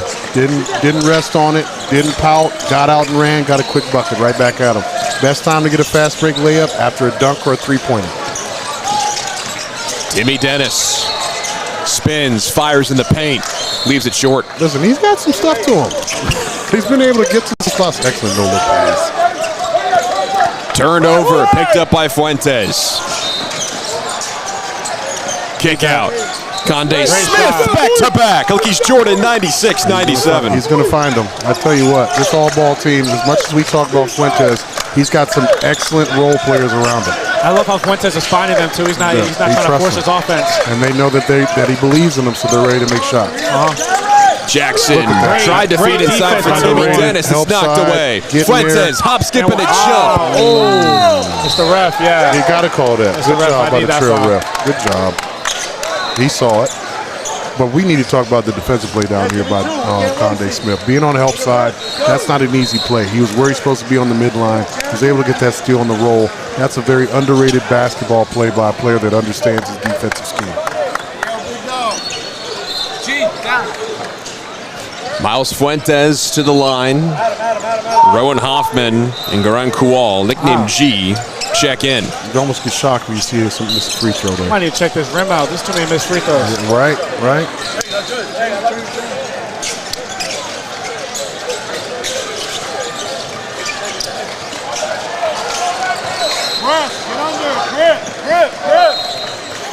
Under 2 minutes to play here in this first half. 12 could be 13-point lead. And it is, thanks to Miles Fuentes. And it's turned over. Heads up play by All Ball. Look at that. Fuentes, get to the rim right there. Get to the rim. Recheck, go to the rim. Recheck, get to the rim. Fuentes, kick out for Hoffman. It's off his hands. You got to expect the ball. Yeah, you do. And that's an over and back.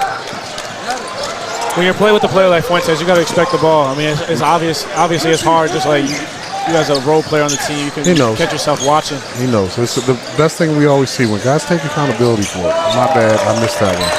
Give him some dap. Fuentes knows he'll make the next play. He'll come right back to him. Less than 95 seconds to go. Pick and pop action again. Here's Harkin. I like the back screen action they got with the That's a tough take. Yes, it is. Over the length of the defender coming over on the defense. Malvern Prep product and Nicholas Harkin pulls Team Iverson within 11. This is a big possession right here. Iverson get a stop, close it under 10. Completely different basketball game.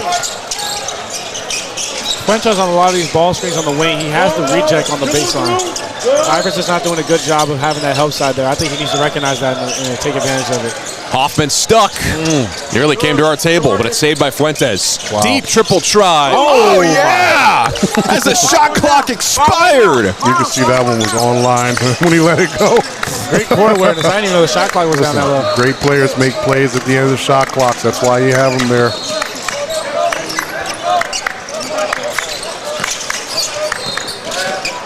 Harkin, kick out. One more pass for Francis. Oh. And Francis is rejected by Garang Kual. For an AAU team, All Ball does an excellent job of rotating and moving defensively. We saw earlier with the BBD, they defended at a high rate as well.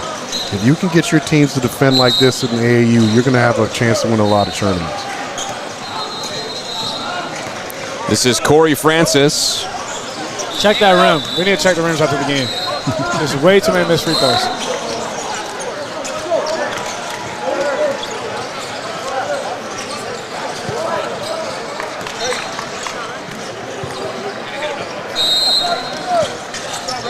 Sinks to second try. 35-21. All Ball over Team Iverson. All Ball going small again. This is where they got to take advantage of it. I know they got the big man, Big G in here, but every other position, they're not going to do a good job of boxing out. They got to attack the rim. They got to get on the offensive glass.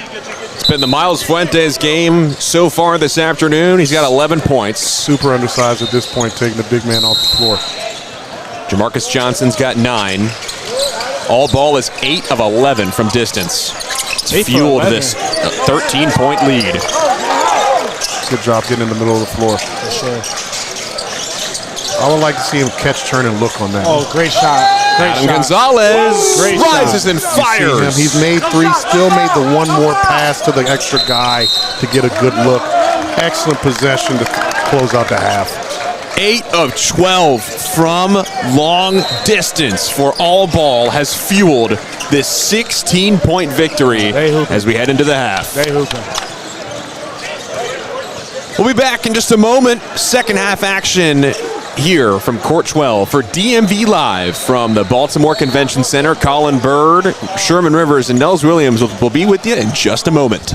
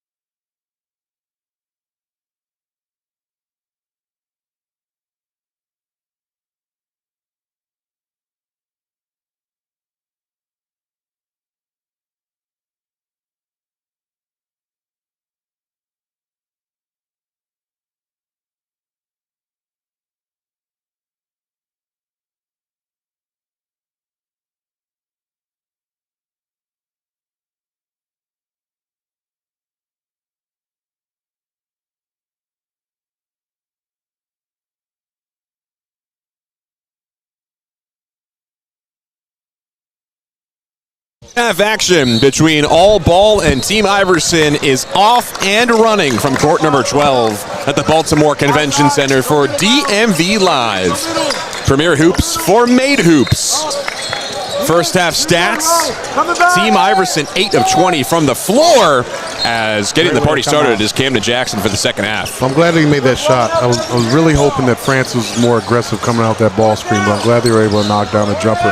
Francis has got to get going for them, not necessarily being a scorer, but being an attacking player to put pressure on the defense to create stuff for his teammates or himself. What's fueled All Ball's then 15-point lead was being 9 of 12 from beyond the arc.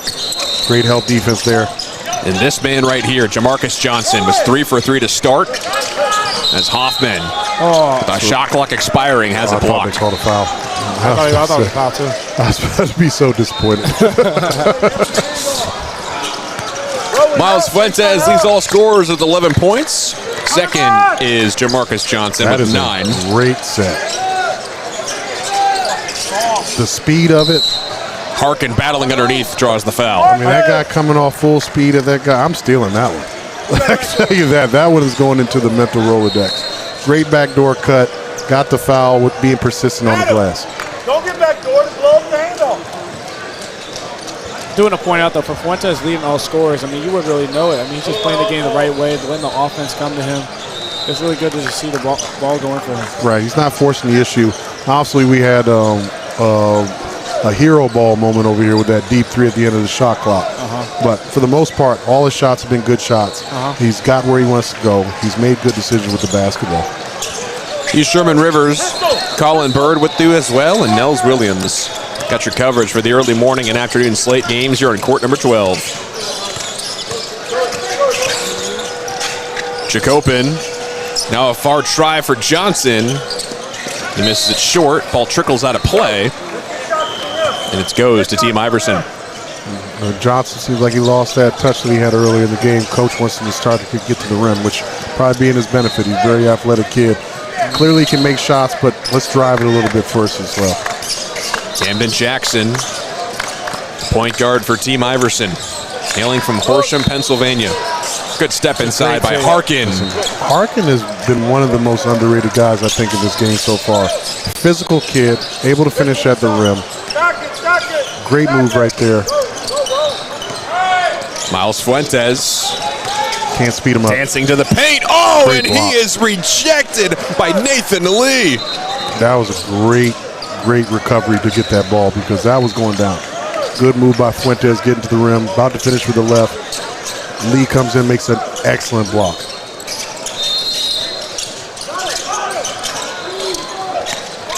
Shot clock at 15 seconds and ticking.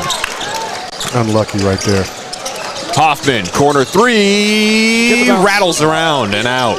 There he is, Harkin on the glass, physical. He has been a really underrated piece. Yes, he has. Absolutely. Foul called on Lucas Jacopin. He's doing his job, getting to his spots. I love that. It's one of those things. If they're going to take advantage in this game, they got to be able to dominate the paint. They're not going to win the perimeter battle in this game. Guard play for All Ball is just too good. No, be ready. Good. Stay solid. It's been Harkin's half. It's been something that they truly have seen because they've gone to him for the first 3 possessions. Backdoor cut, ISO ball 2 times in a row. He's gotten fouled on 2 of them and finished the layup on the other. Call is on Conde Smith. That will send Nicholas Harkin to the line. 6'5" product of Malvern Prep. I'm sorry. Coach from Pittsburgh. It's incredible. I try to get his attention.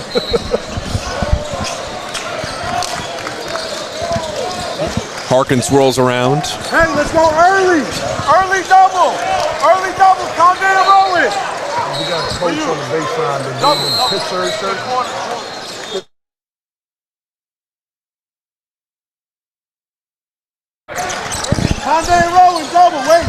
Well, just seeing guys on here on the baseline, man, noticing coaches that coach me. I've seen Milan Brown there from the University of Pittsburgh.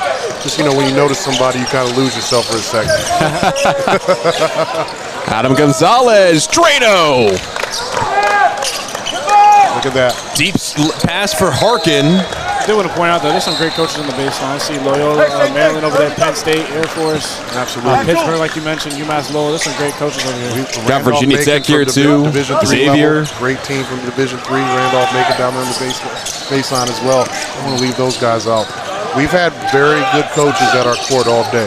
Oh, for sure. For good reason. It's good basketball. Fuentes draws the play. Good defense. Steps back. One more pass to the left side, and it's left off the mark by Adam Gonzalez. Harkin again doing a good job of guard Fuentes. I think he's been one of the main players here in the second half. And aside from that little stretch in the first half, all ball's been having good possessions every single time. Camden Jackson knocks down the triple off the screen from Nathan Lee. Having Francis is a luxury, but Camden Jackson has been playing really well. Jackson, here he comes. One more pass. Unselfish. Need that. You need to finish that one. That was the look for Harkin.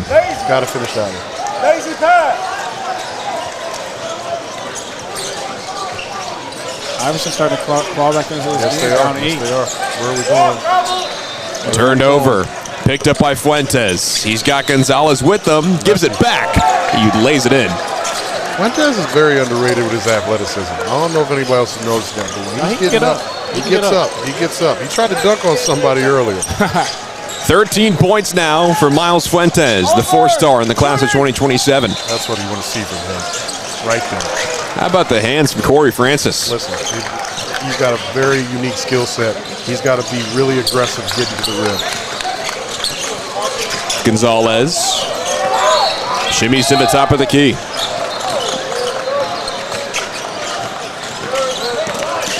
Smith, elbow, back for Gonzalez. 8 to shoot on the ticker. Hoffman working against Lee, leaves it. Corner 3, bounces back, but into the hands of Francis. Corey Francis goes up. Takes hard contact and the foul. I'm glad he got the foul right there, but 2-on-1, we got to get that ball up. We got to get a layup out of that.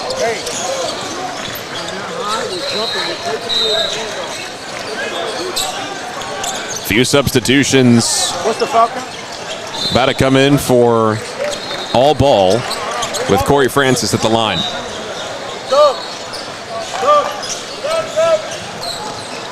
Of course, Siena. I'm seeing, I think, Cal, North Carolina A&T. This is when it pays off to know what collegiate logos look like, right? It's better when they just have it on their shirt, like St. Joe's over there. You just like get to the point and you know it. You don't gotta guess the logo. Right? I think I saw Virginia Tech scout wearing the secondary logo, and I was like, "Hold on, wait a minute. That ain't orange, or that ain't maroon, but I see orange." Name recognition. Fuentes working against Jackson. Good defense. He draws the foul. Can't speed him up. Like Tom Petty, Miles Fuentes just won't back down. Excellent job cutting him off on defense. Did a good job moving his feet. Was patient. It got where he wanted to go. And guys, this is a 6-point game right now. Listen, it doesn't feel like it though, to be honest. It does not. It feels like all ball has been dominating the game, and Iverson is right there. And you got to give a lot of credit to Harkin and the play he's had in the second half in Jackson. Fuentes spins, fires.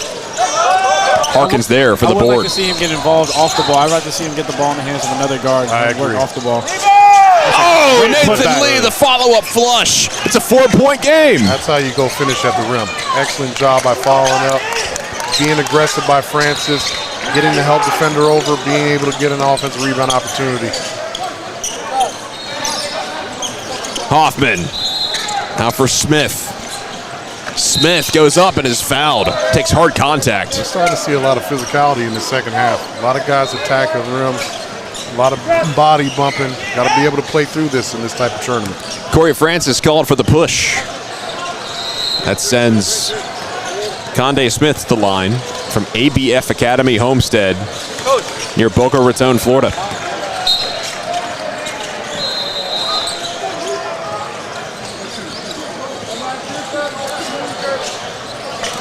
Conde Smith has been somebody for this all-ball team that has made big plays for them at very opportune times.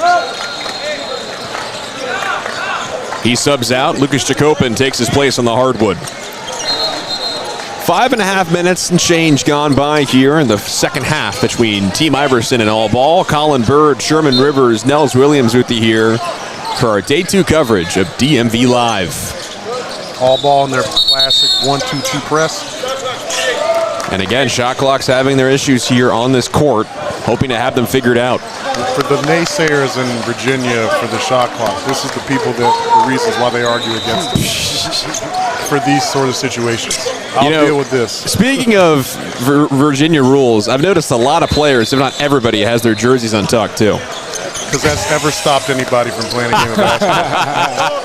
I'll tell you what. It's still called in the Commonwealth, right? You get those referees. And there goes 5 being in his spot. There it is. You get those referees that untucked jersey is like the worst thing that could possibly happen. It's worse than a foul call because that's what they call more than shooting calls. Rupert. Wide open in the corner. Diaz on the drive, and it's knocked away. Hoffman tries to recover. Corey Francis keeps it. Wide open is Harkin. Same spot, same finish, and one. And we have a 2-point game. Harkin. He's just finding his spots. He might have 8 to 9 points this half. Nicholas Harkin has 11 points right now. And they're all just off being in his spots. He's not forcing his offense, not forcing the issue. He's just getting to his spot. I take that back. Now he's got 13 as the live stats just updated in front of me. And what we've seen too, Francis has become very aggressive. It's not necessarily just about his scoring. He's been able to create for other guys as well. Even his shots that are misses, the offensive rebound opportunities are there because he's receiving so much attention. Nicholas Harkin, 14 points now. Leads all scorers. He overtakes Miles Fuentes, who had 13, or has 13, I should say. Well, they tried to run something off the ball there for Fuentes, but he went away from it. Jacopin desperately needed, too, for All Ball. Worked out, soft shot right there, lefty.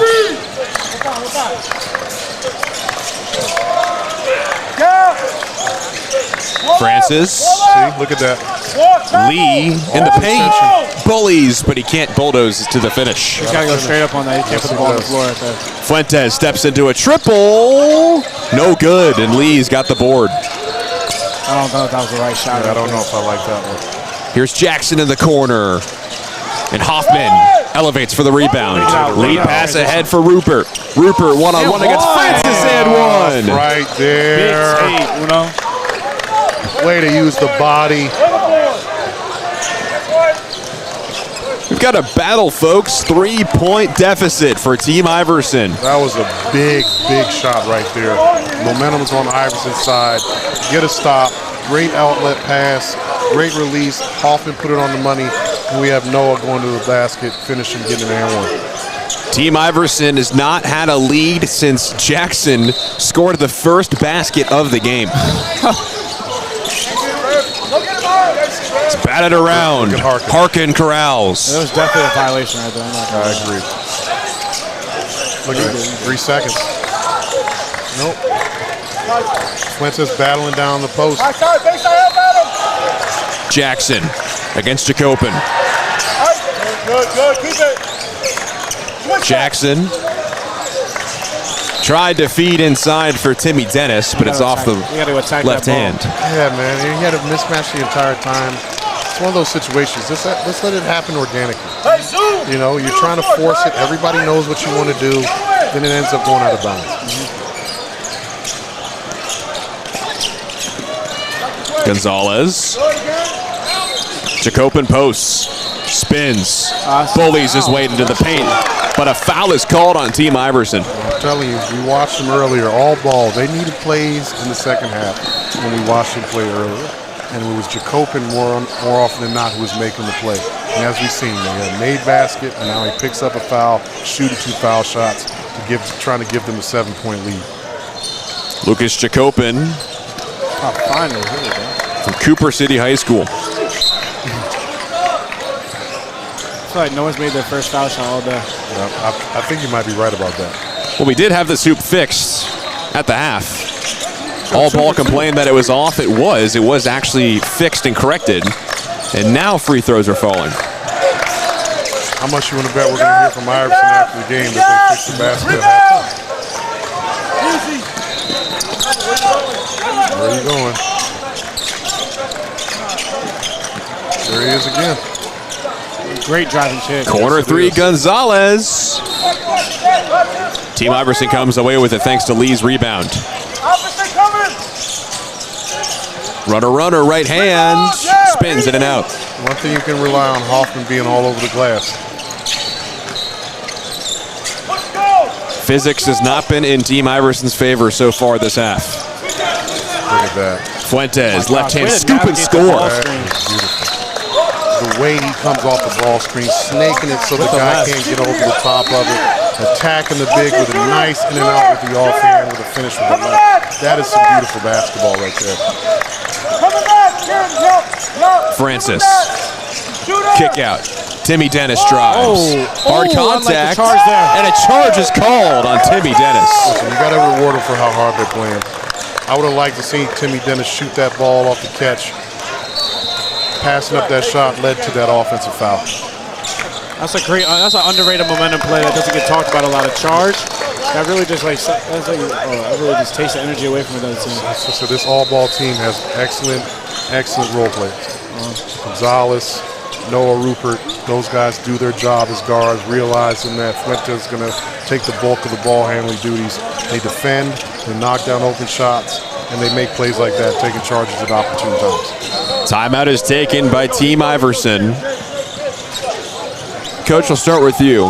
What have you seen so far in the second half that's allowed Team Iverson to pull their way back in to make it a 9-point game? Well, they were attacking the paint to start, and they had a couple driving kicks that were open.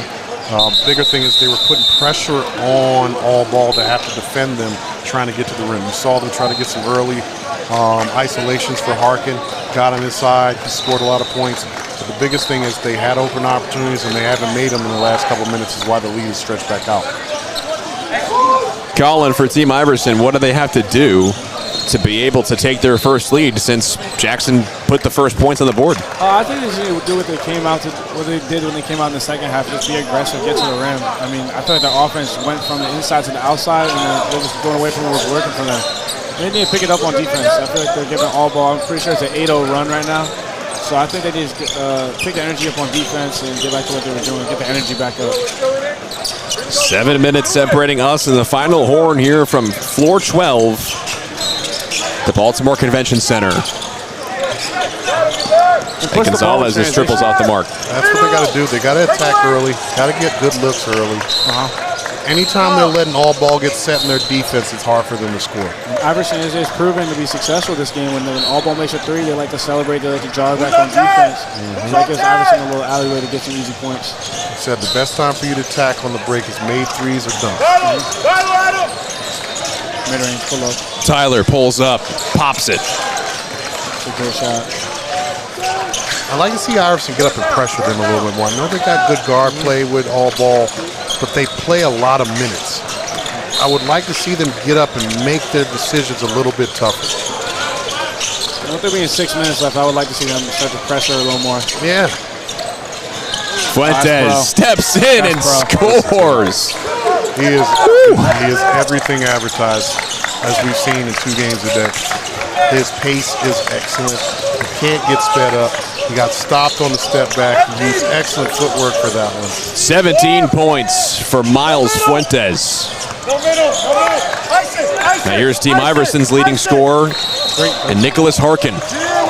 Those guys on the perimeter got to be ready to shoot on the catch. They're not ready to shoot the basketball when it gets kicked out. Dennis will go to the line.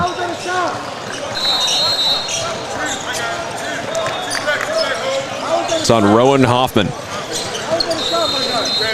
Hoffman, of course, our player of the game earlier on today. Feels like it was so long ago when it was 9:30 in the morning. Feels ages ago. I'm pretty sure I woke up at that time. It was still dark when I was driving to W. You know what? I did get to Baltimore, I think, the fastest of my life, though. Leaving Arlington from 7 in the morning. This is true. I left from the Woodbridge area around 6:15, and I got here at 7:30. That wasn't crazy traffic on the way here. Not at all. That's the benefit of being up early. Everything's solid. I mean, step back, step through, pass it. Timmy Dennis makes it an 8-point game between all ball and Team Iverson. pardon me, 7-point game. As our ticker just updated here. Luca, you bring it up. Corner. Move it, side to side. Fuentes is a physical player. I would like to see them run an action to get him in the post against Crowder. I think that would be an advantage that he would have. I like to see Closer more to the action basket. off ball. Correct. Because right now, everything's tough in that. Now, if he makes it, He might need to stay on the ball. Fuentes! listen, Shimmy, shake, and bake. it's a great shot, but he's got to expend a lot of energy to make that. He can be something to get him a little bit easier look to start. For sure. Here, Charlotte. If you can hit the shot, take it. I ain't gonna tell you not He's to. lying. Tyler for Lee, bullying against Hoffman. Oh, I need that board. Picks up his own board. 0 for 2. It's tipped around, and Rowan Hoffman. That is excellent job. That's by a great Hoffman. warm-up. Yeah, it is. Balled up, stayed on it, finished it with a defensive rebound. And then we're about to have a big one right here. Ball screen action. God, no, that was Rowan Hoffman elevates. That's a dagger. Bullseye. That is a dagger. Timeout called by all ball. Didn't get it. They didn't get it, though. No middle. Guys are getting Coach Jose Fuentes wanted it, didn't get it. Did the referee not see that off on? Give me the offhand on him, holding him. No middle. What? No. The only way Nah, that was crazy. You let him go middle. That one grabbing was his an face. interesting one to not call. I do want to point out all ball staff. Coach Fuentes, he's doing a great job coaching Yes, this he team is. right now. Yes, Hey, he who's on is. one? Who's on one? Watch back doors. Now you got the matchup you want right here with Francis versus Fuentes. This is Corey Francis from Monsignor Bonheur. Shooter, stay down. Timmy Dennis. That's it. Decisive. Before, he didn't look like he really knew what he wanted to do off the pump fake. Get on the floor, get to the rim, go finish. Now he's communicating how to defend Miles Fuentes. They're going to have to do something different on that ball screen action. They're putting their big man in a bad spot. Hoffman, another triple. Leaves it off the heel. Nazir Tyler rims around. One more try. Tyler, corner three. Boingo! Play unselfish, good things happen.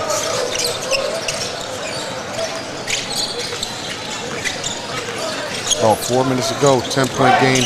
Big possession here for Team Iverson. They get a stop, get it under 10. And a foul is called off the ball. I don't like that. I don't like that. I think that was an excellent job by him fighting to get over the screen. I would like them to be a play on right there. It's on Nathan Lee, 6'6", center, forward. Especially with the stakes of the game right now, I'd love to see that. And they've been letting that go all day. You can't change it up now in the last 4 minutes to start blowing the whistle like that. 59-52. This is where the moment matters most. Rowan Hoffman leaves it for Fuentes. Great action. Fuentes showing us all the moves he's got in his bag of tricks. Against Timmy Dennis. Step back, stop. And it goes off.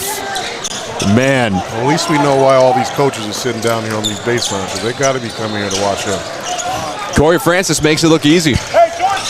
Almost does have to close this game out with 3 minutes left. A lot can happen. We saw that in our last game. 5-point game with 3 minutes to go. Probably be in coach's best interest to call a timeout to give these guys a little rest right here. They look like they're starting to get a little bit of fatigue etching in, especially with his two main guys in Hoffman and Fuentes. And we have a timeout taken by all ball. Shermstradamus, I guess you could say. Dwight Vick, I know who would be here if it wasn't for one of his family members' graduations. He loves to say that. Vic Stradamus, I think it was. Yes, yes. But gentlemen, we're at a pivotal point in this game. Obviously, Team Iverson's cut it close, have yet to take the lead since they scored the first bucket of this contest. Colin, I'll start with you. What does Team Iverson have to do to overcome and climb this mountain? Well, first off, you gotta stop Fuentes and Hoffman on the offensive end. They're getting their pick and roll, pick and pop actions. You gotta stop that. You as a defense, you gotta talk about how you can stop that. On the offensive end, just try not to try to get it back all in one possession. Like try to get a three, try to force a three. I feel like you just try to, like number 5, he's beginning to his spots. Number 1's beginning to his spots. Just like try to get to your offense and not try to force it. Coach Fuentes is coming out of this timeout. You got to think he's going to come with something great out of this timeout. He's had some very good sets. They've run a lot of good action. he's going to come out with something that's going to get them a good look at the basket, either probably get a foul or at least an open jump shot. Sherman Rivers, Colin Bird, Nels Williams with you here all afternoon and tomorrow as well. On tap next is Ball by Design against the Rising Stars, but we got to finish this one here in what's been a good battle between Team Iverson and All Ball on the Made Hoops DMV live circuit. Miles Fuentes, the star of the afternoon. Baseline pop off the mark.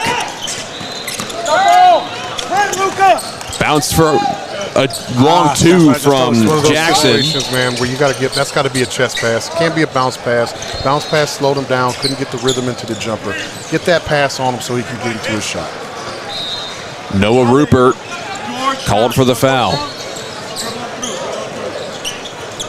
I beg your pardon. That was Nazir Tyler called on Team Iverson. That's what I just said, though. To try not to get it all back in one possession. I feel like he had a good drive to the lane. Could have got a foul. Good, you got it, you got it. Jacopin. Crosses over.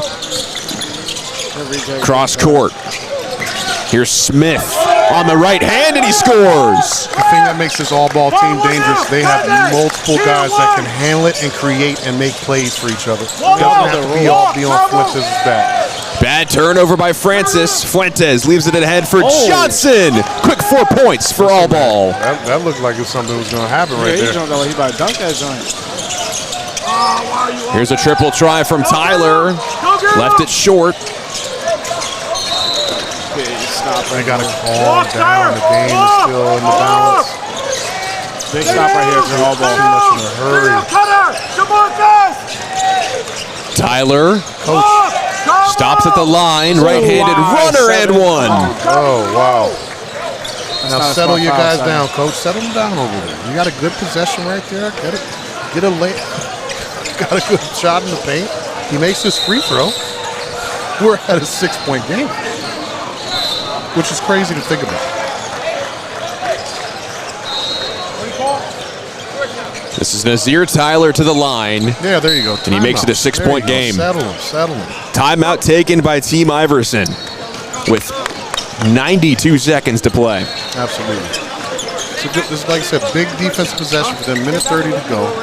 We got to see what we get drawn up over here. But if they can get a stop, go down, attack the rim, you put the onus on them to try to get stops. That's the game plan here for All Ball, trying to defend this comeback. If I'm All Ball, I'm trying to exhaust the entire shot clock with my possession. I don't want it to be anything quick. Last time they tried to run a back screen action and something broke down, so they didn't exhaust the play. It's got to be something that's going to take the majority of the shot clock and get me a look for the guy I want to shoot. Obviously, a lot of college coaches and scouts in attendance at either baseline. We have Pitt, Siena, North Carolina, A&T. I saw Virginia Tech earlier, Xavier, Johns Hopkins, Loyola, Maryland. If there is a team on the East Coast at high-level basketball at the collegiate level, odds are there is someone here watching Made Hoops. Good basketball on court number 12. Absolutely. And we've had some high-level basketball being played here as well. So there's a reason why all these coaches are here. And we've had some close games.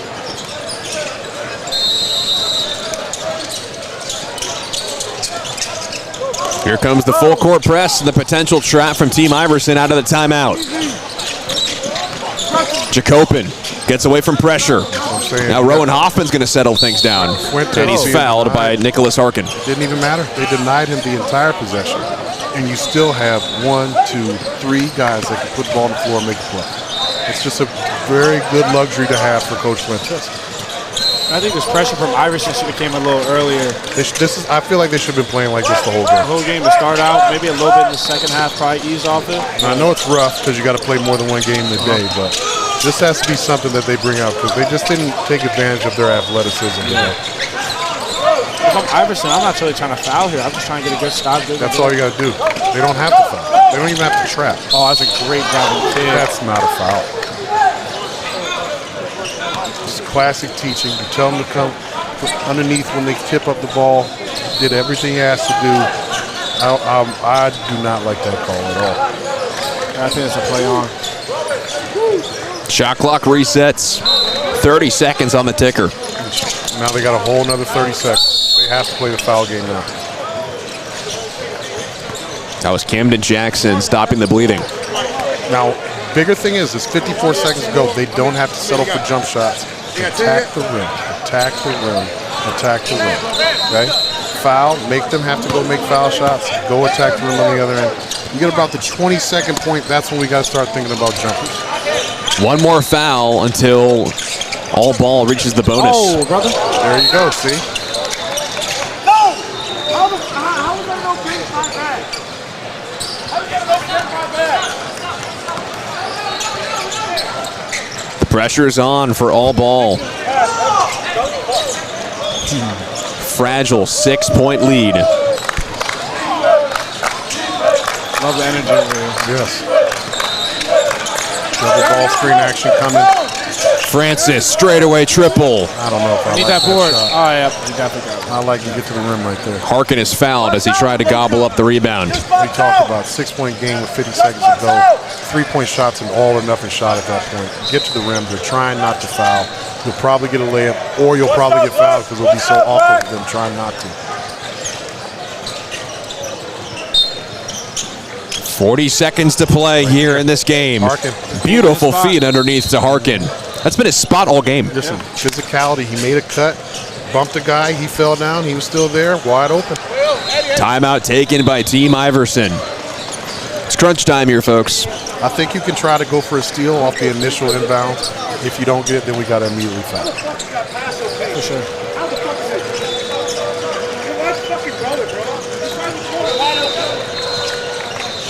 Good communication by either huddle. Colin, I'll ask you for Team Iverson, and Sherman, I'll ask you for all ball. Colin, let's start with Team Iverson. Again, just got to play keep away, chip away, right? Yeah, it's all or nothing. I mean, you got 38 seconds left. I mean, you got to just go out there and give it your all. I say try to be aggressive for 8 seconds, and when it gets down to 30 seconds, you got to start fouling. So I say you just got to go out there and try to be aggressive, try to get a steal. Because, I mean, that's a big momentum shifter if you're Iverson. If you get that steal, get a layup, or even a kick-out 3 on a lucky one, I mean, that's a great one to bring within one possession. All ball, you realize you're trying to counteract what they're doing. They're going to be hyper-aggressive, trying to go for a steal. You got to be able to meet their physicality, with coming all the way to the basketball, being tough with the ball, realizing that they're either going to go for the steal or a foul, and then honestly, they might go for the jump ball. I'm not sure who the possession arrow is with, but that could be a possibility as well. Meet passes, be strong with the basketball, realizing you're probably going to get fouled. 4-point game between Team Iverson and all ball on court 12 on day 2 of DMV Live. Rowan, ball side. Go, Rowan. Conde Smith to inbound for all ball. Successfully finds Fuentes, who's trapped in the corner. Outlets to Jacopin, and he's fouled. We got lucky on that one. Threw the ball to the dead corner. That was not the best idea, but hey, when you throw it to somebody that understands how to deal with the pressure, it's going to work out. This sends Lucas Jacopin to the line. All ball is now in the bonus. You hope for a miss here. Attack the rim. Attack the rim. Quickly. Don't wait. Big shot. Big shot. Still can play the game. Still can play the foul game. Still can play the long game. Get the ball out quick and get to the rim. Match up and half. Match up and half. Match up and half. Lucas Jacopin from Cooper City High School goes 2 for 2 on the trip to the free throw line. 6-point lead for all ball. Already taking too much time. Jackson tries to find open space. Trying to get a 3. Look how much time we wasted. Good. Get to the rim. There we go. Make a There you foul. go. Clock is stopped. Good. Attack the rim. Still got time. Foul is on Lucas Jacopin, ironically enough. Now you got to make the foul shot. And what's interesting is when we saw the inbound for all ball, they ran a football-style play, right, where everyone broke out of their sets. I saw a few posts, saw a few curls, saw a few go routes. I mean, everyone had their route to run. I'm curious how they're going to come out of their after inbound set here. It's become more popular. It has. Teams actually line up out of bounds a lot of times and run pass starters right at you. We played a team this year. Kid going to LSU, he ran a go route. We couldn't cover it. Diaz is fouled. We did not see that on that play. I really wish we did, but obviously it was an ATO play, ATO inbound, so there you go. But either way, Diaz will head to the line. I think we've seen that's it right there. Not enough time. Not like the NBA where you can advance on timeouts. He makes both of these, that's a wrap. Even one. Yeah, I think so too. Makes it a 3-possession game at that point. Yeah. I love how all ball was really resilient through Iverson's comeback. Iverson had a lot of momentum. They weren't rattled. They kept the same focus, kept the same calmness. If I was all ball right here, I'd go to that 1-2-2, slow them down, make them waste time. No fouls though. Jacopin and Diaz go 4 for 4 after the fouls. 1-2-2. Like the pressure, let them shoot. Yeah. Deep triple. Tip it, we gone. No foul. Bangs around. Jacopin picks it up. And that will do it. All ball survives the late scare from Team Iverson and improves to 2-0 on the day. Coach was excited about that one. Your final score, all ball 67, Team Iverson 60. Gentlemen, what a game we just witnessed. That was great. Arguably the best of the day? So far. I think as far as the intensity level, the back and forth with it definitely was the best one so far. I appreciate you having me on, guys. It was really fun, bro. I appreciate it. Hey, of course. We appreciate you being on with us, man. Yes, sir. Now you know what you're going to do after you get done. For sure. I mean, it's definitely a new avenue. I haven't even explored this yet. Oh, my God. How you been, dog? Colin, thank you for joining us. We'll have our player of the game from all ball. I can confirm that much. I appreciate you guys. Thank you. Appreciate it, Colin.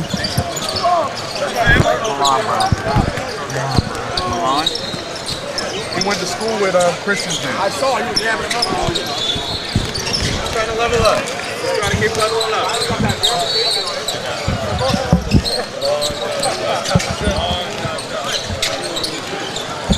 What's going on, man? How you doing? Good. Nels Williams, Sherman Rivers, joined by Miles Fuentes of Team All Ball. Miles, 19 points in this victory over Team Iverson. What fueled your performance this afternoon? I mean, we was playing against a really good team, you know. We all came together. Our biggest goal today was on defense, you know, come out stronger than them and hit them first. So we did that, and we came out with the dub. Jamarcus Johnson started off 3 for 3 from distance. Obviously, you had a triple in there as well. What about that early start from the perimeter helped you guys just come out with a fast start? I mean, he set the tone right away, you know. Him hitting those 3 threes, getting everyone pumped up, and then he switched it on to defense, so everyone was just super hyped, and everyone was ready to lock in. So, what's it like being coached by your father at the AAU level? I mean, it's great. You know, he's been coaching me since day one, since birth, you know. It's amazing to have the opportunity to play with him, and you know, it's great. You know, it's really cool for me to see. You know, I have 4 sons, and coaching my boys right now, one's in high school. So seeing you and your dad and how you interact, and obviously him pushing you and you being the player you are, you can tell you're a coach's kid. You're constantly talking on the floor, even subtle head nods that you're giving. As a coach myself, I really enjoy watching you play. What do you feel like is your best attribute? My best attribute is being a leader. You know, I'm always talking on defense, and the way I set the tone every game is to establish myself on defense, and offense will come. You know, I'm a guard that's always going to try and win and give you everything I got. So that's how I set my tone. Well, we've seen you twice today, and that is clear from watching you play.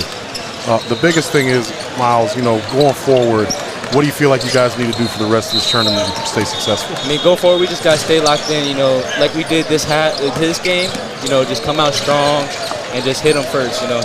Last couple of games, the first game we lost against New Jersey Beast, I'm pretty sure. We came out a little soft against them. They were bullying us, so just setting the tone right away. When you play with great pace, I think that you guys play with a physicality, obviously being a lot of guards, having multiple guys be able to handle and make plays helps you out, but clearly you set the tone for your team. It was really great seeing you play today, man. Yes, sir. Appreciate it. Appreciate you coming on. That's Miles Fuentes, Sherman Rivers, Nels Williams. We'll have your next game and last one of the afternoon slate when we return from Court 12 at the Baltimore Convention Center. Good stuff, brother. Appreciate it. Good man. Thank you. Thank you, guys.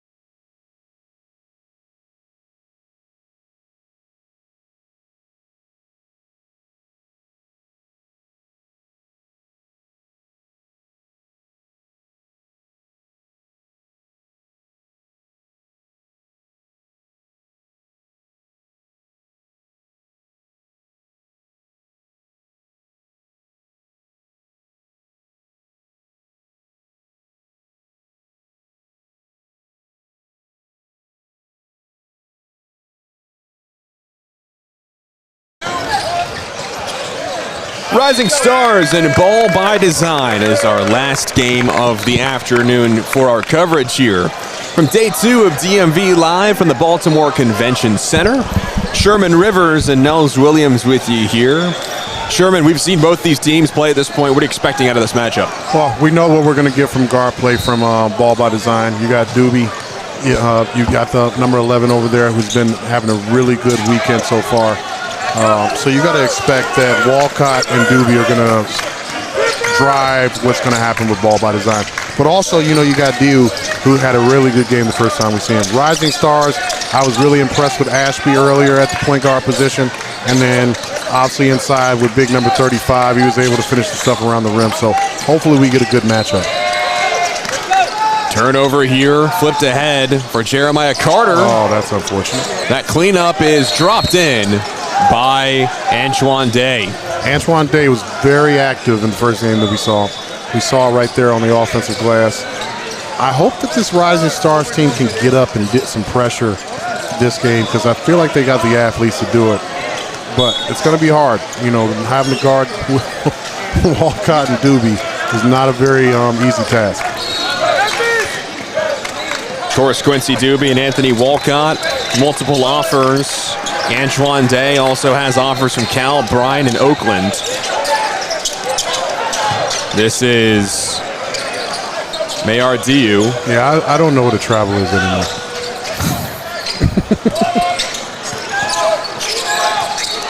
Ball still tapped around. Well, one thing that we saw, Kingston Smith, extremely active on the glass, giving his team second chance opportunities. Great find. Swing the rock to find Jaden Cole, who sticks it. We spoke about Ashby and his point guard playmaking abilities. Did a great job of finding Jaden Cole on that jumper. 7-0 run for Rising Stars to start out this contest. We have a foul off the ball. I think this is one of those situations where we see Ball by Design taking their opponent a little bit lightly, not coming out ready to play. Rising Stars with a point to prove, losing their previous game, come out ready for action. This is Jaden Woodruff checking in. Flips it to Diu. Now Janov. He rises and fires a 3. That's off the heel.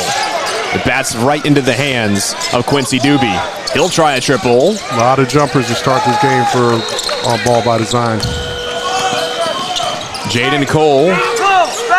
Wide open Ashby. Once again, one more Ashby. for Carter. The ball's got to Rings go. out. Finding the open guy.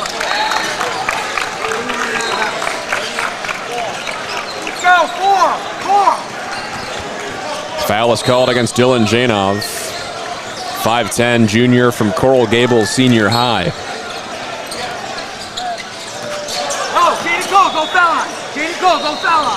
I think that's the first time we've seen Hank Williams turn down a shot today. Got to churn and look. There you go. Churn and look. That's how you find the open guy. Got to put somebody there that wants to be aggressive. Jaden Cole standing at 6'5" from Wilbraham Monson Academy. Of course, Rising Stars based out of Freeport, New York. Ball by Design from Deerfield Beach, Florida. Basically the tip of the spears on both ends of I-95. Yeah, it is. Top of the map, bottom of the map. Doobie left wing. Double ball screen action coming. Fires. Good pull-up job by Doobie. Didn't finish it. Here come the Rising Stars. Officially 2.5 minutes gone by. Good float. Oh, my Oh, goodness. and a rejection. That's called I'm 7 feet tall right there. That was Jaden Woodruff. I'm sure that the many times that Ashby has worked on that shot, he never thought about a 7-footer going to get a floater. Jaden Cole pumps the brakes for Ashby. Now we got to think about it when we get into the paint. Deep try from Hank Williams. Hank Williams, he's going to let that loose. He's got to shoot the basketball. He can shoot it, and if he gets hot, it's going to be trouble.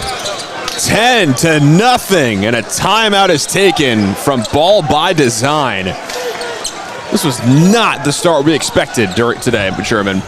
It was not. It was definitely not. Rising Stars coming out ready to go, like you said, motivated. They lost their first game. A lot of times in these AAU tournaments, you can kind of rest on your laurels, and you can see right now with Ball by Design, they're not playing with the same pep, the same bounce they played in when we saw them earlier today. Slow start for the Deerfield Beach, Florida AAU circuit team. What do you think is being discussed right now in the Rising Stars huddle to keep this lead at 10? Well, they're playing with energy. That's the biggest thing. You can see that it means something to them. So if I'm their coach, I'm saying keep the level of intensity high. Keep it up high, okay? Because clearly making shots comes and goes, but you got to keep playing hard. He's Sherman Rivers. I'm Nels Williams. This is our last game of the afternoon. We'll return at 7 o'clock for a Team Loaded Black versus BCRI. And then at 8:10 for Crown versus Florida Pro. Happy to have you with us on this Saturday afternoon from Baltimore, Maryland, the Charm City.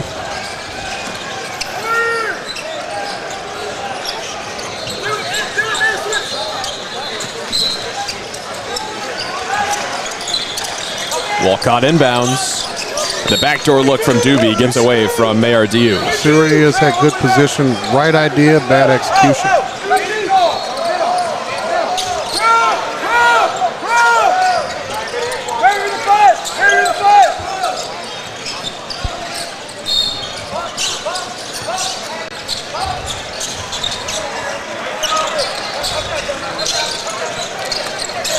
There's DU, fouled on the shot. You can see that Ball by Design came out of that timeout with a concerted effort to try to get the ball inside to their bigger guards. If you're going to guard those guys with smaller players, you're going to have an advantage in the post, and that's exactly where Doobie has been the last 2 possessions. Here, Quincy Doobie to the line. DU, as we mentioned, class of 2028. He's impressive. Only sophomore playing in this game. Impressive. And you wouldn't know it when you look at him. Out of Westwood captain. So Ball by Design gets on the board thanks to Quincy Doobie's trip to the line. But it's still a 9-point lead for the Rising Stars. Ball by Design dropping back into a 2-3 zone. A foul is called on Jaden Cole. I beg your pardon, Mayardiu. Been a long day. That's what happens when we start at 9:30, right? What happens when you have to leave Virginia to get to Baltimore at 7, right? This is very true. Great set. Just can't finish from Hank Williams. Run, Jaden! Run! Dylan Janov. Swing it for Walcott. Walcott's got to get going. There it is. He's got to get going. He's got to get aggressive. He's got to wake himself up. I feel like the rest of the guys are ready to go. He's kind of feeling his way out, like a boxer. Just let's see what's going, and now we're going to see him start to attack. Anthony Walcott from Pembroke Pines Charter High School. Walcott, of course, the 149th overall prospect in the class of 2027.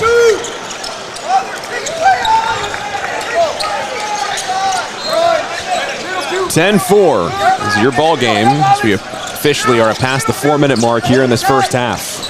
2-2-1 zone press by Ball by Design. Great hustle. Cole tried to swing it today, but instead it's intercepted by BBD. Janov shot. Right place, just couldn't get the finish. Janov plays really hard.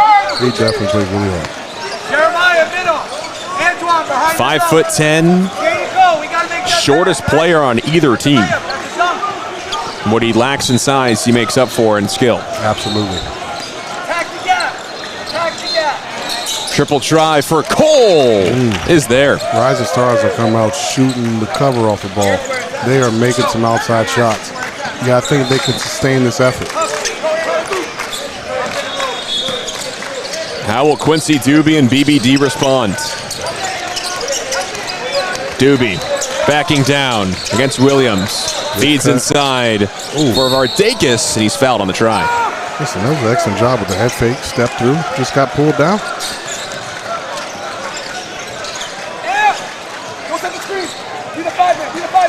So it's not a shooting foul against Alex 𝘿aximizing out of FLVS/Pines Charter High School. Doobie will toss in the rock. They get it back to Nisovic. 𝘿aximizing for Nisovic. He rises and fires a left wing three-pointer. He misses the mark. 𝘿aximizing and Nisovic are very good bench pieces coming off for BBD. We got to see if they can help out the team and make them give them a spark. Hank Williams, bullseye! As we talked about it earlier, Hank Williams got up a lot of threes in our previous broadcast with this team. He wasn't shooting the ball well, but you could see his release that it was a very good jump shot. He's come out here in this game, made his first 2 shots. It is all Rising Stars as Walcott responds with his own 3. Desperately needed by Ball by Design. Ball by Design needs Walcott and Doobie to get going. They got to set the tone for their team to get things going. That's what they did earlier. That's what they need from them now. Day goes up, has it stripped, and he turns it over. Off the double team. No, on those screens, you gotta jump out. Jump out on the screen, Who's got to take over here, Sherman, if Ball by Design wants to get back in this? Doobie and Walcott. It's got to be those 2. Janov says otherwise. I know that Janov's a good player, but I think that he's gotten a little too many shot attempts to start this game. I'd like to see those 2 guys get the looks and play off of the 2 top players.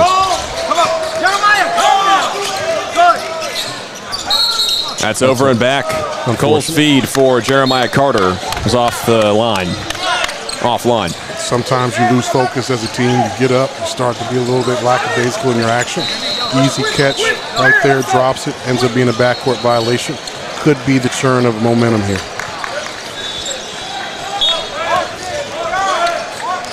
Walcott and Doobie, 11 and 5 in blue. Rising Stars rocking the crimson red uniforms. Nisovic offline. I feel like Ball by Design is doing a lot of jump shot settling today. They got to get back to attacking the rim like they were earlier. Mayor Diu's back in. He might be doing just that. Walcott flips it to him. Maybe I'm not giving enough credit to Rising Stars and how they're defending, because they're doing an excellent job of closing down the paint. Here's Cole. Let's go. Use it. Carter, baseline. Zipped it inside, and it's intercepted. Intended for Antoine Day. And Doobie's fouled against Jeremiah Carter. Jeremiah Carter, I thought he moved his feet well right there. Got a good deflection.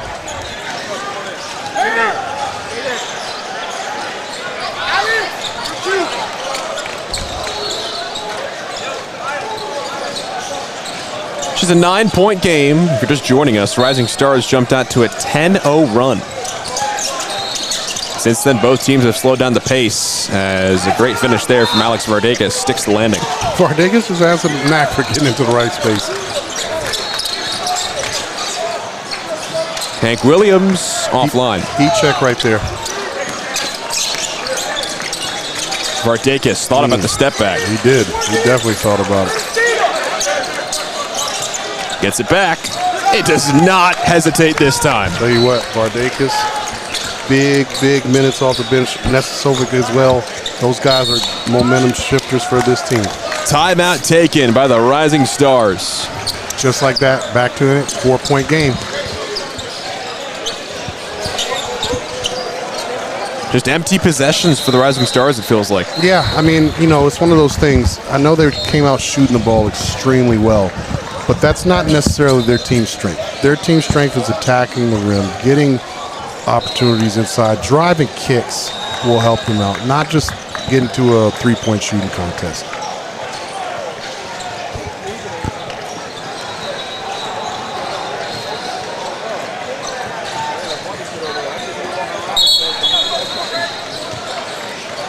To come out of this timeout, have to imagine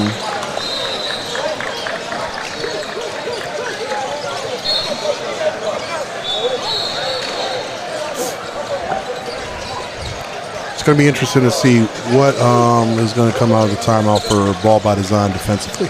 How are they going to guard here? Are they going to try to get up and pressure? Of course, Ball by Design You said obviously Quincy Doobie and Anthony Walcott would be the ones who would take over, but Alex 𝘿aximizing is making a name for himself out here too. When you're a good basketball team, you got to have guys that can make stuff happen even when your best guys aren't.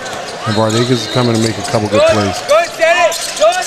Come, Miles. Come, Miles. Good. Set it Herbert. again, Antoine. Set it again, Antoine. 14 seconds on the shot clock. Come, good. Williams, deep try. There's a foul on the floor away from the ball. Who did they call it on? That was on Kingston Smith.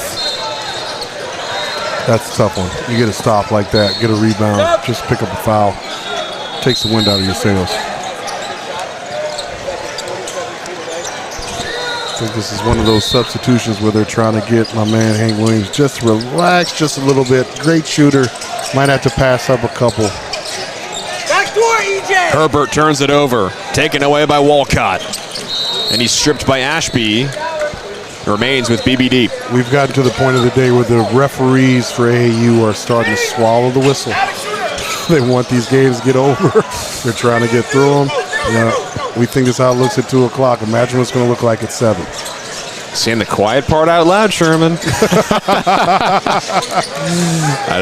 I don't condone that, but he does.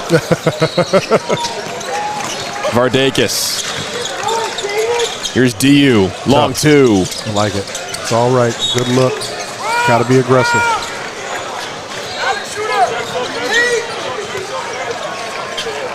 Still just a 4-point game. It feels, though, like Rising Stars' lead is really higher than it is, but neither team's really been able to finish on these offensive possessions. Here's DU.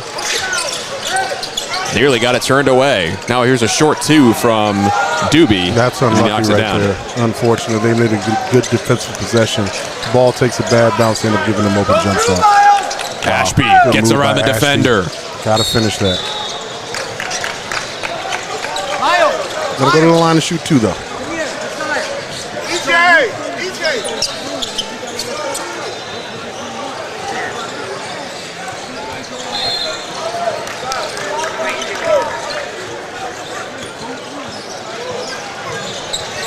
Elijah Ashby of the class of 2027, standing at 6 foot flat from Canterbury School.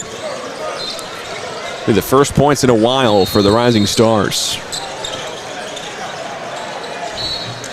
Good job by Ashby. Obviously getting to the rim. Able to get pressure on the defense. Going to the line now, shooting 2. Makes the first. A lot of great shooters on this Rising Stars team. Obviously, you have Elijah Ashby, too.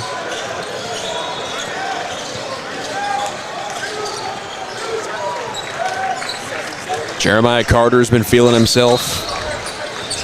But for the most part, everyone's been getting involved for Rising Stars that have fueled this lead. But it holds only at 3 points. There's been a definitely by committee with them. Doobie's pass is deflected out of play. It remains with BBD. Hasn't quite had a chance to get going. I know he made that jump shot, but he really hasn't kind of got his game going.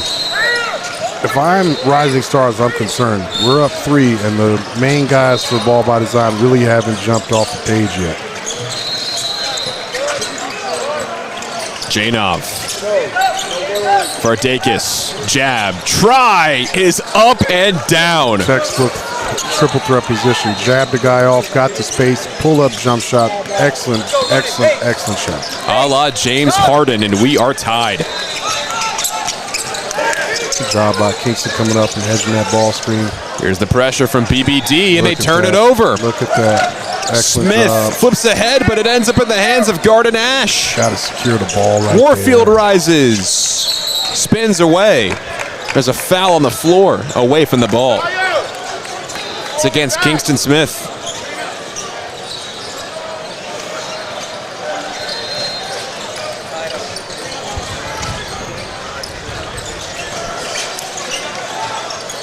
I feel like it wouldn't be our coverage of Maiden Hoops AAU without talking about these players' shoes either. Absolutely. Listen, good mix on the floor right now. They're going to be colorful all day. Good. Go through, Adam. Go through, Adam. Herbert, he'll try a triple. Ashby's got it to keep the possession alive. It's tipped around, and that's a goaltend on Jaden Woodruff. One thing about Ashby, when he gets in the game, he's extremely active. He is on the glass. He is all over the boards. He is giving them second chances. They got to make sure they box him out.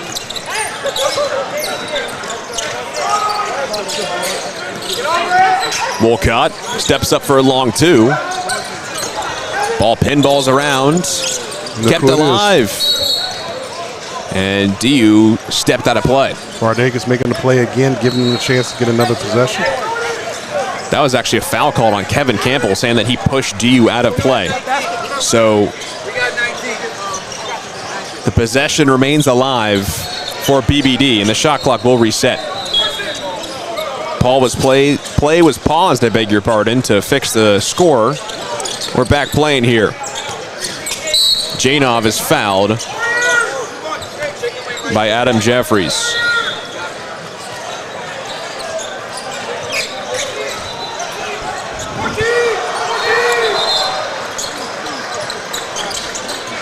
Janov in for DU. Hand off to Wolcott. Wolcott left it short. That's a foul on BBD. It's Rising Stars ball. Rising Stars have done an excellent job of slowing down Wolcott and Doobie in this game so far. This is why they're holding the lead.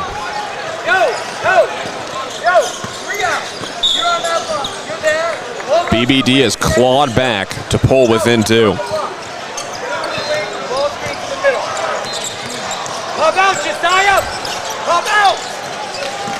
Herbert defended well by 𝘿aximizing. Excellent defense. Good. Cut. Come at him. Go at him. Go at him. Jeffries stripped and fouled, however, by Janov.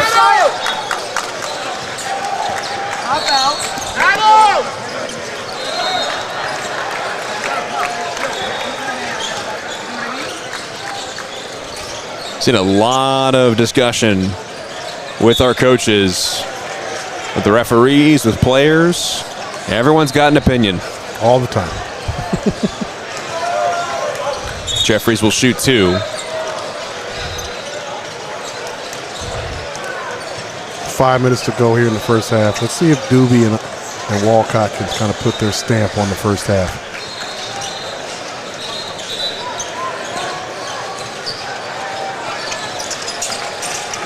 Jeffries can't make either try. Doobie comes away with it. Wolcott bounce underneath for 𝘿aximizing. He heads to the corner for a triple try.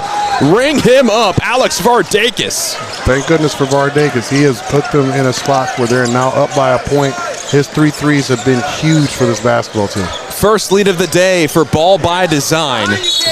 Very Wolcott's fouled by Warfield. Very underrated play that Doobie just made right there. Being able to battle for that rebound. Didn't just concede the fact that he was out of position. Fought with the guy. Got the tip and got the possession for his team.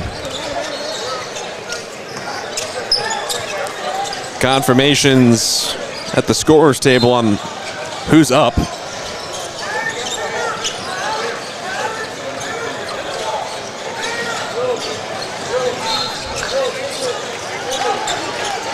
Of course, I have to thank many who run this event behind the scenes. So much work is put in just to give us good basketball, right? The travel, the logistics, the setup. I mean, there's at least 20 courts of basketball being played on continuously throughout the day with about a 5-10 minute break in between. It's just unbelievable the amount of work and effort that goes into putting this kind of event on. Absolutely. I can imagine the ins and outs and everything that happens. Organization, making sure the courts are run smoothly, having people to work them. It's a lot that goes into that people don't know behind the scenes. So Sherman Rivers, Nels Williams with you. Final 5 minutes of the first half from court number 12 between Ball by Design and Rising Stars. Quincy Doobie steps into the lane and has it stripped away by Herbert. Ahead for Carter. Carter goes up and comes down with 2 points. Rising Stars have done an excellent job of defending the 2 top players from Ball by Design. Doobie and Wolcott have been clearly frustrated by the defense from the Rising Stars team. 𝘿aximizing has 3 triples and he turns it over. Had it knocked away, bobbled in his hands after the heavy defense from Miles Herbert.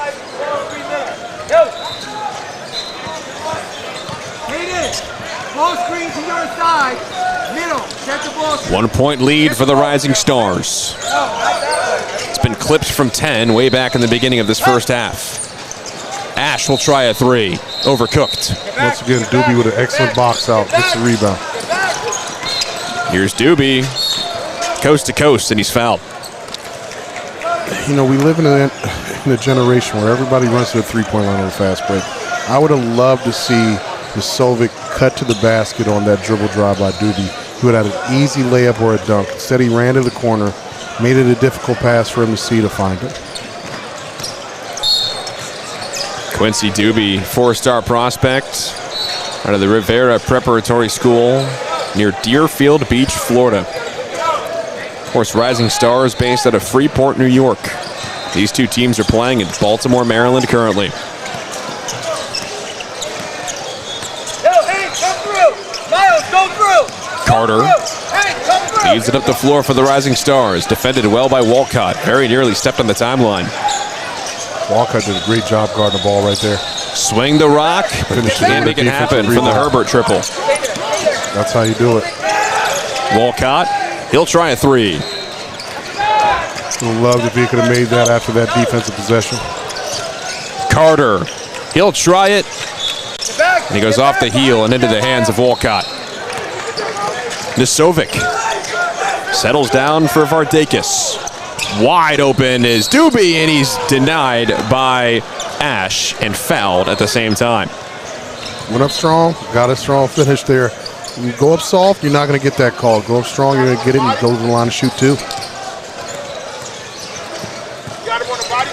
Quincy Doobie back to the line.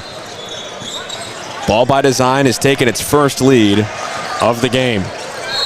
Even though Doobie hasn't been able to score a lot as far as putting the ball in the basket, he's gotten to the foul line, been able to shoot some free throws, help himself get going. 24-21 is your score. Less than 3.5 minutes separating us in the half. Hank, let's go! Carter splits the D. Excellent. Nice move, and even better finish. And one. That was excellent right there. Carter has a lot of ability, as you can see. He's a lengthy athlete, long arms, can put it on the floor, can shoot the 3, and as you just saw, he can attack the rim with some aggression. Great job off the ball screen. Jeremiah Carter, 3-point possession for the Rising Stars, and we're knotted at 24.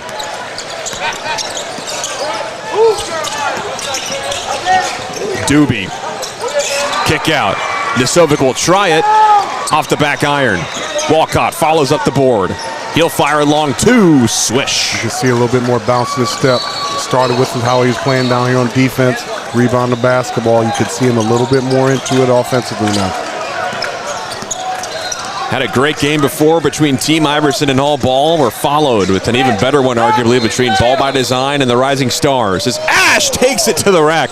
Ooh, I got ahead of myself there. I'm not going to lie. All right, I like it. Oh, my goodness. Ash is coming in there ready to play, man. I'm telling you. He attacked the rim with some authority right there. Just couldn't finish. Doobie, he'll try it. Outside of 𝘿aximizing, they really have not shot the ball well in the perimeter in this game. Carter down the alley and gets the drop. Now Doobie. See great athleticism on display here on court number 12 as the ball is stripped. Ends up with 𝘿aximizing. Stop, shot, pop. Ash with the board. Ash with another rebound.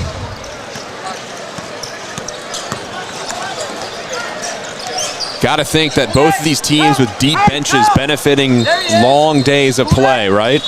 You would think so. Obviously, guys don't have to play too much. Come to the ball! Move, Miles! Ash, handoff, Warfield, way off the mark. Don't think that's what they wanted out of that possession. Doobie, right to the rack. And that's what you got to do early in transition. Got a favorable matchup in the cross match. Had Ashby on him, took him right to the rim. Thing is, Ball by Design has 8 players on its bench. Rising Stars has 13. You're watching the whole thing right now. A lot of high-level talent on both sides of the ball.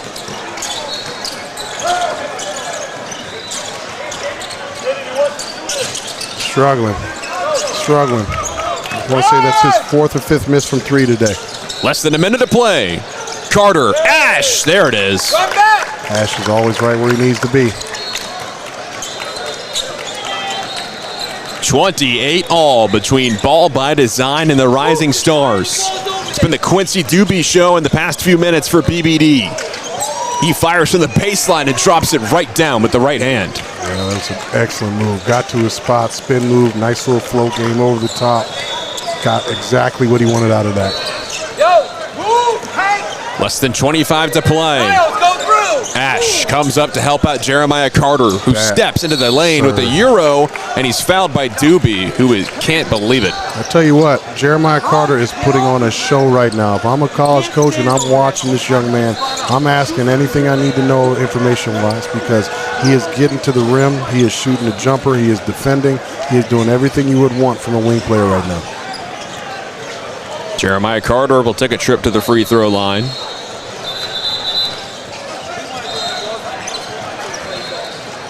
And he misses the first shot. One more opportunity to make it a 1-point game with less than 20 seconds to play. It's been a fun first half between the Rising Stars in crimson and Ball by Design in that sleek navy blue. Carter goes 0 for 2, but he follows up his own rebound. Goes baseline. One more pass. Swing it around. Hank Williams will try it. Too strong. Walcott with the board. Nearly turned it over. Heavy pressure coming from Jaden Cole. Janov. Kick out. Nisovic left it short. And that is how we end the first 16 minutes of play here, with Ball by Design leading by 2. Quick break. We'll be back in a moment between Ball by Design and Rising Stars for the second half of our last afternoon game.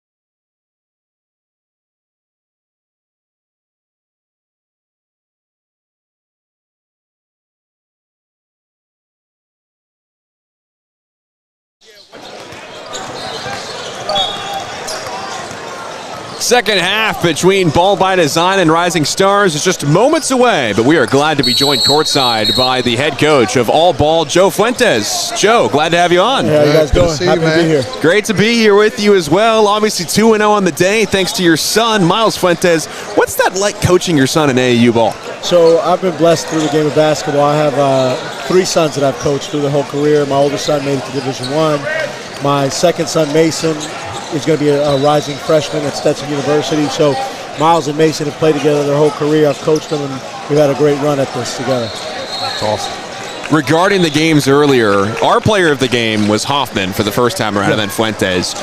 Tell us what it's like coaching a guy like Hoffman who has such physicality and the size and the skill for a guy his age and size. So I think it's a testament to being patient, and it's a testament to being a product of the program in a lot of ways.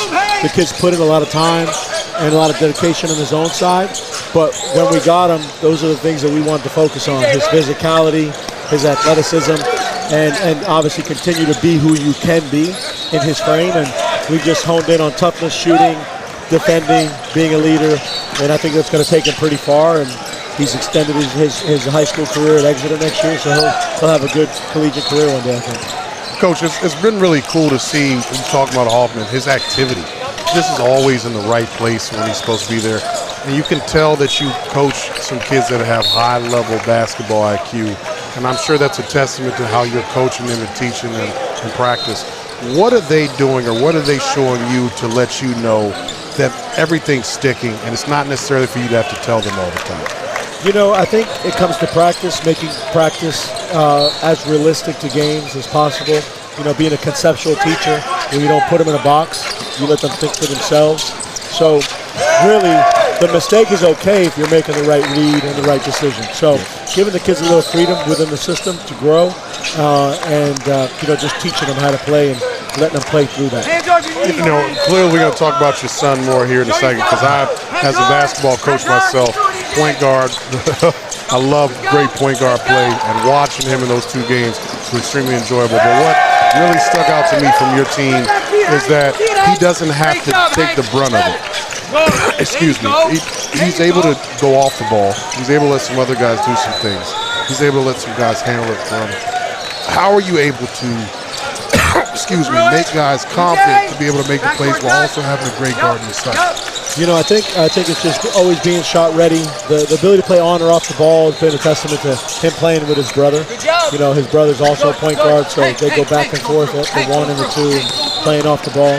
And then the other guys just instilling confidence, and I give him a lot of credit.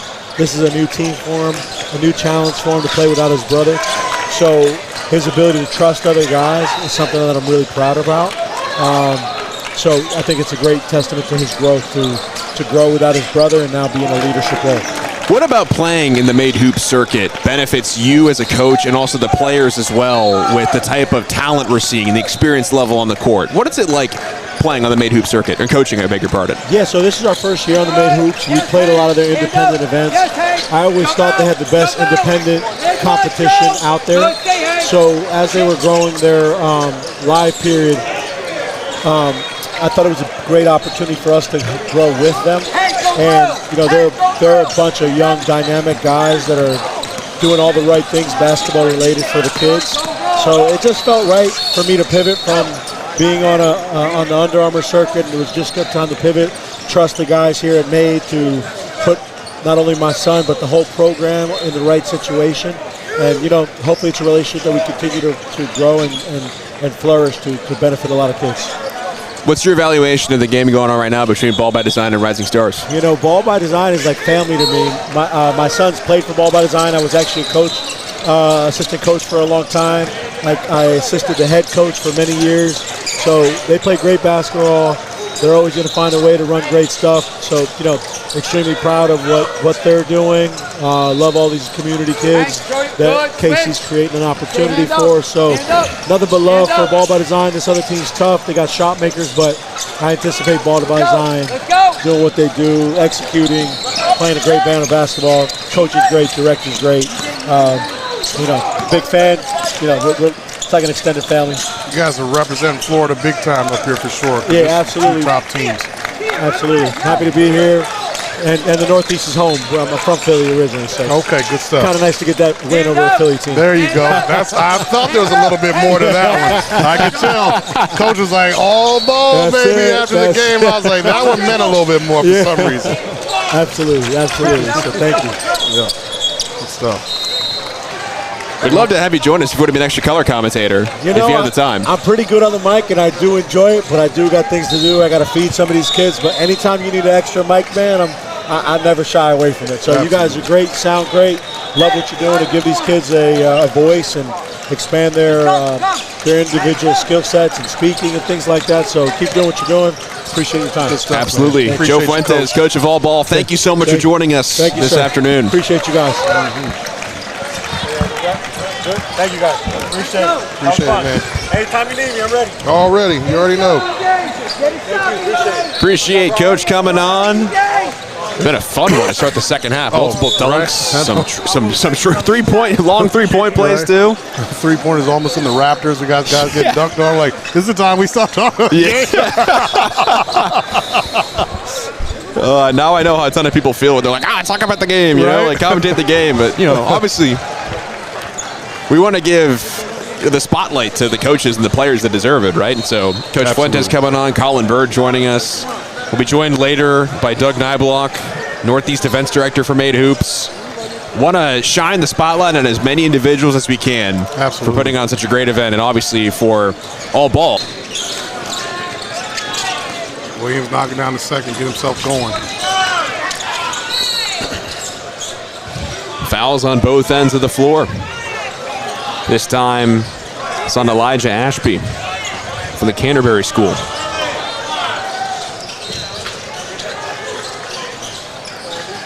Apologies again for the technical difficulties. It was smooth sailing until this point. Hope it's been fixed. You're enjoying some fantastic basketball on Court 12 think we're doing from all right. DMV Live. I think we're doing all right. We made it about 5 hours before we had an issue. That's a very good point. That is a very, very good point. I think the only other big issue has been the tablecloth that we are on has been kind of... yeah, they've told us that it's looked pretty bad at times. It might be my fault because I keep maneuvering and moving up and down, but, you know, I think we sound all right. I hope so. Here's Williams downhill, fires from the post, and the finish is there. After the follow-up. I'll tell you what, this Rising Stars team, I keep thinking that Ball by Design is going to snap out of it and they're going to get, you know, put their stamp on the game. The Rising Stars keep going. 𝘖aximizing is fouled on his trip to the window.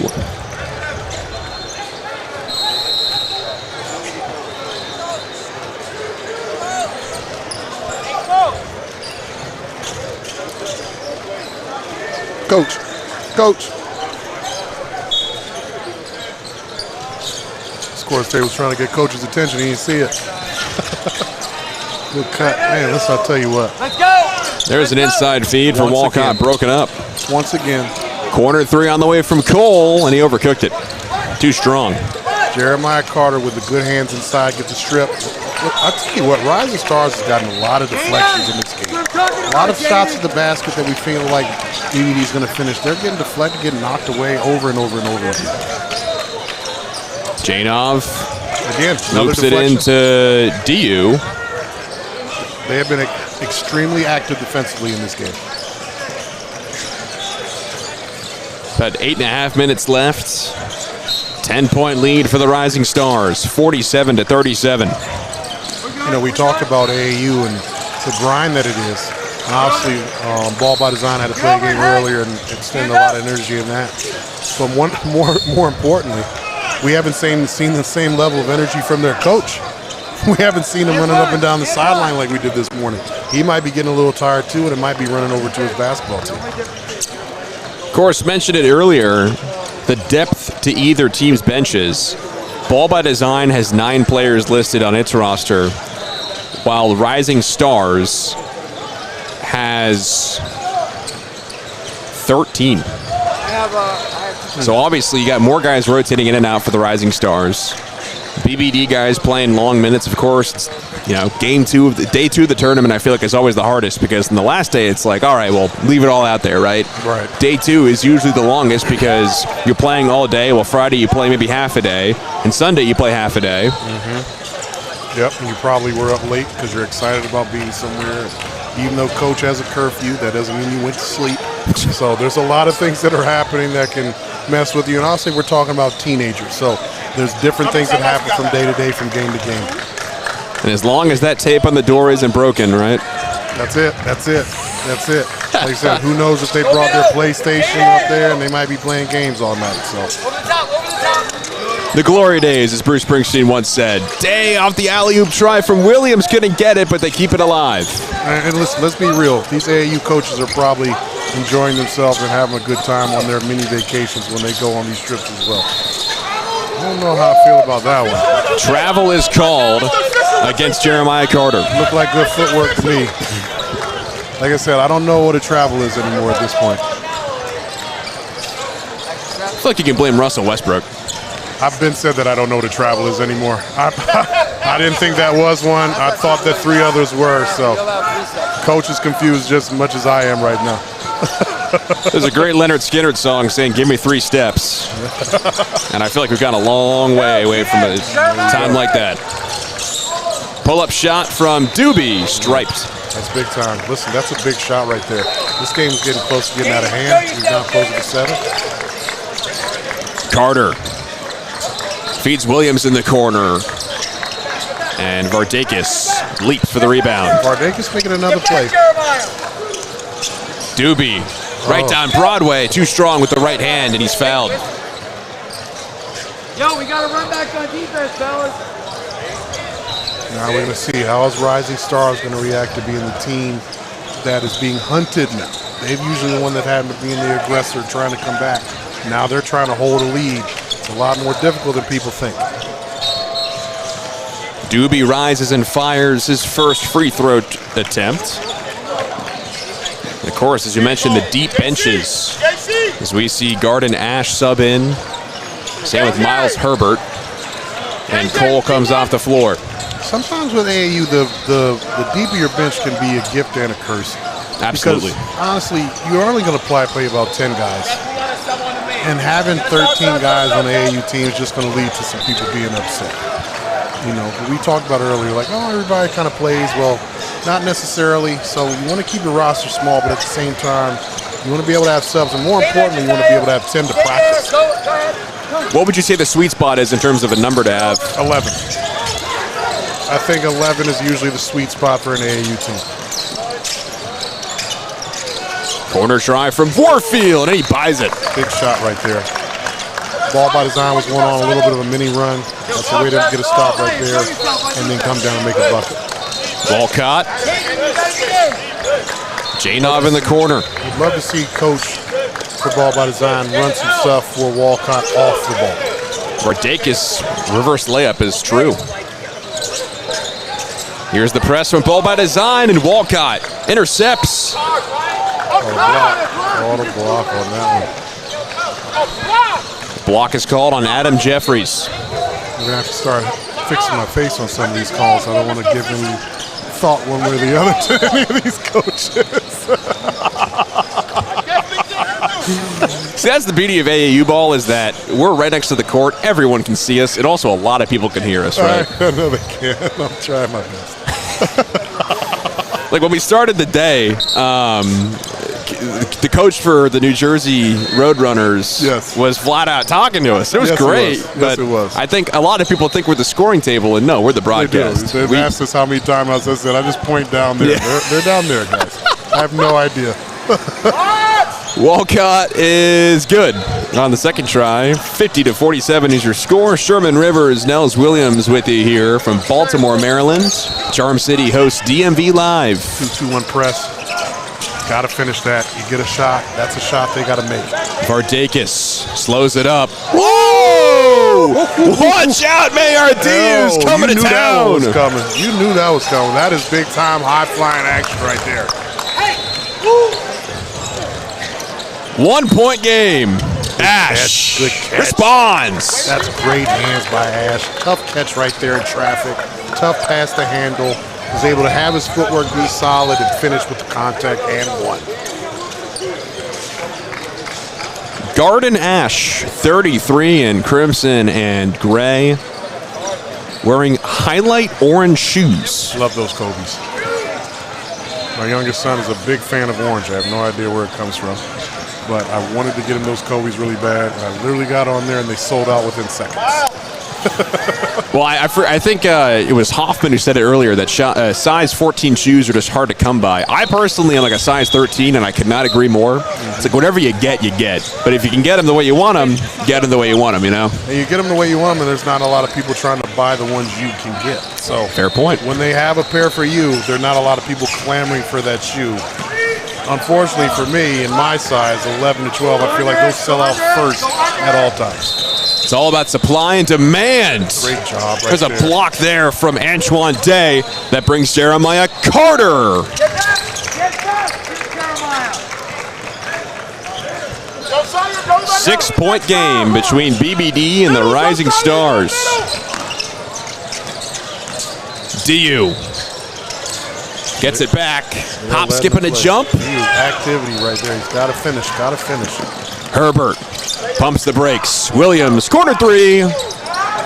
DU very nearly touched the top of the glass. Yes, His verticality is something to see. You can see how these coaches are looking at each other every time he makes a play. Their eyes get big. They look at each other. Did you see that? Yes. Yes, we are seeing it. We are seeing it. Dylan Janov finishes. It's a 4-point game off the layup. Crowd beginning to form around court 12 here from the Baltimore Convention Center.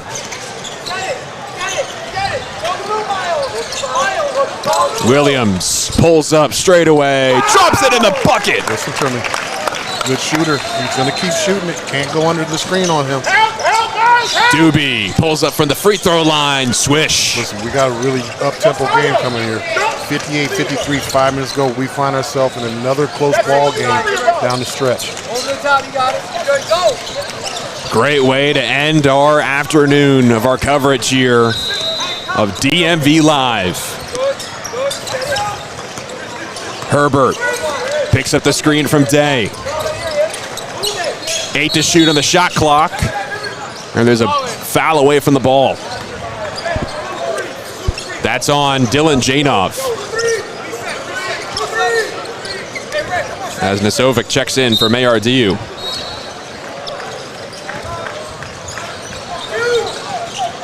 Nasovic has struggled shooting the basketball today. Let's see if he can make some shots here.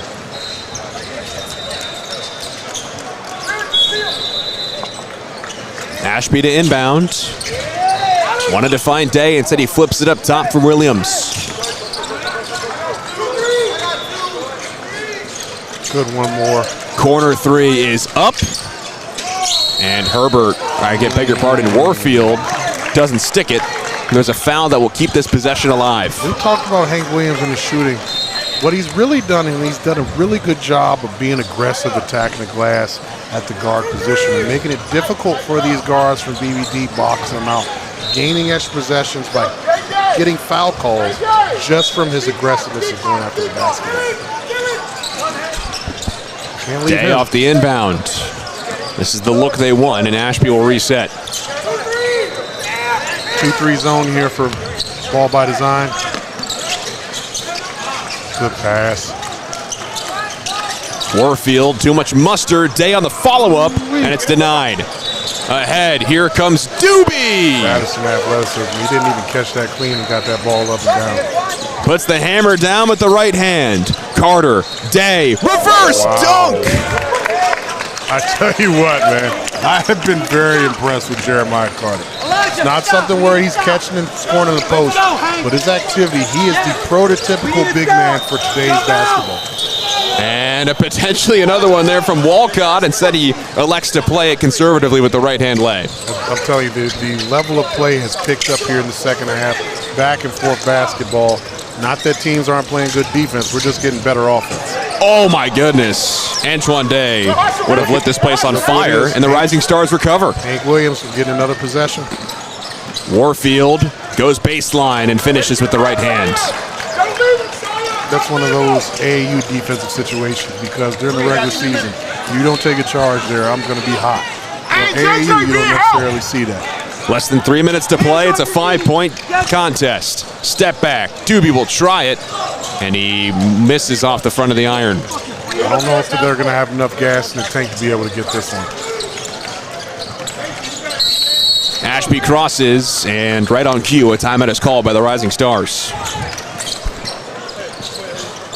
I think it's Gino Auriemma from UConn who said that great players don't get tired. They don't. Either way. Look, you would love it if they didn't ever. But, yeah. You know, clearly you got to understand your team and understand the substitution patterns. Timeouts are very important, you know, especially you got a team of 9. You're only going to be able to rest guys so much. You don't want to get guys off the floor down the stretch and not be able to get them back in there in the time that you need them. So you really got to be aware of how you use your timeouts, making sure you get guys rest when they need it so they can be out there and be the best they can down the stretch. Coach, what do you think they're talking about right now in the ball by design huddle? Well, they're probably talking about trying to get up in pressure. They have to play a little bit faster. 2:30 to go when a game with shot clock. That's 4 possessions of the game. So at this point, we got to make sure that we do something to get them playing faster, and we got to do something that makes them have to either take a quick shot or turn the basketball over. If you're looking at the Rising Stars huddle, they're trying to get a good possession. They don't want to be quick in anything that they do. They want to exhaust it. And if they can get a second chance opportunity, so be it. But more importantly, we got to make sure we get back and stop fast break opportunities. And how did the Rising Stars hold on to this lead and come away with the victory? Got to take care of the basketball. Got to be strong with it. You know, a lot of times what happens when you start to get a lot of pressure, kids get frantic. They start going too fast. You just got to stay within your pace and be able to get the job done. He's Sherman Rivers. I'm Nels Williams. It's coming down to the wire here between the Rising Stars and Ball by Design. Last game of our afternoon coverage. We'll talk to you again at 7 o'clock for Team Loaded Black versus BCRI and 8:10 for Crown versus Florida Pro. But for now, Elijah Ashby and the Red Rising Stars are hoping to put this one away against Ball by Design. A good set they ran there. Exhausted out of it. Look at that. Use the whole shot clock. Need Ashley with the ball in his hands at this point, though.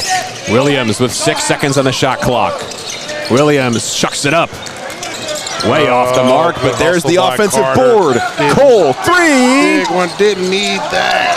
It's tapped out. Whose possession? BBD.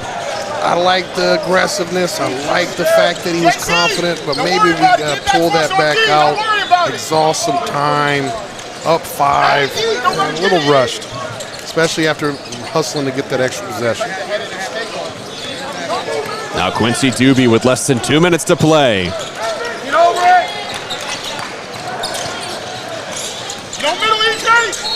Doobie, step back, long 2. Not there, pinballed, and comes up with Elijah Ashby's hands. I don't know if I like that possession right there for Ball by Design. Little movement, one-on-one, all or nothing. Standing room only for the seats designated for those who are not college scouts or coaches. Come on, set the ball screen here. There you go. Ashby feeds Williams. Deep 3, bring him up! That might have been the nail in the coffin right there. Big shot by Williams. Made a couple hustle plays to help his team knock down a big offensive shot. Walcott for the response. Doesn't give one. I tell you, I did not see this game going this way before we started. Here's Jaden Cole, a corner 3. That could have been the nail in the coffin. Day keeps it alive. Tried to feed Williams. Instead, it's turned over, but then it ends back up in Williams' hands. And now they're saying he stepped out of bounds. Or that he stepped on the ball. He never even stepped on it. He never even stepped. So now Vardakis will inbound, trailing by 8 with 45 seconds to play.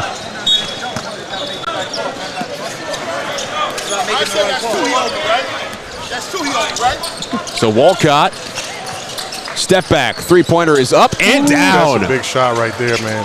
Gotta get up, gotta get up, gotta get up now, gotta get up.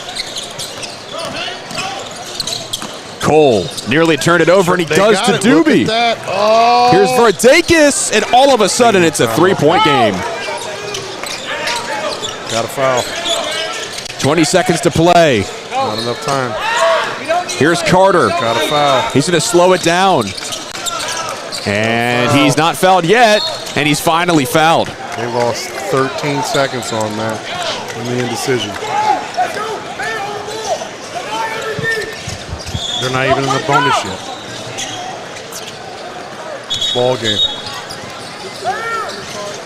There's 14 seconds put on the clock here, and we're going to get an official to check. Start low. Start low. Get here, Reed. Go. Get him open. They did put 14 on there.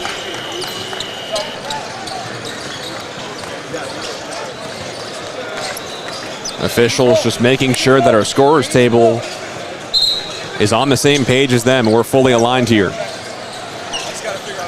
And now we have an official timeout on the floor.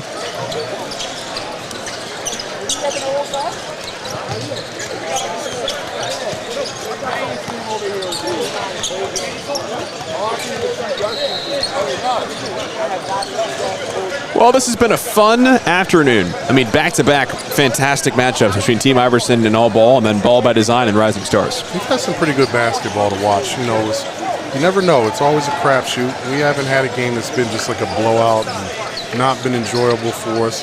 Every game has come down to the last some odd minutes. Even in the game that was, a 20-point game, they closed it to 8. So, teams are competing, high-level basketball. Like I said, it's one of those things. You never know what's going to happen. And Rising Stars is showing us that we can't assume that we're going to know who's going to win these basketball games. How do you think the Rising Stars are going to come out of this timeout? What set are they going to run?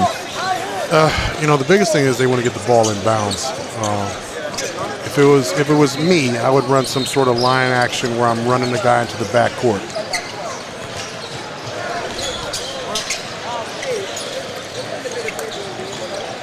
Now we're talking with our statisticians to make sure we're fully aligned here.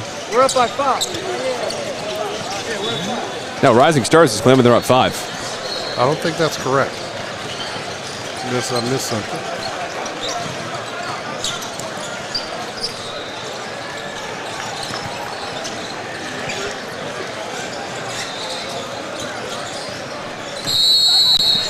Our scoreboard reflects 65 to 62. We're going to stick with that. There you go. Here's Ashby. Make them chase you. Defended by Janov, and he's fouled.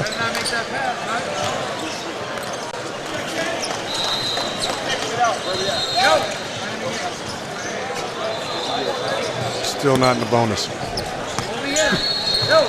I'll be honest with you. If I'm Ball by Design, I'm not fouling anymore. Let's see what BBD does here. But it is a 3-point game, so there still is the opportunity if they can get a quick foul, which didn't happen right there. It's a hard foul taken. Yeah. That was Herbert hitting the deck after being shoved by Mayardillo. Still not in the bonus.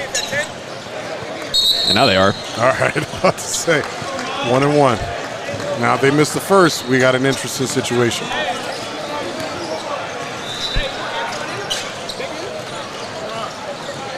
So this is Miles Herbert, class of 2026 from St. Mary's High School, Manasset. Maybe Manasset. I beg your pardon, anybody listening from upstate New York. On the 1-1 Herbert. Game. Clutch. Big free throw.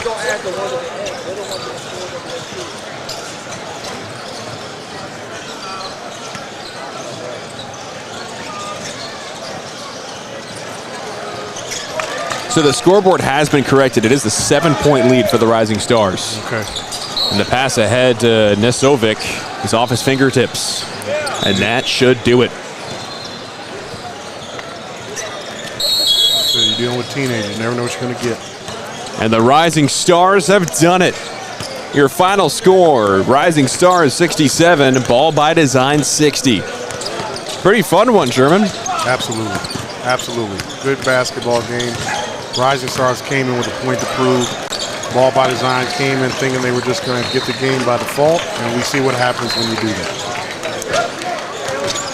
That'll do it for our afternoon coverage. Of course, we'll have our post-game interview with our player of the game. And then we'll have our special guest joining us from Made Hoops. Doug Nyblock, Northeast Events Director, former D1 staff at Bryant, will be joining Sherman and I. But first, you got to figure out who our player of the game is if we're going to get one here. I'm going to look at a player of the game. I'm looking at Jeremiah Carter. I think that he was...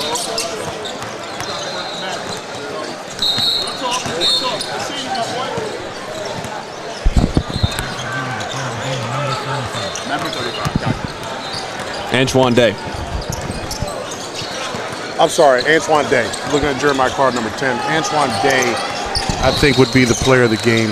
I thought that his activity all over the floor was something that kind of turned the tide of the game. The way he's finishing it at the basket. Obviously, you could go with a million of those guards, and probably why I made a mistake of saying Jeremiah Carter. But at the same time, I think that what Antoine Day did inside for them on the glass, and finishing at the rim was a big part of why they were able to win.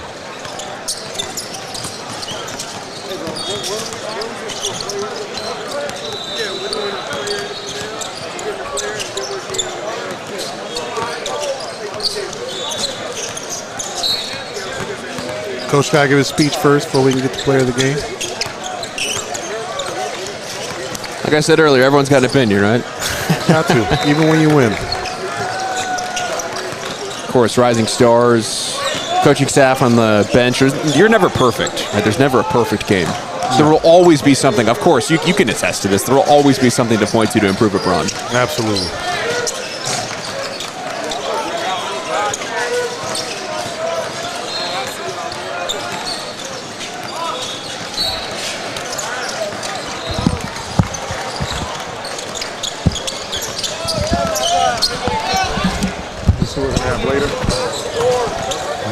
Loaded team we're going to have later? Yeah. Well, this is team loaded.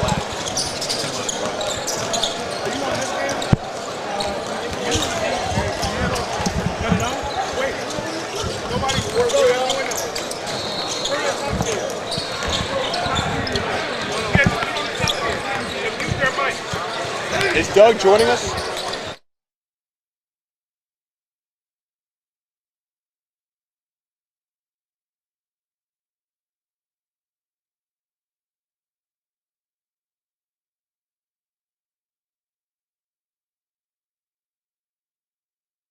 What's up, man? Good. Sherman. Nels, nice to meet you. What's your name? Nels. Des? Nels.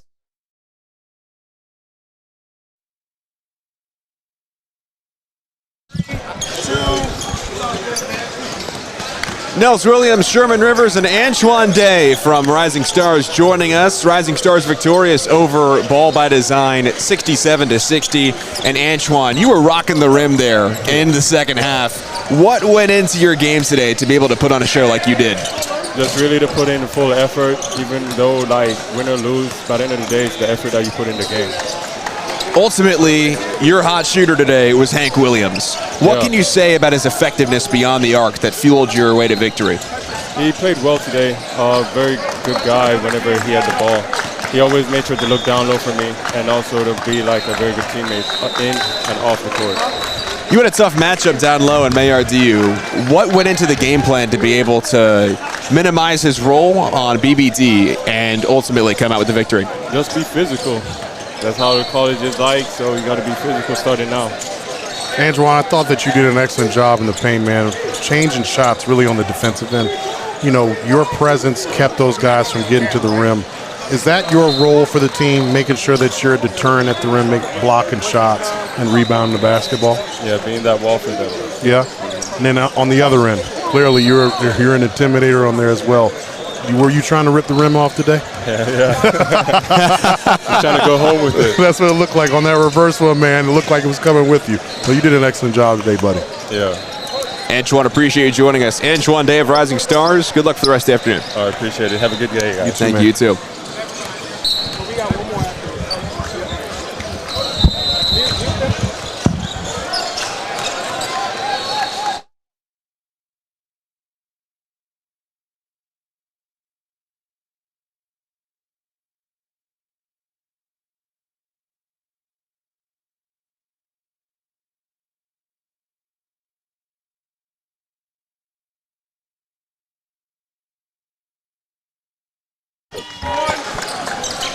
Nels Williams joined alongside Sherman Rivers and Doug Nyblock, the director of Northeast Events for Made Hoops. Doug, thank you for joining us on the table today. Hey, thank you guys for having me, man. Just want to firstly say thank you guys for being here. This has been an unbelievable experience and elevates our platform and, you know, elevates the experience for these kids to a whole other level. So I appreciate you guys. Well, I should be thanking you for allowing us to be broadcasting here today. You guys have put on a fantastic event. You have to be pretty proud of yourself, right? Hey, it's a team effort. We got a really good team. So shout out to our whole internal staff at Made and all of our programs that kind of, you know, that rock with us. These are all full-time programs with us that, you know, believe in us to provide this platform and get our resources and use our resources to get college coaches here, get scouts here, et cetera, et cetera. So it's a team effort for sure. What was your reaction to seeing the amount of colleges, especially at the Power 4 level and Power 5 level, that are attending today, whether it's a scout or a coach? Yeah, it's awesome. This is what we work hard for this all winter and kind of prep and use our relationships and get these guys here. So I appreciate them all coming, but it's the players. It's a players era, not just in college basketball, obviously, and then down to what we do. So our programs did a really good job. We did a good job bringing in new programs, new players that drew these coaches out. So we expected it, but still awesome nonetheless.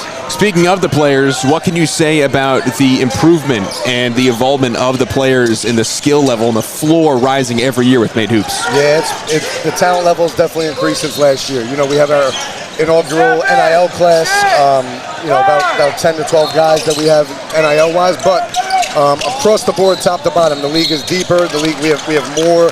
I would say we've almost doubled our list of Division I prospects that are in the league, and scholarship players just in general, Division I, II, and then college prospects. So I think the talent level has increased significantly.